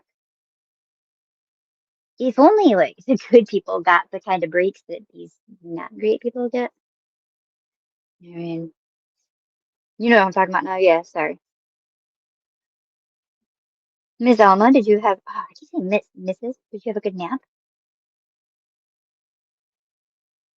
Ouch. Yeah, I think the only other one that I don't think that I showed was the which I could do a whole stream on another time, would be on um the Connecticut to do with the little girl who was killed, and then the parents kept her down in the her mother kept her body in the basement, and then it's been all this time and tried to put it out back of an abandoned home. But they're arrested, so it's like not anybody wanted right now, but trying to understand that one. Oh, it's awful. Oh, here. Is the link. I grabbed it and forgot to drop it. Sorry about that. This is a link to that podcast. Yes, Aaron Spencer. Thank you. Yes. You're out of the loop. I mean, it's kind of like we're out of the loop together. I mean, I've been following him. I just haven't covered. I just haven't been covering him. So I can cover him, and then you'll be back in the loop, and we can do it together. This. Yeah, I don't know. I'm definitely got to see what's going on in my system because something's jacked up in a serious way right now with my computer. I don't really know what's happening. It's very frustrating though. All right. I'm gonna show you something cute and adorable and funny, but just so you know, it's gonna be changed like how I'm planning to do it. It's actually going to be. I'm gonna be doing it different. But I don't yet have it the way that I want it. So I'm just not even going to, where's this my normal page? I guess I don't have one. Oh, right there, maybe. Anyways, so since I don't have it set, I'm just going to show you kind of as I normally would. But this one I'm showing you, it's over on my Facebook, but it's private. But anyways, it's just like, oh good, this is actually a good news one. It happened in Deltona, city of Deltona, Florida. So close to Daytona. But anyway, Volusia. I might be saying that wrong too.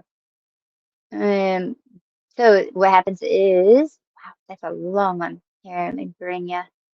No, I'm not on the share page again. Darn it. Please hold, and I'll show you. Mm, mm, mm, mm. Oh, you know what I realized? I'm not even. Hold up. Hold up. I'm in the wrong area. My bad. Okay. Sorry, everything just changed. I'm back in the right spot again. Sorry. All right.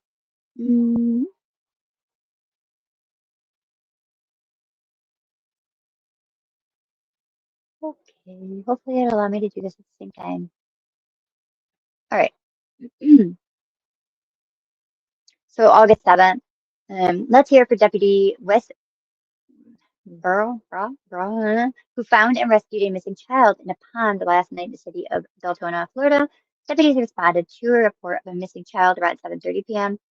Tuesday at a home in Velmont Lane, Deltona. The boy's father told deputies his 5-year-old son escaped the home through a second-story door, which shut off an alarm. The family immediately began looking, asking neighbors to help, and called 911. Deputies searched the house and immediate area with no luck, but knowing that the 5-year-old had autism and was attracted to water, deputies began checking bodies of water near the neighborhood. This deputy here, I cannot read that word, I guess, went ahead and headed for the pond a few blocks away behind Toluca Court. Around 7:48, the deputy heard a voice and spotted the boy out in the water, hanging onto a log. The deputy jumped in the pond, carried the boy to dry land where he was medically cleared, returned to his family. It was confirmed that the family had taken several measures to secure the house, including the alarm on the door that immediately alerted them that the boy had gone missing. Like all VSO deputies, this deputy had received autism awareness training. Wow, good for them. To help prepare for a wide variety of calls, including people with autism, including missing children. Great job to all involved on this call. All right, now I'll show you this full video, or at least as big as I can make it.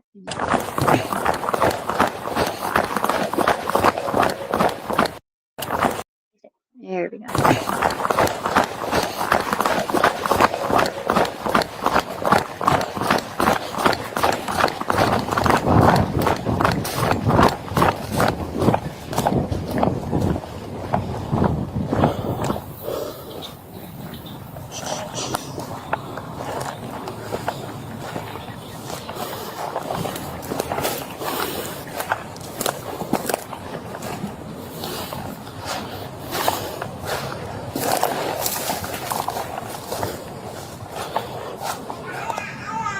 Coco!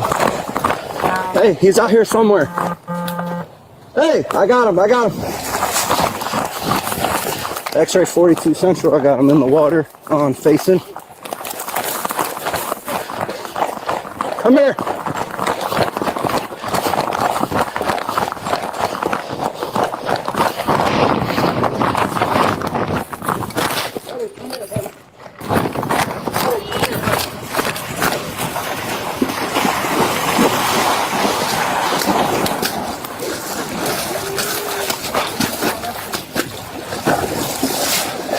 You got him, you got him?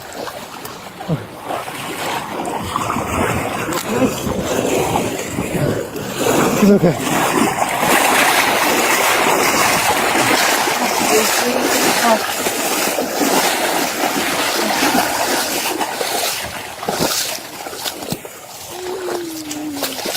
Aww.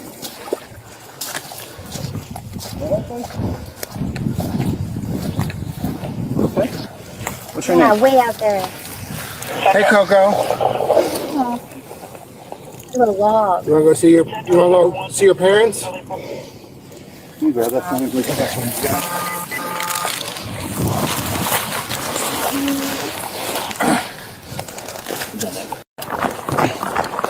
Is he right?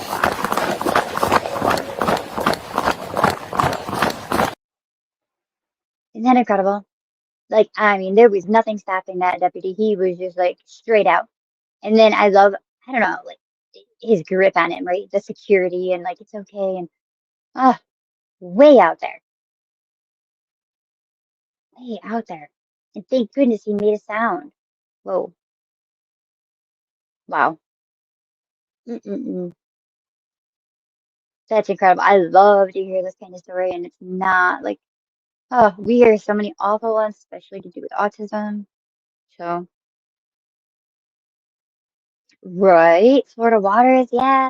I didn't even think about that. Like, I'm sorry. Is that alligators or crocodiles in the Florida water? I don't know. Either one, whatever it is, that's bad. And yeah.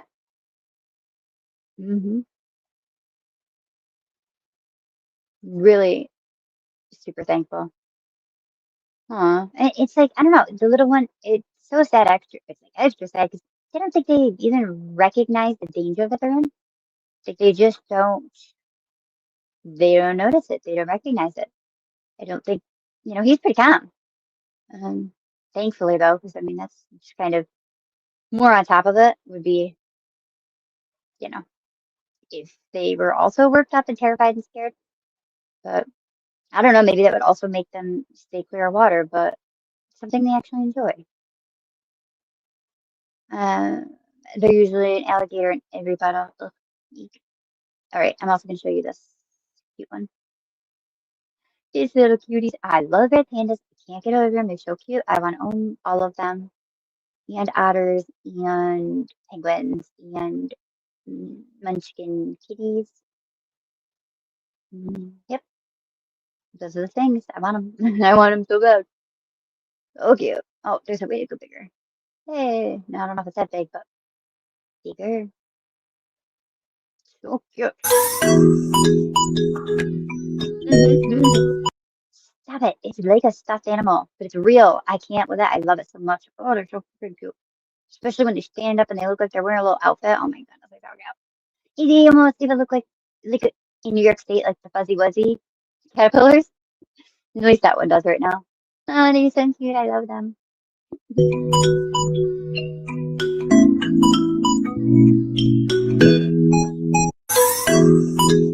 Okay.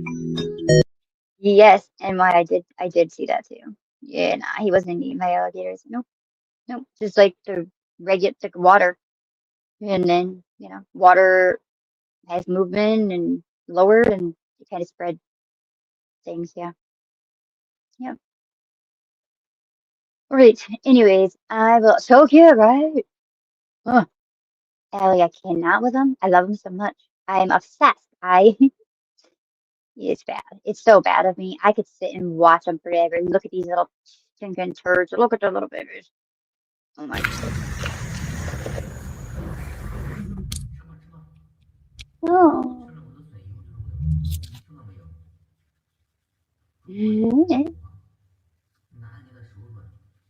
By the way, my local zoo just had two stinking babies, two little red panda babies. Also, I have misophonia, yet so far I'm not annoyed by the sounds that these little stinkies make when they're eaten and they're crunching.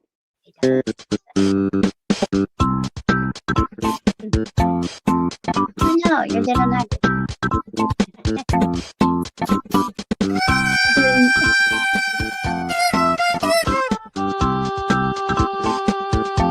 I feel like it's playing a game because its head really isn't stuck and doesn't need to be stuck if you just lift its little head up. I think he's playing a silly game. I don't know if any of you have pets that do that. I have a cat that's like a Siamese mix. He's kind of blindish acting, like he's this little saggy eyed and crooked. Um, he'll act like he doesn't see his toy. Like I'll throw it, whatever. He'll act like he doesn't see it. He'll go past it, and I'll be looking left and right. He'll even look up in the air. He'll sniff stuff. He'll walk right past it, like I didn't see it. It's like it's a game. I don't know. They play their own like hide and seek game with a toy that's right there in front of it. It's so weird, but I don't know. Hopefully, one of you have a strange one like that. His little chews, I know. They're cute chews, so they don't annoy me. Anyway, I think he's playing this little game because his head is totally messed up. He's smiling.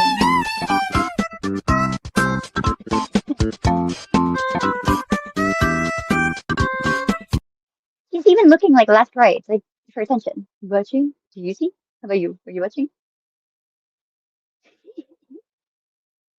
It's fake. You're faking. Yay, you did it. What a turd.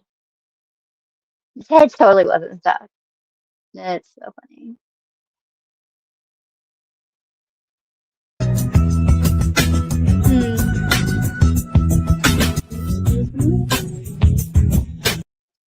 Hi, excuse me. They're so cute. Like, it should be illegal to be as cute as some of these little critters are. Telling you. What are these two doing? See? Fuzzy Wuzzy. Telling you. What's this one doing? Oh, I love them.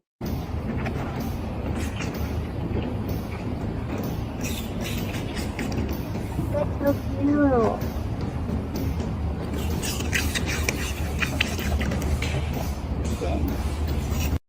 Someone's holding this bowl better than most toddlers hold on to theirs.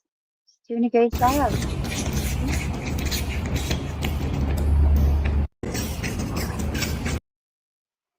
Yep. I want them. I love them. They're so cute.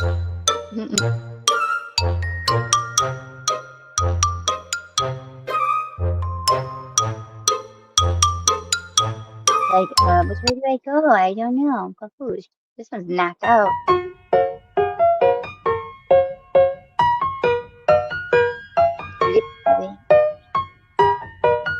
Or just get jumped in. They're adorable.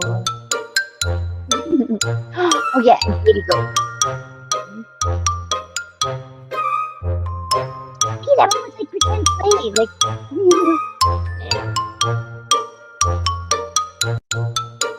watch this one. Act like, oh no, no kitties. But the other one wasn't really even trying to get him. So good. What?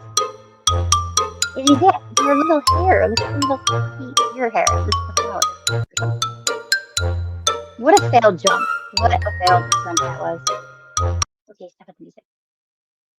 Total fail of a jump. That was a cute jump. Watch this jump trying to get into there. This is so cute, just cuddled. Oh my gosh, I could watch it forever. Okay, we're done. I'll stop until next time, and then we're back again. We still have 5 cats. Cats? He's 7 now? Hey, you're getting there. You're catching up. You're catching up, Allie. I love it. Don't stop. Yes, absolutely. I don't know how you control yourself, and you don't now have 500. I get it. I totally couldn't do it. I know I couldn't do it. When I go anywhere, like let's say PetSmart, and I'm like, I've got to go back to see the kitties. I have to. It's just got to be done. You can't go in there and not go back to see the kitties. And then there's always a kitty, and I want it. And then I feel depressed when I leave without it, and I think about it for the whole week. That like I should have got the kitty, and it was mine, and it belonged to me, and it needed rescuing and stuff. And there's no way. There's no way. So you get a whole lot more strength than I know I would. All right, let me get it off there. Oops, wrong button. All right, so we'll continue back. I'll continue back. Yeah, again, with the cases that I know for sure, there's just so many. Then today also. Yep, yep, yep, yep. Sure, sure, sure. Sure it is, Ellie.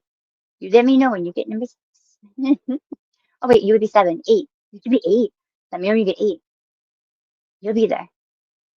You'll even name it something associated with the number 8, some way somehow. And then when you're like, how did I even come up with that name? And then you remember this that I somehow put in the universe that you were gonna get an 8th cat and in some way associated with the number 8. I don't know how. I can't think of anything off the top of my head. So good luck with that. Okay, I won't see. It's already out there. So I did. Sorry. Oops. All right. So I will be back. I won't. My goodness, what a long stream. This is what happens when I'm not around for years. So I come back and do a 4.5-hour stream. Crazy. I need to stretch so badly. Thanks for being here. I appreciate it. Thanks for sticking. And why you stuck it out the whole way. Thank you so much. You're probably tired, ready to sleep. Allie, thanks for being here. Oopsie. I do. I don't understand from here. Tiny, it's great seeing you again. Mrs. Allen's probably napping again. That's good. That's all good. But thanks for being here, y'all. Appreciate it. Thank you for everyone. Yes. Thanks for being here. I really appreciate it. I will play a video, just a short little video for Noel. Noel. Halo? Wait, Noel. That's what happens. It's mixed cases. However,